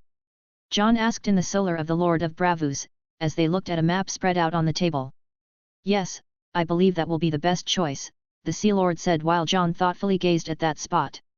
Their contract did not include a large port like Jon had managed in Dorne, but they had certainly managed to negotiate a giant depot to store their products while their ships arrived in the city. The route between Braavos and Arctica was good, despite still having to travel half the distance of Westeros. Arctica was remote from all places in the end. Here, I can authorize your construction, King of Arctica, the Sea Lord finally said, and Jon nodded. All right, we will do it this way, Jon nodded at the end. They began to say their goodbyes, with Jon stating he would visit Braavos in the near future to finalize his contract and started to prepare for travel, while finding Ygritte and Arya waiting for him. Let's go, Jon said at the end, and they nodded, beginning to store things on the ships that were already alongside the palace. As everyone began to board, Arya looked aside, unable to see Jon, and followed her gaze to another ship, where Jon was with some of his guards. What is he doing? Arya exclaimed, slightly bewildered. Jon said he would sort some things out, so let's wait for him in the fleet, Ygritte said as the main ship began to move along with others to the west side of the city, while Jon's ship departed to the east and went down to the south, approaching the city center from that side of the waters. So, it's here. Jon murmured, looking at the enormous structure in front of him, as the ship approached, docking at one of the small ports, while Jon felt the massive door of the place opening at that moment with a man coming out and standing at the entrance as if he had been waiting for him. It seems we have some reception. Jon murmured and walked out of the ship with his guards. They approached the man, who was a middle-aged man with a calm look waiting for Jon to approach. So this is the House of Black and White? Jon asked, looking at the large building. You are correct, but that's not what concerns you, is it, son of the dragon? The man said mysteriously. Jon was a bit surprised by this, but kept his face serious. No, I am confident that I and my family would fare well against you, but what concerns me is my people. After all, assassination is not justifiable against the Articans. Jon replied, he could protect himself, his wives, and children. After all, there was an army of animals for these assassins to get past first. Even if they could change voice and face, animals have better instincts and would be killed just for approaching, but his people were different. And he was not hypocritical enough to say that his people would never die. There would be conflicts, and many would fall with that, but he would not accept assassinations against them, knowing how both his conflict and even the trade he was creating could attract people who would seek retaliation against them and might opt with the faceless men. Jon looked at the man again and continued speaking. I just want to know if you could be hired to kill some of mine, Jon asked. Articans are certainly more expensive than ordinary people. We know this might draw your ire, but still, it's a negotiable price. If the god accepts the contract, it will be done, the man said with his neutral tone. I see. Then tell your god, Jon said in a serious tone, if any of you touch my people, I will come here, burn down this entire place, and kill all of you. I don't care what your god thinks of this. Hearing these words, the man showed no change in his face. There was no anger, surprise, or fear, he just kept looking at Jon calmly. I understand, was all he said. Seeing this, Jon shrugged. Let's go, he finally said, heading back to the ship there. It didn't take long for him to circle the city, finally heading towards the Titan, passing under its legs, and finally returning to his fleet, preparing to continue his journey south, then he would move on to the next commercial objective. Thanks for listening.